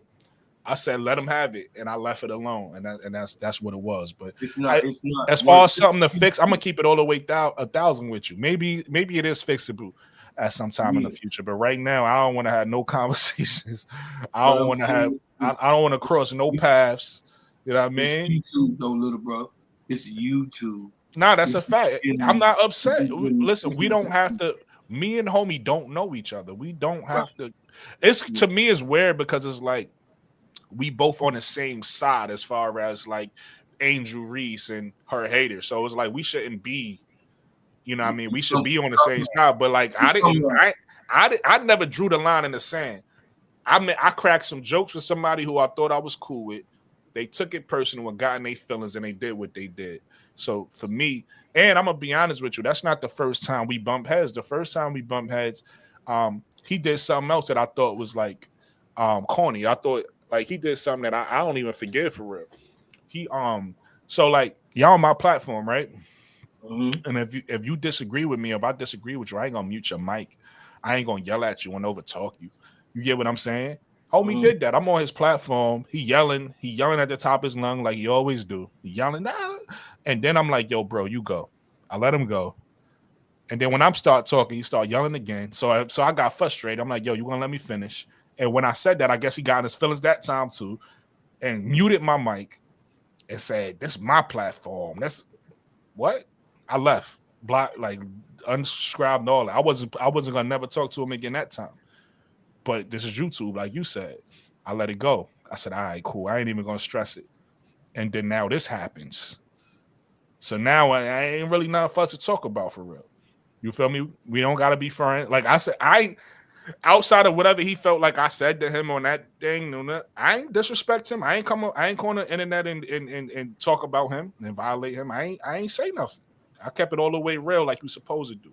Kept it all the way G. I kept it private. So well, it is what it is. But ain't really not for us to talk about for real. Can we do this? Could we could get off of this part? Because I want to tell you that I love you. You're a black man. I love you. I love you. And it is what it is. And for me to be the OG that I am, everything is repairable when you comrades in the fight. And I've seen many scraps. I mean, really blows. And the master has blessed me to be able to have that go down because I've been in war in Panama and I've been in war in Saudi Arabia. When the shit get real, Brooklyn, none of that shit, all this talk, all this verbalage, the verbalage means nothing. The verbalage don't mean anything. I'm coming to you as a God, as a brother. The verbalage means nothing in the fight. And we one day we're gonna have to fight. And I want to say it to you so you can understand me. One day we are going to have to fight. And the verbalage means nothing. So lock goddamn arms. Understand, hey, sometimes you gotta have this brother over here in this part of the field, and this brother over here got to be in this part of the field. But goddamn it, let me tell you, I'm in the middle and better not one bullet come across me, because I ain't gonna stand for the shit because I'm the big brother and I understand and I love you. So we gonna leave this right here where it's at, and this is your platform, this is your show, this is what it is. But I gotta tell you as a man, and I stand on what I stand, that verbalage means nothing. When the real war, I've been in 2 wars, and on top of it, I grew up on the west side of Chicago, which you know what it is in Brooklyn. That shit don't mean nothing. It's words. But like nothing. I said, I still think you even taking it too serious for me. Like I said, I don't have no problems with the man. Because he's taking we don't have to be friends. I don't care what he's taking. It's not you though. I really don't care. No, I'm talking to you though. Yeah, it means not. I know. I could care less. I could care less how he feel for real. Like I'm gonna be honest with you. We don't gotta be cool. We don't gotta be friends, and that's it. Like I'm cool as a fan. If anything else need to be whatever, again, he could reach out and we could whatever. But I'm cool as a fan. Like I'm chilling. Like, you know what I mean? I don't got nothing. Ain't nothing to talk about. Ain't nothing. Okay, we good. I don't want to hog your show up like with that. But you know, I love you, and I just want to know. I just wanted you to know that, you know, a lot of things that you say that other people get turned up, their panties in a bunch, as we would say. Sometimes a person that's a lion. A lion already see what you know what I mean, what the meat. You know it's funny. You know it's funny you bring that up. You know the analogy I told my friends. I said I was laughing with my friends, and we can end it with this. I was laughing with my friends, and I was saying, "Yo," I said it's crazy how many times we done yelled at each other, or over sports. I'm talking about, like just having a debate, and then be like, when it's over, it's over. And I said the reason why is because a lion is not gonna get mad at another lion for roaring at him. Right? I could roar too. Like if a lion roar at me, it's not gonna. I'm gonna be like, you know what I mean? I might roar back, I might not, but it's not gonna intimidate me because I got my own roar. It's these people out here that's not lions that get upset and get in their feelings when a lion roar at them, and they be mad because they like, damn, the lion just roared at me. But it's like they don't realize, again, it's not personal because it's not. It was not like it's sports. Like why are we even thinking like that? Like this is weird to me. We having fun talking sports. You know how the barbershop could get. You know how that's what this is to me. That's why I said on my platform, so I understand everybody goals is different, and that's cool. Some people go is to like have an ESPN like show, and that's how you gonna run it. Ain't nothing wrong with that. Other people was trying to have barbershop talk, or they trying to have like they trying to show people on the internet like how we do it when we together, right? Like it's what it is, right? If you go take a look at I don't know if y'all, it's funny, I just said the word. I don't know if y'all familiar with the show It Is What It Is. Go watch that show. That's you know what I mean? Joe Button show is another show. It's not a sports show, but it's another show that I watch. Go watch that show. They talking freely how you would talk if you just talking to your man, right? And that's kind of how I run my show. That's why I'll be saying like, yo, over here is different because I understand what it is. It's the internet. This ain't ESPN. But a lot of people, again, if you aspiring to be that, I respect that. I respect what you're aspiring to be. But this is, to me, this is more or less freedom.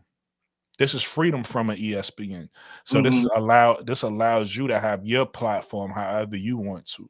So that's why I want this to be free. I don't, you know what I mean? I don't want this to be fake, fraudulent, or anything extra than how you would get with your boys when you laughing and joking. What? Like how we can have a Jordan debate. We can have a whatever debate. You know how it gets crazy sometimes.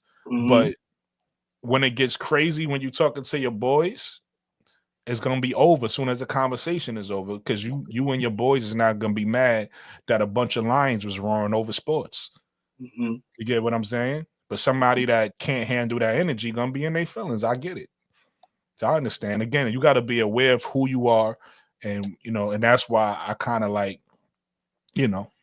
keep to myself sometimes. I'll be like, I'm gonna stay on Brooklyn block because everybody can't handle the energy. I respect it. Like I can't, everybody got their own energy, and you gotta man, you gotta respect everybody's energy. Hey man, my mama told me with a harsh self when I was probably in elementary school. I was like, why is this woman telling me this stuff? Everybody ain't gonna like you, girl. That's a fact. Yeah, ain't but 7. That's right. That's a fact. I'm not everybody. Listen, I'm not everybody's cup of tea. I'm just not. I'm really not. I'm not. But bro, Claude in Brooklyn, you gonna respect me though. Yeah. Oh yeah. Facts. You gonna do that. Facts. Yeah. So you gonna respect me because you gonna see me always working. I'm always working. I'm gonna be working. It's too much. Listen, it's too much to do. It's too much to do than to be lollygagging. It's too much to do. It's a lot of stuff that needs to get done. I don't have no goddamn time talking. This is a little bit too much time for me right now. That's why I want to get up off. I agree with you, bro. I don't have no goddamn time because I'm cut a certain way. I am cut a certain way, and I have a very minimal tolerance. I don't have a low tolerance, but I got a minimal tolerance for certain shit that just goes inside of my mind that I have to think over. Call it PTSD or whatever it is, but I have a certain amount of, you know what I mean? You're just not gonna sit in front of me and talk shit, because now we're not gonna talk, because I'm not. We go from talking to engaging in threats. So then there's nothing else to talk about. The other person don't realize that with me. You engaging in threats instead of talking to me. You could talk to me how you want to talk to me. I don't care if you cuss at me. Long as you talking to me and you making yourself clear. I don't care if you say fuck, shit, damn, or hell. However you talking to me and you express it and it makes sense to me and I can be able to take it in, I'm all good with that. You understand? I'm cut from that section of the cloth.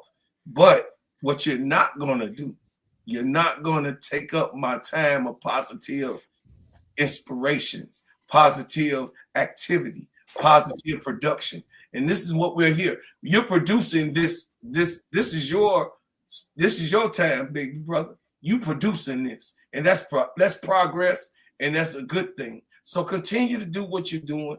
Continue to produce and put out good energy. Continue to be who you are unapologetically, but also remember that everybody's not going to know or understand like your people do. I'm one of your.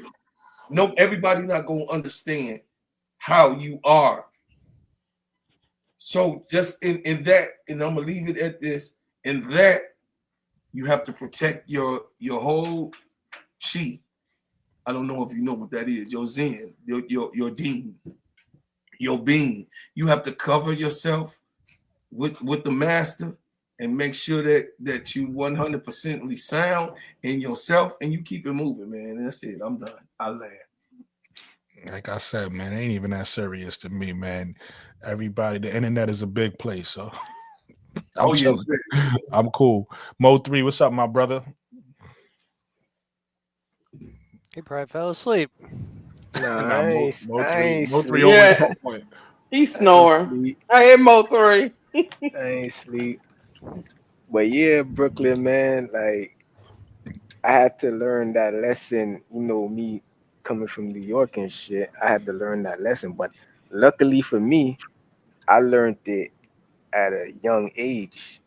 Cause although I'm from New York and I grew up, went to school there and all that, I always was traveling outside. Like every time there was vacation, I would be going not to cut you going out somewhere else. So I didn't bring this shit up, K-Sad. I wanted to talk about women's to basketball. Be mingling with people and learn that shit. Like New York is different, bro.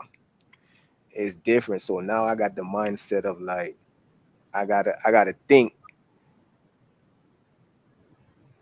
I mean, my bro just gave me a good point. He just said, "Yo, listen, everybody not gonna understand how we communicate. Everybody, how we crack jokes.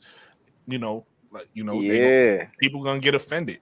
So I had to take that into account. That's all. Yeah, that is how it is, because that's how I grew up. Like we just like, what I'm saying? It's like how I grew up, it wasn't like just one class count. It was like a bunch of class counts. You know what I'm saying? It wasn't like just one or two people cracking jokes. Like everybody was cracking jokes on each other. Like that was a thing. Like, and like the things that we say to each other, like other people would take that as like that's how other people do use it as disrespect in other places. So I'm like, damn, like they'll watch us and they think like we're going at it, but we're not. But anyways, it's just a life lesson that I had to learn. So I feel how you might be feeling right now. You know what I'm saying? Because I had to go through that too. Yo, bro, I'm so cool as a fan. I don't care. I'm just saying I'm not one of those people that need to kumbaya with everybody. That's all I'm saying. I don't need the talks. I don't need none of that. I'm not upset. Originally, I wanted to respond because I just thought it was corny. It was brought to the internet. That's it. But once I thought about it and I say, no, it ain't that serious, I left it alone. I left it all the way alone. But I do understand that my just energies. I know I understand the energy I bring, and I understand with certain people. Like for instance, something as simple as I've noticed. I never said this to nobody, but I've noticed it. Like you said, you got to be aware. I noticed some people literally get on the panel that disagree with me because they want to argue. Like some people goal is to win an argument against me. I could tell. I could be like, okay, you just arguing with me today to argue.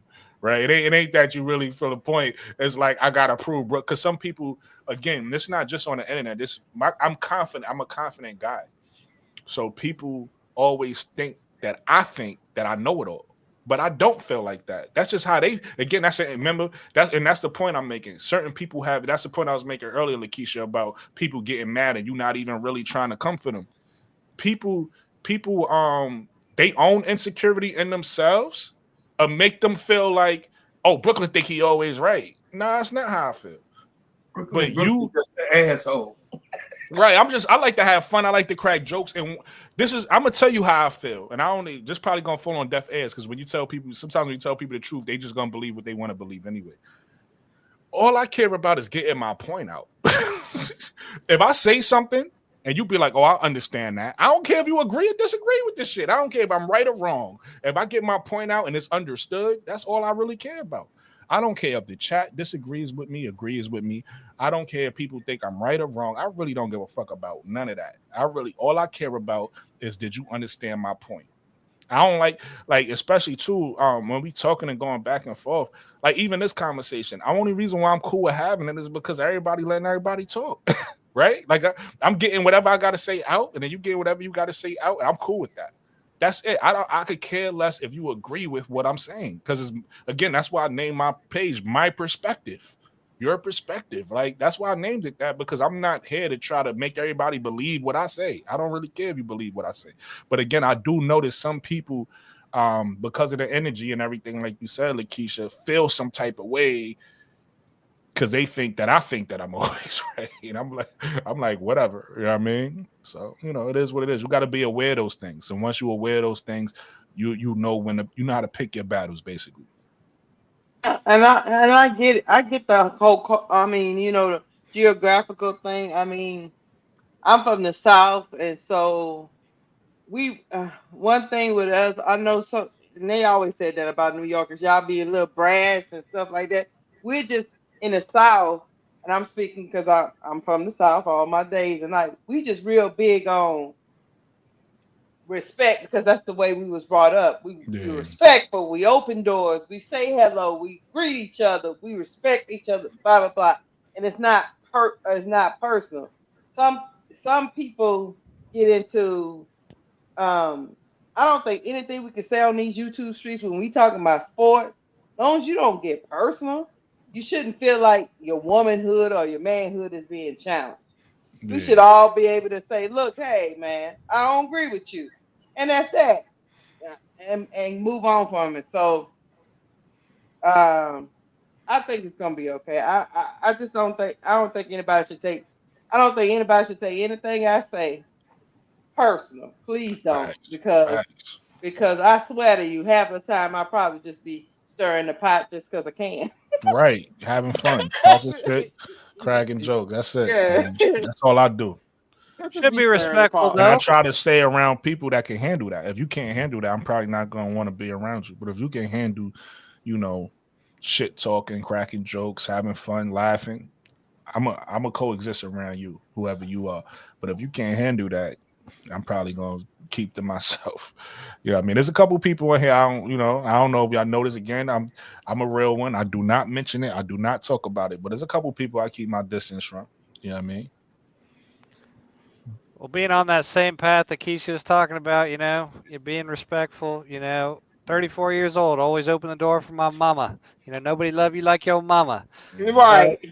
Just keep it respectful at the end of the day. If somebody's trolling you, you realize it. You're all smart enough to realize it. As long as you ain't being racist or hateful or, derogatory, just keep it moving.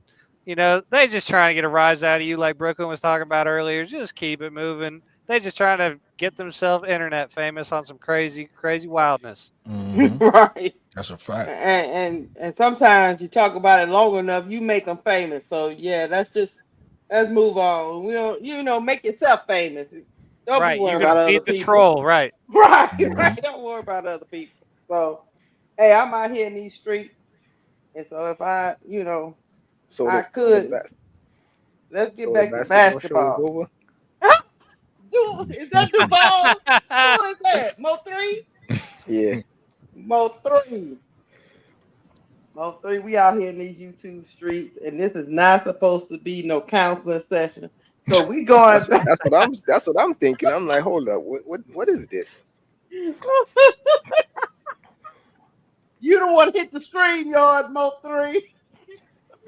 I came up because, to tell you the truth, I wanted to talk to Jonathan because while y'all was doing y'all thing, I wasn't really paying attention to what y'all were doing. I heard the basketball talk seemed like it was over, and I noticed that Jonathan was playing Mortal Kombat. So I'm like, Lord, he always playing Mortal Kombat. Yeah, so I'm like, hold up, let me see what he playing on. So I was gonna highlight Jonathan.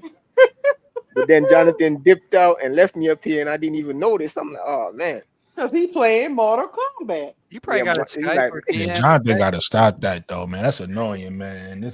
He addicted. Jonathan need to just make a gaming show, a gaming page, and you know what I mean. They got YouTube channels for that. My son be on. That's what I'm saying. Yeah. I'm like, what is you doing? Jonathan be coming up. Jonathan just be coming up here to hang out sometime.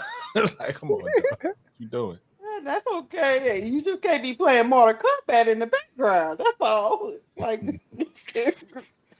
but yeah, I hope this guy better get this right because Gingerbread Man gonna crash out right there in front of Jeff P's condo, right in front of the high rise. I'm gonna hear about it on the news. I'm gonna have a big ass motherfucking Mack truck.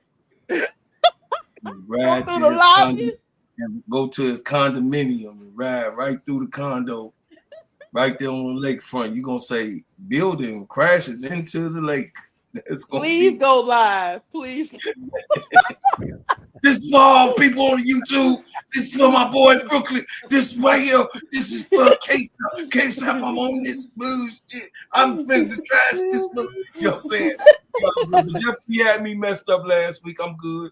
I'm done crashing out. K-Stop had to cancel me. You know what I'm saying? K-Stop had to he had to really talk to me, man, because I get really disturbed. I'm not emotionally tired because I'm not. Somebody gotta put him out. Yeah, you know what I'm somebody go get him. Somebody go expose Mike. Oh, they talking about Mike. I knew he was a FIBA fan. I already knew that. No, but Mike is a FIBA fan though. Yeah, I think the first time he was. Yeah, he a FIBA fan. He said that. He said that before. But what I'm saying is, man, we gonna make sure. He out there in Twitter. Yeah, he a FIBA fan. He just not one of the delusional ones. Right. Gotcha. There go Jonathan, Jonathan say you can play on me. You can play me online. Oh, okay. He gonna have it when you do that page. Jonathan, you need to make a gaming page, bro. You probably get a lot of views. Yeah, because some people be. Yeah, y'all love that right there. I probably been fell asleep on y'all with that controller, listening to y'all talk about Mortal Kombat. The hell. But yeah, I just don't want Bro Claude to crash out. Everything starts February 1st, right? That's when they can start signing people. Yeah. I guess we'll find out. February 1st, we good. February 1st, no, listen, let me tell you something, Sister Keisha. I'm okay. I'm hurt. I'm hurt that I'm not hurt after the facts that I heard and the reasons why. I'm not hurt for that. Everybody has their reason why, right? Even with me, everybody don't fuck with me, and I know that. You know what I mean? Everybody had their reasons why. Jeff P emotionally had me fucking distraught that I was handling my children like, get your ass out my face. Oh my God. After I got through, after I got off of after I got off this, because y'all know I work non-stop. I go to the streets. He won't play you in Mortal Kombat Mode 3. After I get through, being on the street, I try to come here and be present with you guys. You know what I'm saying? Right. Because I have to support Brooklyn. What dude? You know what I'm saying? I have to support Keisha. I have to support Key. I have to support definitely the boss K-Sap. I have to support my main man. So the thing is that I have to make sure that when I'm coming in, I'm in a mental space so that we can be able to deliver good content and to make sure that I handle your panel. I never want to mishandle nobody's panel. Never. I don't never want to mishandle nobody's panel. And I always, sometimes I can get a little hype about a situation, but after last week, I had to talk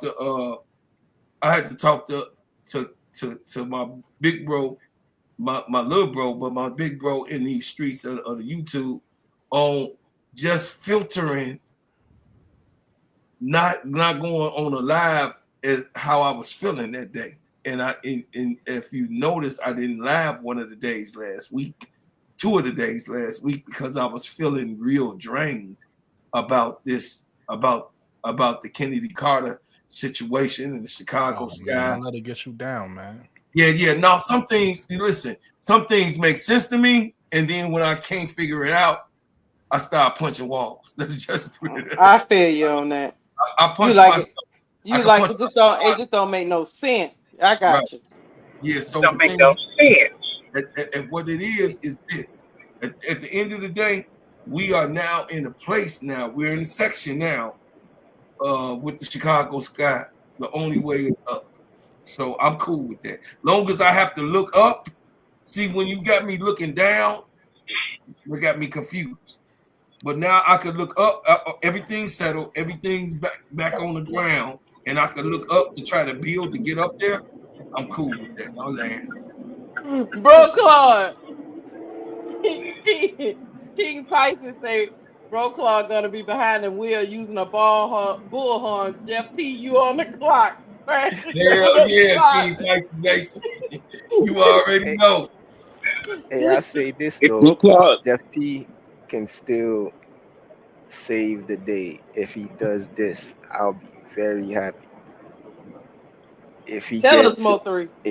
That's me. If he brings in Sloot and gets Olivia with the 3rd pick, and I'm standing on Olivia is going with the 3rd pick because Flage is going to LA. Somebody background. Whose background? Is that me? Yeah, just put yourself on mute. Yeah, say that again. Go, It could be me. And Olivia Miles? I said, not you. I thought it was you. It's Nate. Go ahead, Brooklyn. Jeff P can recover if he brings in Sloot to mentor Olivia, because I'm still in the belief that Flage is coming out and she's going to LA, and we're getting Olivia. And yeah, you just don't want Olivia. He needs to throw it. He needs to throw that bag at DiJonai. Don't even give Connecticut. Don't even play no games. Just throw it at her ASAP. Ha! The most money he could give her. Ha, here you go. I mean, they got the most cap space in the W, so they could do that. Yeah, that's what I'm saying. They got the most cap space, so he just needs to max her out. Whatever the most money he could give her, just give it. Don't even give Connecticut a chance to even try to do some. No, don't play them games. Just here. Let her know if you're serious. Okay. Bring DiJonai over, and then with the 10th pick somebody like, even I wouldn't even be mad if you get somebody like Madison Connor. Dude, I know a lot about women's basketball. Madison Connor, who's that? Yeah, I was about to say, who's that? She's the best 3-point shooter in college right now. Who's she playing? Okay, what team? The only problem I have with her is her defense is a little lax. Okay, TCU. You know what I'm saying? She's not the best defender, but hey, that's what we got Tyler Marsh there for. And she's not the tallest either. She's only 5'11", but what's the difference between 5'11" and 6 foot? I mean, she's shooting 46% from the 3. Yeah. Is she she's the best 3-point shooter in college right now. As a dude that's 6 foot. And she does it off the catch and shoot. She does it off the step back. She does it off the pull up. Oh, she on TT. She does it in a variety of ways. And she has a little ball handling skills too. You know what I'm saying? She's not like the best ball handler ever. She ain't over here like Iverson crossing people up and stuff, but you know what I'm saying? She know how to handle the ball without turning it over. So I wouldn't even be mad at that. Even that right there. Lie to you. I love girls that know how to handle the ball without turning it over. Yeah, that even that right there would be a tough team. Causing confusion. I feel like that team right there could make some moves. Okay. The only question mark I would have with that team is the backup big with E Will. I don't know how good she's gonna be coming off the injury. So That's why you go get Tina if Charles. he could get Ooh, that would be nice. Charles in there, I would be good with that. Maybe he could, you know what I'm saying? If you could get Tina Charles in there, that would be good. I would make it even better. But even without her, I still think that team could at least make it to the second round. Who's the new guy on the panel? You probably talking about Chris. Talking Huh? about Chris. K-Shot, that's Chris. Oh yeah, that's Just trying to talk some ball, not trying to be rude or hurt nobody's feelings. You know? yeah. I'm Chris, with you, Chris, Chris. Chris got some good Chris, takes. you've been cool on here. I like your take. Yeah, Chris I got really some do. good takes. He could tell you know what he's talking about. I appreciate that, y'all. Yeah, because some people be out here, they just be running their mouth. They don't know. So Chris, hey Chris, can you hear me? Yes, sir. Yes, sir. What's up? All right. So what I want you to do after you leave Brooklyn, did you subscribe?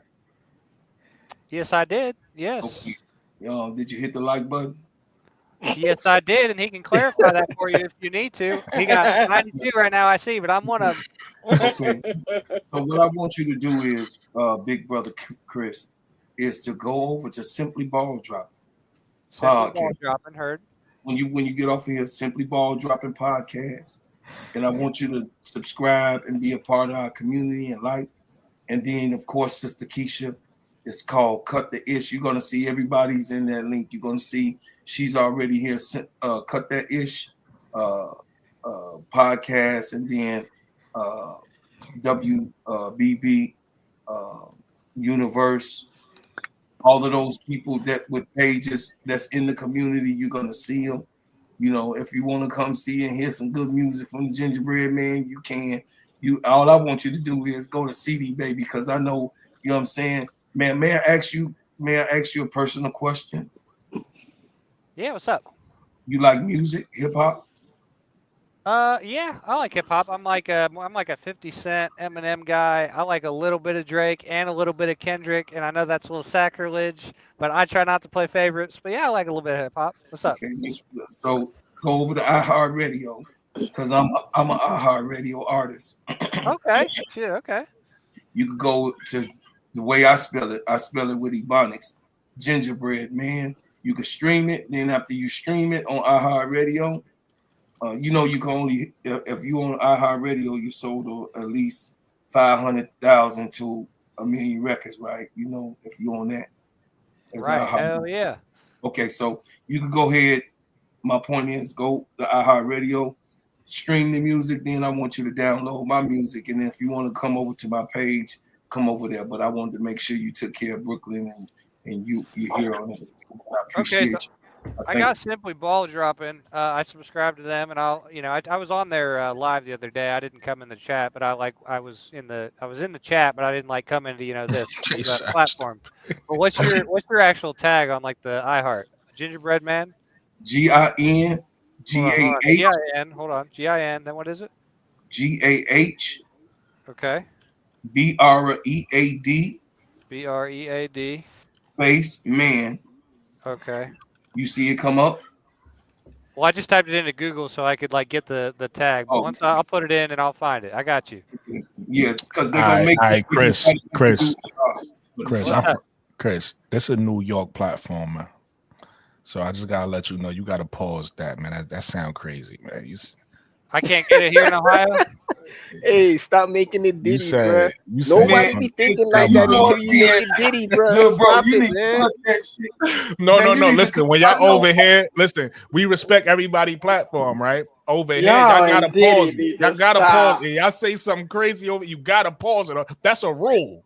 Pause, man. Goddamn, man. It's a rule over here. But that's what I'm saying, bro. On y'all platforms, I be it's chilling. crazy I be whispering the make pause. it that way. I still be whispering the pause on y'all. But on my platform, y'all say something crazy, I'm calling you out. Oh my God. Hey, sound out, Brooklyn. Hey, Brooklyn. Sound out. Hey, Brooklyn. Help me, man. Help me, Nate. What's up? Help Hey, me. is that background gone? Is it still sound? Is our sound okay or? You good? No, Okay. everything gone right. What All right. you say, Wody? I was just Hey, asking if Brooklyn. my mic working. I can't. Oh my yeah, you shit good not too. working. Listen, y'all cool on my platform. As long as the sound is quality is good. I had to watch what I said right there because it could have got crazy. As long as the sound I'm quality. in the house now. As long as the sound quality is good. Yeah, I'm in the house now. Yeah. So I said I'll pull back up. You still going at it. King Pisces, appreciate you, brother. Hey, Brooklyn. Yes, sir. I will. So who's the guy that was asking for me about me playing Mortal Kombat? Looking for you, Mo 3. He looking. That's Mo 3. Mo 3 was asking about Mortal Kombat. That was Listen. me. This is a playing sports Mortal podcast, Kombat, so y'all so can handle I that. wanted to know what Y'all what can you handle was that in the playing on. private chat or the comments because we're not No, about to make this a Mortal Kombat. Oh no! I was gonna let Nah, Moti know I that don't he can care challenge about the me. Mortal Kombat thing. I just wanted to know what platform he was on. Oh, I was Disappointed him. He on my wanted PS5. to duel you. He wanted to duel. Disappointed him. Hey, Brooklyn, pause. Yeah, that's on my PlayStation 5. Pause yourself. Pause. That one sounded crazy, bruh. Yeah, Hey, so Brooklyn, what's the max they can offer DiJonai? I ain't even checking. Look it up because I know I know they go by years, and she's a restricted free agent. So what is the max Chicago can offer? Max I'm is not sure. I 250, think they but were if she's saying not at the super max level, 200, so 200 to 250. But they got enough money for it. Yeah. I'm gonna say 200 grand, 250 grand. Just throw the bag at her. Just throw it at her. I told you. I Didn't I don't say care what it Keisha? is. Didn't I He say has So the it money. would have Just to throw be it a at her. multiple. So it would have to be a multi-year offer then, right? I think that's what they're meeting with her about taking an offer because it would have to be at least 2 years, right? Yeah, but nobody's I forgot signing about past that. 2026 though, my G. But she would have Nobody's not restricted signing free past agents that. have to. multi-year. It has to be. If you're a restricted free agent, you have to. Yeah, I forgot Rule. about That's the that. rule. That's the rule. They have to Oh do man. Yeah, you have to. 2 years. I mean, Oh man, she cannot take it. You're ruining my dreams, Nate. No, I'm saying she cannot take it and just. The only way she wouldn't take the money if she was like, all right, I'm gonna play on this minimum deal and not get paid this year and then make X amount of dollars. But that's a long year of not winning and playing bad Yeah, basketball. she making But I like mean, it's about 78,000 money right though. At the now. end of the day, Yeah, she might have made it because she was a second round pick. Yeah, And you know she what's only crazy? making 70 Her something She should have draft, thousand. gone first overall in that draft, dude. huh? She should have gone first overall in that draft. Hey, listen, I was just I about to did. go read you My that. girl. Hey, that Wody. draft. My girl. Hey, Wody, my big bro said you gotta go. He said you gotta go.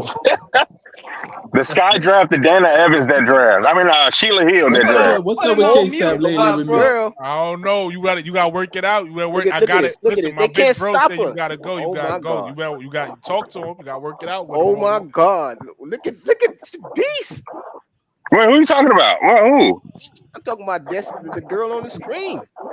Who is Who that is on the that? screen? Talk to him, Wody. Talk to him. I don't want to have to talk to him. Who is that? I'm trying to I keep wish you I around, knew. I Wody. wish I knew. He said you gotta go. I wish I knew. He's so good. Yeah, yeah. You can Yeah, tell get me. ready. Oh my goodness. Y'all gonna witness my first crash out. Oh, That's what look y'all at that gonna skin witness move. She tomorrow. not far from no. me, Mo3. I might go watch her play. Bruh. Oh, she talking. Okay, who am I looking Look at? at It's the like first Michigan move. and Got the I Yeah, can't midi you on looking see. deck. at that's Destiny Adams. Oh, okay. Destiny. Oh, Oh, yeah, she's a yeah, senior this year too. But she ain't she 6'3" as well? 6'2". She's 6'2". She I just nice, want I you would to man. know watch that her is not shut my down. She I nice, like microphone. but her. ain't That nobody. is not my Listen, microphone doing that humming and oh no, that's whistling. Nate. That's Nate. She nice, Is but it? ain't nobody messing with Camille Destiny Adams. Pierre. Ain't nobody messing with Camille Pierre. That's my favorite. She tough I am though. in the house stationary. This That's girl why I right here sound tough. clear.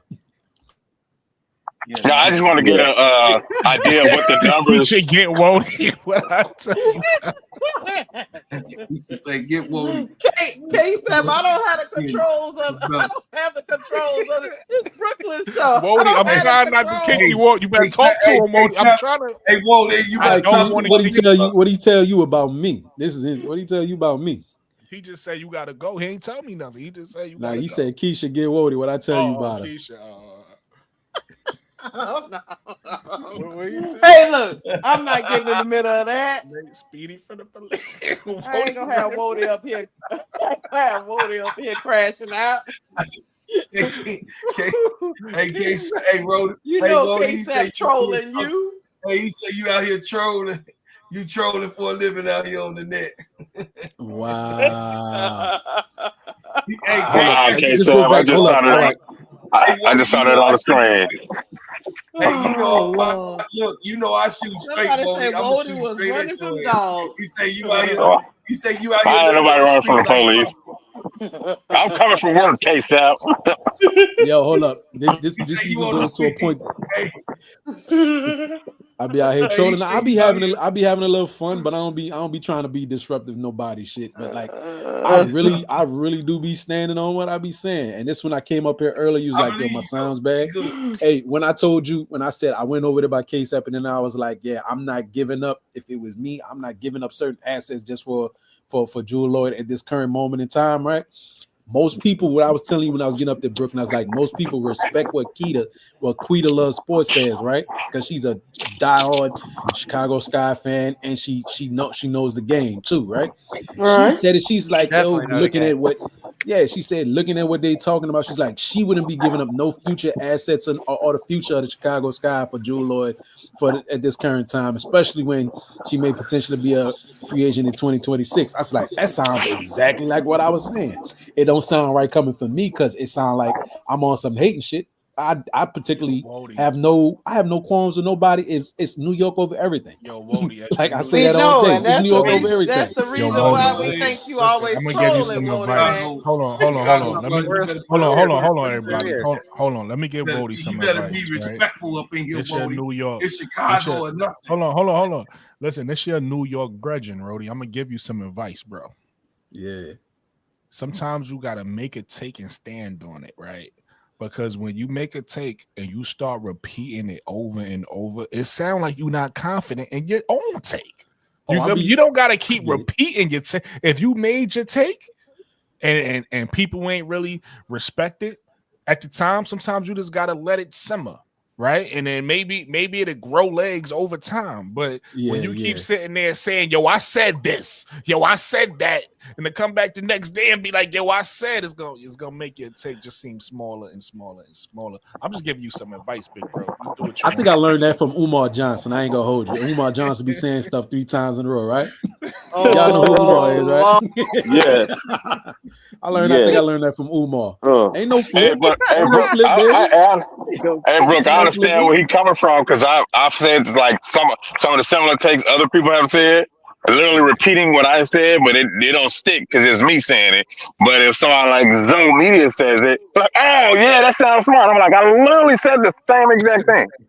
You know what I'm saying? So it's different coming from it's different coming from somebody. You know, I'm gonna tell you something. Hold on, Lakeisha. Let me tell you something, Nate. When I say something, I stand on it, Nate. I don't care if you don't like it or not. But look, hey, Lakeisha, I'm gonna take it a step further. I done made takes that people disagree with. Right. And then a week later, they making the same take like they came up with the shit. I'm saying, like, I remember that. Yeah. I'm so cool. I don't be sitting here like I said it first. I don't do that. I just be and see, I'm an instigator. I'm gonna bring that's it my up. take right there. No, I said that. I was like, yeah, Brooklyn said that. I bring it up too. I'm like, no, Brooklyn said that. Yeah, I remember Brooklyn said that last week. Yeah, I said that. I'm a troll a little bit. Even K-Tap trollers. He be like what I said. Yeah, like even like Brooklyn, I give you like even like this for example, because I saw the comment say like even I'm a flipper. I think I'm consistent. Just may have to catch all the context, right? Even when I be like I'll be pushing back like yo, I'll take some half-ass or I'll take some half decent defense. Give me an offensive player. Like even when I say some of my favorite players were half behind defensive players like Carmelo. Love watching. Well, again, it might be a New York nickname. Jalen Brunson, half decent defender, but great offensive. You know what I mean? Carmelo, Jalen Brunson, Kyrie. I guess that. You know what I mean? I guess that's why y'all ain't got no. Enrique is my favorite. Enrique and Jonquel Jones is my two favorite WNBA players. You know what I mean? Besides, but Jonquel play defense, and she got a chip, and the rest of them don't. What you think? But nice way play a little defense, and so does Phoebich. Oh no, I was talking about the rest of them. He was saying he loved Carmelo Anthony, but he Smoke, don't play Smoke defense. Jr. Go screen record him. He don't have no chips. Smoke Jr. screen record him and expose him. Tell him what him at. Well, K-Sap, I see the comments, so I would love to see it because I'm sure if there's anything I said, ain't nothing that I'm gonna be shying from that I said or I typed. You got to watch movement. I got screenshot. Yeah, and I would gladly let it see him because I'm sure anything I said I stand behind because I'm very much consistent everywhere I go. Okay. And maybe might not be some things that you might even hear me say because I'll leave it alone because it really sounds like some hate shit. But like, and again, just being as transparent as I can with some of y'all, I understand with certain demographics and certain age demographics too, what we hold to a higher regard, like the 80s style of basketball, the 90s style of basketball. People who love that style of basketball too also see the game in a way, you know what I mean, or they want the game to be a certain way, and I respect it. I also go back and I watch things that happened before me, but the type of basketball that I think is effective and I respect too ain't would be a lot of older folks be like, yeah, that ain't good ball. That's bad basketball. But it's getting buckets though. So you know like it's still getting buckets. The current W is kind of like 80s, 90s basketball, it's not championship basketball. Getting buckets is different. It's great winning rings and titles. Yeah, it's good, Mo3. If you just want to watch people run around and make that's buckets. what I'm saying. Yeah, but I want to watch people win. It's entertaining for the casual fan. It's good for the. Oh my bad. No, I was saying it's good for the casual fan who doesn't really have. They're just casual fans. They're not really like a diehard fan of any particular team or person. They just a fan of the game. Period. They just want to see, just like you say, just want to see people run around and for the excitement. But for like actual real fans, that's bad basketball because they want. Well, when you say actual real fans, though, yeah, real fans want to see whosoever they're a fan. I think you're talking about an age demographic fan too, because the younger fan likes a different style too. More than just getting buckets. Like what I say, like I find Unrivaled to be entertaining, right? But a lot of people say that's not good basketball overall. Like the way it's like just a lot of running up and down, shooting, chucking threes. It look like the modern NBA, but there's even times still where there's like some good plays can be made, and I mean, here and there, it's you got to pick your spots. It looks sloppy at times, but you got to take it for what it is. You know what I mean? Because unfortunately, it's not going back. You're not putting the genie back in the bottle. It's going forward, dog. You gotta adapt. You gotta adjust. It's okay for Unrivaled to be entertaining because that's all it is. It's entertainment. But when you getting down to the business of winning championships, that's a different conversation. If you're trying to win a chip, you got to build a different team. Hey. If you want to play 3-on-3, that is not the WNBA, you can build for entertainment because it don't really matter at this particular jump, right? It's just entertainment. But when you get to the New York Liberty, they ain't trying to. New York, your own team ain't going with you, Woody Mac. They brought in Jonquel Jones and people that could play defense because they wanted a chip, Woderman. They didn't just want to run around and play basketball. And as for Wodie's Mac's take about it's not going backwards, you're wrong on that. It's definitely going backwards because guess what? What's the difference between the WNBA and the NBA? Shooting ability, athleticism. No. Defense. They emphasize defense. They emphasize defense and bigs. What the WNBA is right now is what the NBA was in the 80s and 90s. They emphasize bigs. I want you to keep in mind. Build around that. And I want you to keep in mind. And there's a reason why the NBA ratings are down. And what's the fastest growing brand right now? WNBA. True. It is. It's still because like the it's still WNBA fundamental is basketball. more akin to 80s and 90s style of basketball, Yeah. and that's what true fans want to see. But this again, you said it again right there. True fans, right? Are your true fans the youth or your true fans the older or the older demographic? You know what I mean? It The doesn't Gen matter X, the the millennials, and age the Gen of X. the fan. It It kind of matters. does. It kind of It does because matters we what the talking about. fans want. True fans want whatever they're a fan of to be successful. So Then being all right, then I'll say successful this. means winning. I help you. Catch where I'm going. Two expansion Hold What on, Mo is for, saying. You guys know if that means the teams will only be able to protect 5 players that year? I don't know. That's a great question. All I want to know Maybe is able to that protect from 5 Mo's players, 6 perspective. players, Can y'all hear that or maybe able to no? take more, but I don't know. Maybe hear they'll it. add a wait, roster wait, I slot. can't. Like it's like so many. I Maybe hear it. they'll add a. I don't even know. Like I was like, I have no clue. Like what's gonna happen. That new CBA could change a lot of things. This might. Like, are they gonna introduce like a bird right situation to where you can re-sign your players for hire? Because they don't have that right now. They got the core to where you can keep a player, but if you draft a player, you can't. It's not like you have bird right in the NBA. You have bird right, so you can offer them like a hire. You can go over the cap to sign those players. WNBA that might happen in 2026, but they don't have that right now. And look, you know, bro, look though, y'all. Hold on. Hey, we can't hear that, Brooklyn. I can hear it if they be say, quiet. We need to trade Kelsey for Atkins. Use the picks they give us and get Izzy. Bingo. We become the favorite.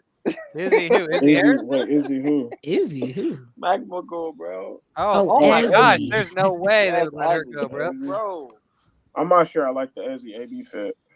bro, you're not getting. That's not happening. Yeah, Izzy and Horston is Seattle's future. Like they're not trading those players. I really want Jordan Horston. Dude, Izzy's No, the best. Horston looking good over. Horston looking good over. Bro, Brooklyn, I didn't hear nothing that person said. Yeah, Seattle not. Oh, I guess the rest of them get Yeah, it. I don't know. Seattle not trading her. And Izzy and Horston on rookie deals. Like you got to think, like Brooke, I can hear players it. that are on rookie deals aren't getting fucking Turn traded. your mic up, Mo 3. Like that would be it. You would literally have to get like those. Like a player like Horston. A player like Horston, I don't know, might fetch as much as like a player like Kelsey Mitchell. Like I know it sounds crazy, but the contract and the fact that they're going to be under control for the next 2 to 3 years, the CBA won't affect them. Like granted, like all contracts are going to be torn up, right? Like the CBA is not going to affect them. Like those contracts are like Phoebus got the best contract in the fucking league. Yeah. Yeah, her and Caitlin Clark, two best. But like, she's got one of the best contracts in the league. Imagine what they can get for Phoenix. Like I am not trolling. They dead ass might get 3 first round picks. Yeah, Loki. Yeah, like I am so dead ass. The dead ass, bro. Dead ass. Because they got total. You got total control for 4 years on fucking paying her peanuts. And you can call her. I'm assuming the court don't go anywhere. I mean, yeah, some of the court don't go anywhere. But you don't even have to think about calling her because after her rookie deal, she's a restricted free agent. Yeah. They literally have team control for the next 5 years on her. Are they going to get rid of the core right now? There's also one other thing that like no one has mentioned. So we got the new CBA coming in 2026, right? And we think everything's going to be all golden. You can sign a player long term. No, that might not be the case because in 2028, the league has the right to renegotiate their media rights deal. Many people already think that media rights deal, as it stands right now, assuming the ratings hold firm and carry through to next season, is grossly undervalued. That they could probably today double it if they were to negotiate it. And if the growth keeps going at a 5-10% rate, which in going into 2028 means 30% more growth, then some people are expecting for the league to see the first $1 million contract. That means players might say, no, I'm only signing for 2-3 years. Because if a new media rights deal comes, even the player CBA deal might want to have an opt-out clause for 2028 to renegotiate. So that's another huge monkey wrench. True, yeah, that's another great point. That's an excellent point. Mute your mic. We could like in 4 or 5 years, we could be doing the same dance all over. Who typing that? Mute your mic, man. Who typing like that? Mute your mic. I thought that was Brooklyn typing. I don't know. The first $1 million WNBA contract to be from the 2028 deal. And who, at least the top players, right? That means. All right, I'm out of there. I just wanted to see if Mike was talking shit. I ain't hear Mike talking no shit. Mike ain't say nothing. I gotta go walk the dog, bro. He better do. He better. Hey, y'all, the dog. Look, the dog by the door. Yeah, I'm going to sleep, y'all. It's 1 o'clock. I gotta go. Hi, I got. Keisha. Have a good night. It was wonderful to chat with you. Wonderful to chat with you too, Hey, Chris. thank Bye, y'all. guys. Thank you. Love y'all. Bye. Have a good time walking the doggo. He saw me in there. He probably did see me. Yo, listen, this was a great panel. I actually just let it rock longer than it was because I didn't want to end on the on that note. But shout out to everybody who pulled up. Thank you to all my supporters. I appreciate y'all guys for getting me over 300. Bodie back, I'm trolling you. I appreciate you guys for getting me over. I'm glad to know that because Who was the last person that was I'll be chatting feeling about like yo, CPA? like yo, bro, BK, straight up my G, right? Yeah. We just gotta outside associate. We technically can hang out and whatever, you know, no Diddy, but straight up, right? Just on like how you said, right? If you don't mess with somebody, you say you just leave them be, boom, right? So on the flip side of that, right? It's like if I'm always hanging around you, coming through, whatever, I feel like even if I don't know you like that, it would be crazy for me to go somewhere else and be two-faced and talk about you and then come and hang on the panel, be in your face, chopping it up with you, whatever. That's that's weird type shit. Like I just can't give it up like that, especially if I'm like I be other places with people and we chopping it up. I might not joke with people that way because I don't know you like that or know certain people like that.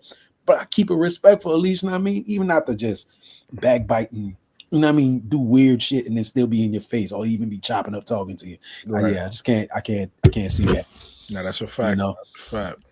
But like I said, I appreciate all you guys for definitely coming to the panel, definitely supporting me. Shout out to all my playback game, my followers, everybody that rock with me in the chat, man.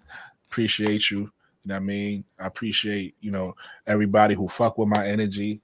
The ones that don't, I shout out to you too. Like I said, I love the haters. The haters just they don't do nothing but give me motivation. Shout out to the trolls. The trolls came through today. Shout out to you. You know what I mean? Come back. You know what I'm saying? You're welcome. Holla at me in the comments. You know what I'm saying? Clicks. That's it. Who was the last person talking about the CBA? They really knew what the fuck they were talking about. Who was that? I have no idea. That was Coach. I have no idea. Hey, but one thing I got to say about the CBA thing, like people that be bringing that up, like it's starting to irritate me because the WNBA doesn't really have any control over that. The WNBA is basically a subsidiary of the NBA. Right. Even the last deal, this deal that they talking so much about, they had nothing to do with it. They're getting the scraps. That's the NBA. The NBA made the deal, and then they decided to give whatever they felt the WNBA deserved. They wasn't in there negotiating, making any deals, saying, "Oh, we getting this and we." No, the NBA made a deal, and out of the deal that the NBA made, they decided to give the WNBA whatever it is they decided to give them. So even if they do decide to renegotiate in a couple years or 2-3 years, whatever, it's going to be the same thing again. They're going to get whatever the NBA, which are the owners, feel like they deserve to get. The NBA owns like 60 to 70% of the WNBA. Yeah, they own 50. That's it. They're basically a subsidiary of the NBA. They're not out here making any deals and doing none of that. That's all the NBA. Hey, is Wody still on the show? No, Kiyomi is hilarious. Did y'all see her playing like this in the corner? Wody, you still there, Wody? Nah, Wody left. Nah, I think Wody exited. I ran Wody up out of here. Yeah, Wody, you done got Wody up out of here. Hey, you guys need to come up with a name for this. He back for this community, man. Because where Wody at? I don't know. Boring people is what it's called. Wody. Where you at, Wody? Now you can't hear me. You doing what you do to other Well, people. I'm about to exit myself, man. No, I just wanted to come up here and tell Wody I just got to keep my eye on him. He know I be getting on him. You know what I'm saying? I ain't got nothing against Wody. Just got to keep his head on the swivel. Wody Mike acting up now. But yeah, man. So when's the next show? Who's going? Oh, Keisha is next, right? She doing the game tomorrow, right? Yeah. What time is the Well, game? it depends. The way that we doing it, we just don't want to go live while somebody else is going live. So you never know. Bro Claude might go live early or might go live. You know. No, You I'm never saying know. they doing the game together, so they should be going live at the same time. Hey yo, sidebar. I know you be watching. I know you be watching some people. There's some people I don't even go by. You know, it's just I've been on my music stuff or watching my little sports, this, that, and the third. I saw you pop up. I saw you pop up and screenshotting a couple people that be talking hella crazy shit. So I know even if I got any counter crazy takes, I know I'm just gonna keep my opinion to myself. Nah, Wody, you reading into that too much. I just be giving you a hard time. I got to keep your head on a swivel. I know how you are. You are disruptive. So I gotta keep you at bay sometimes, man. That's all. Yo, listen, KSAP and everybody. I did a Liberty show a couple of days ago with this man Wody Mac. When I tell you, Wody Mac, oh my God, when he have a take, he don't care how terrible the take is. If he like the take, when he have a take, he gonna stand 10 toes down. I was trying to tell him. He ain't right, but it makes sense. Listen, I was trying to tell him Satu Sabali is not gonna fit on the Liberty because they already have a big three. So if she goes to the Liberty, somebody gonna have to sacrifice scoring. He like, oh nah, we just gonna play 5 out. Everybody gonna get theirs.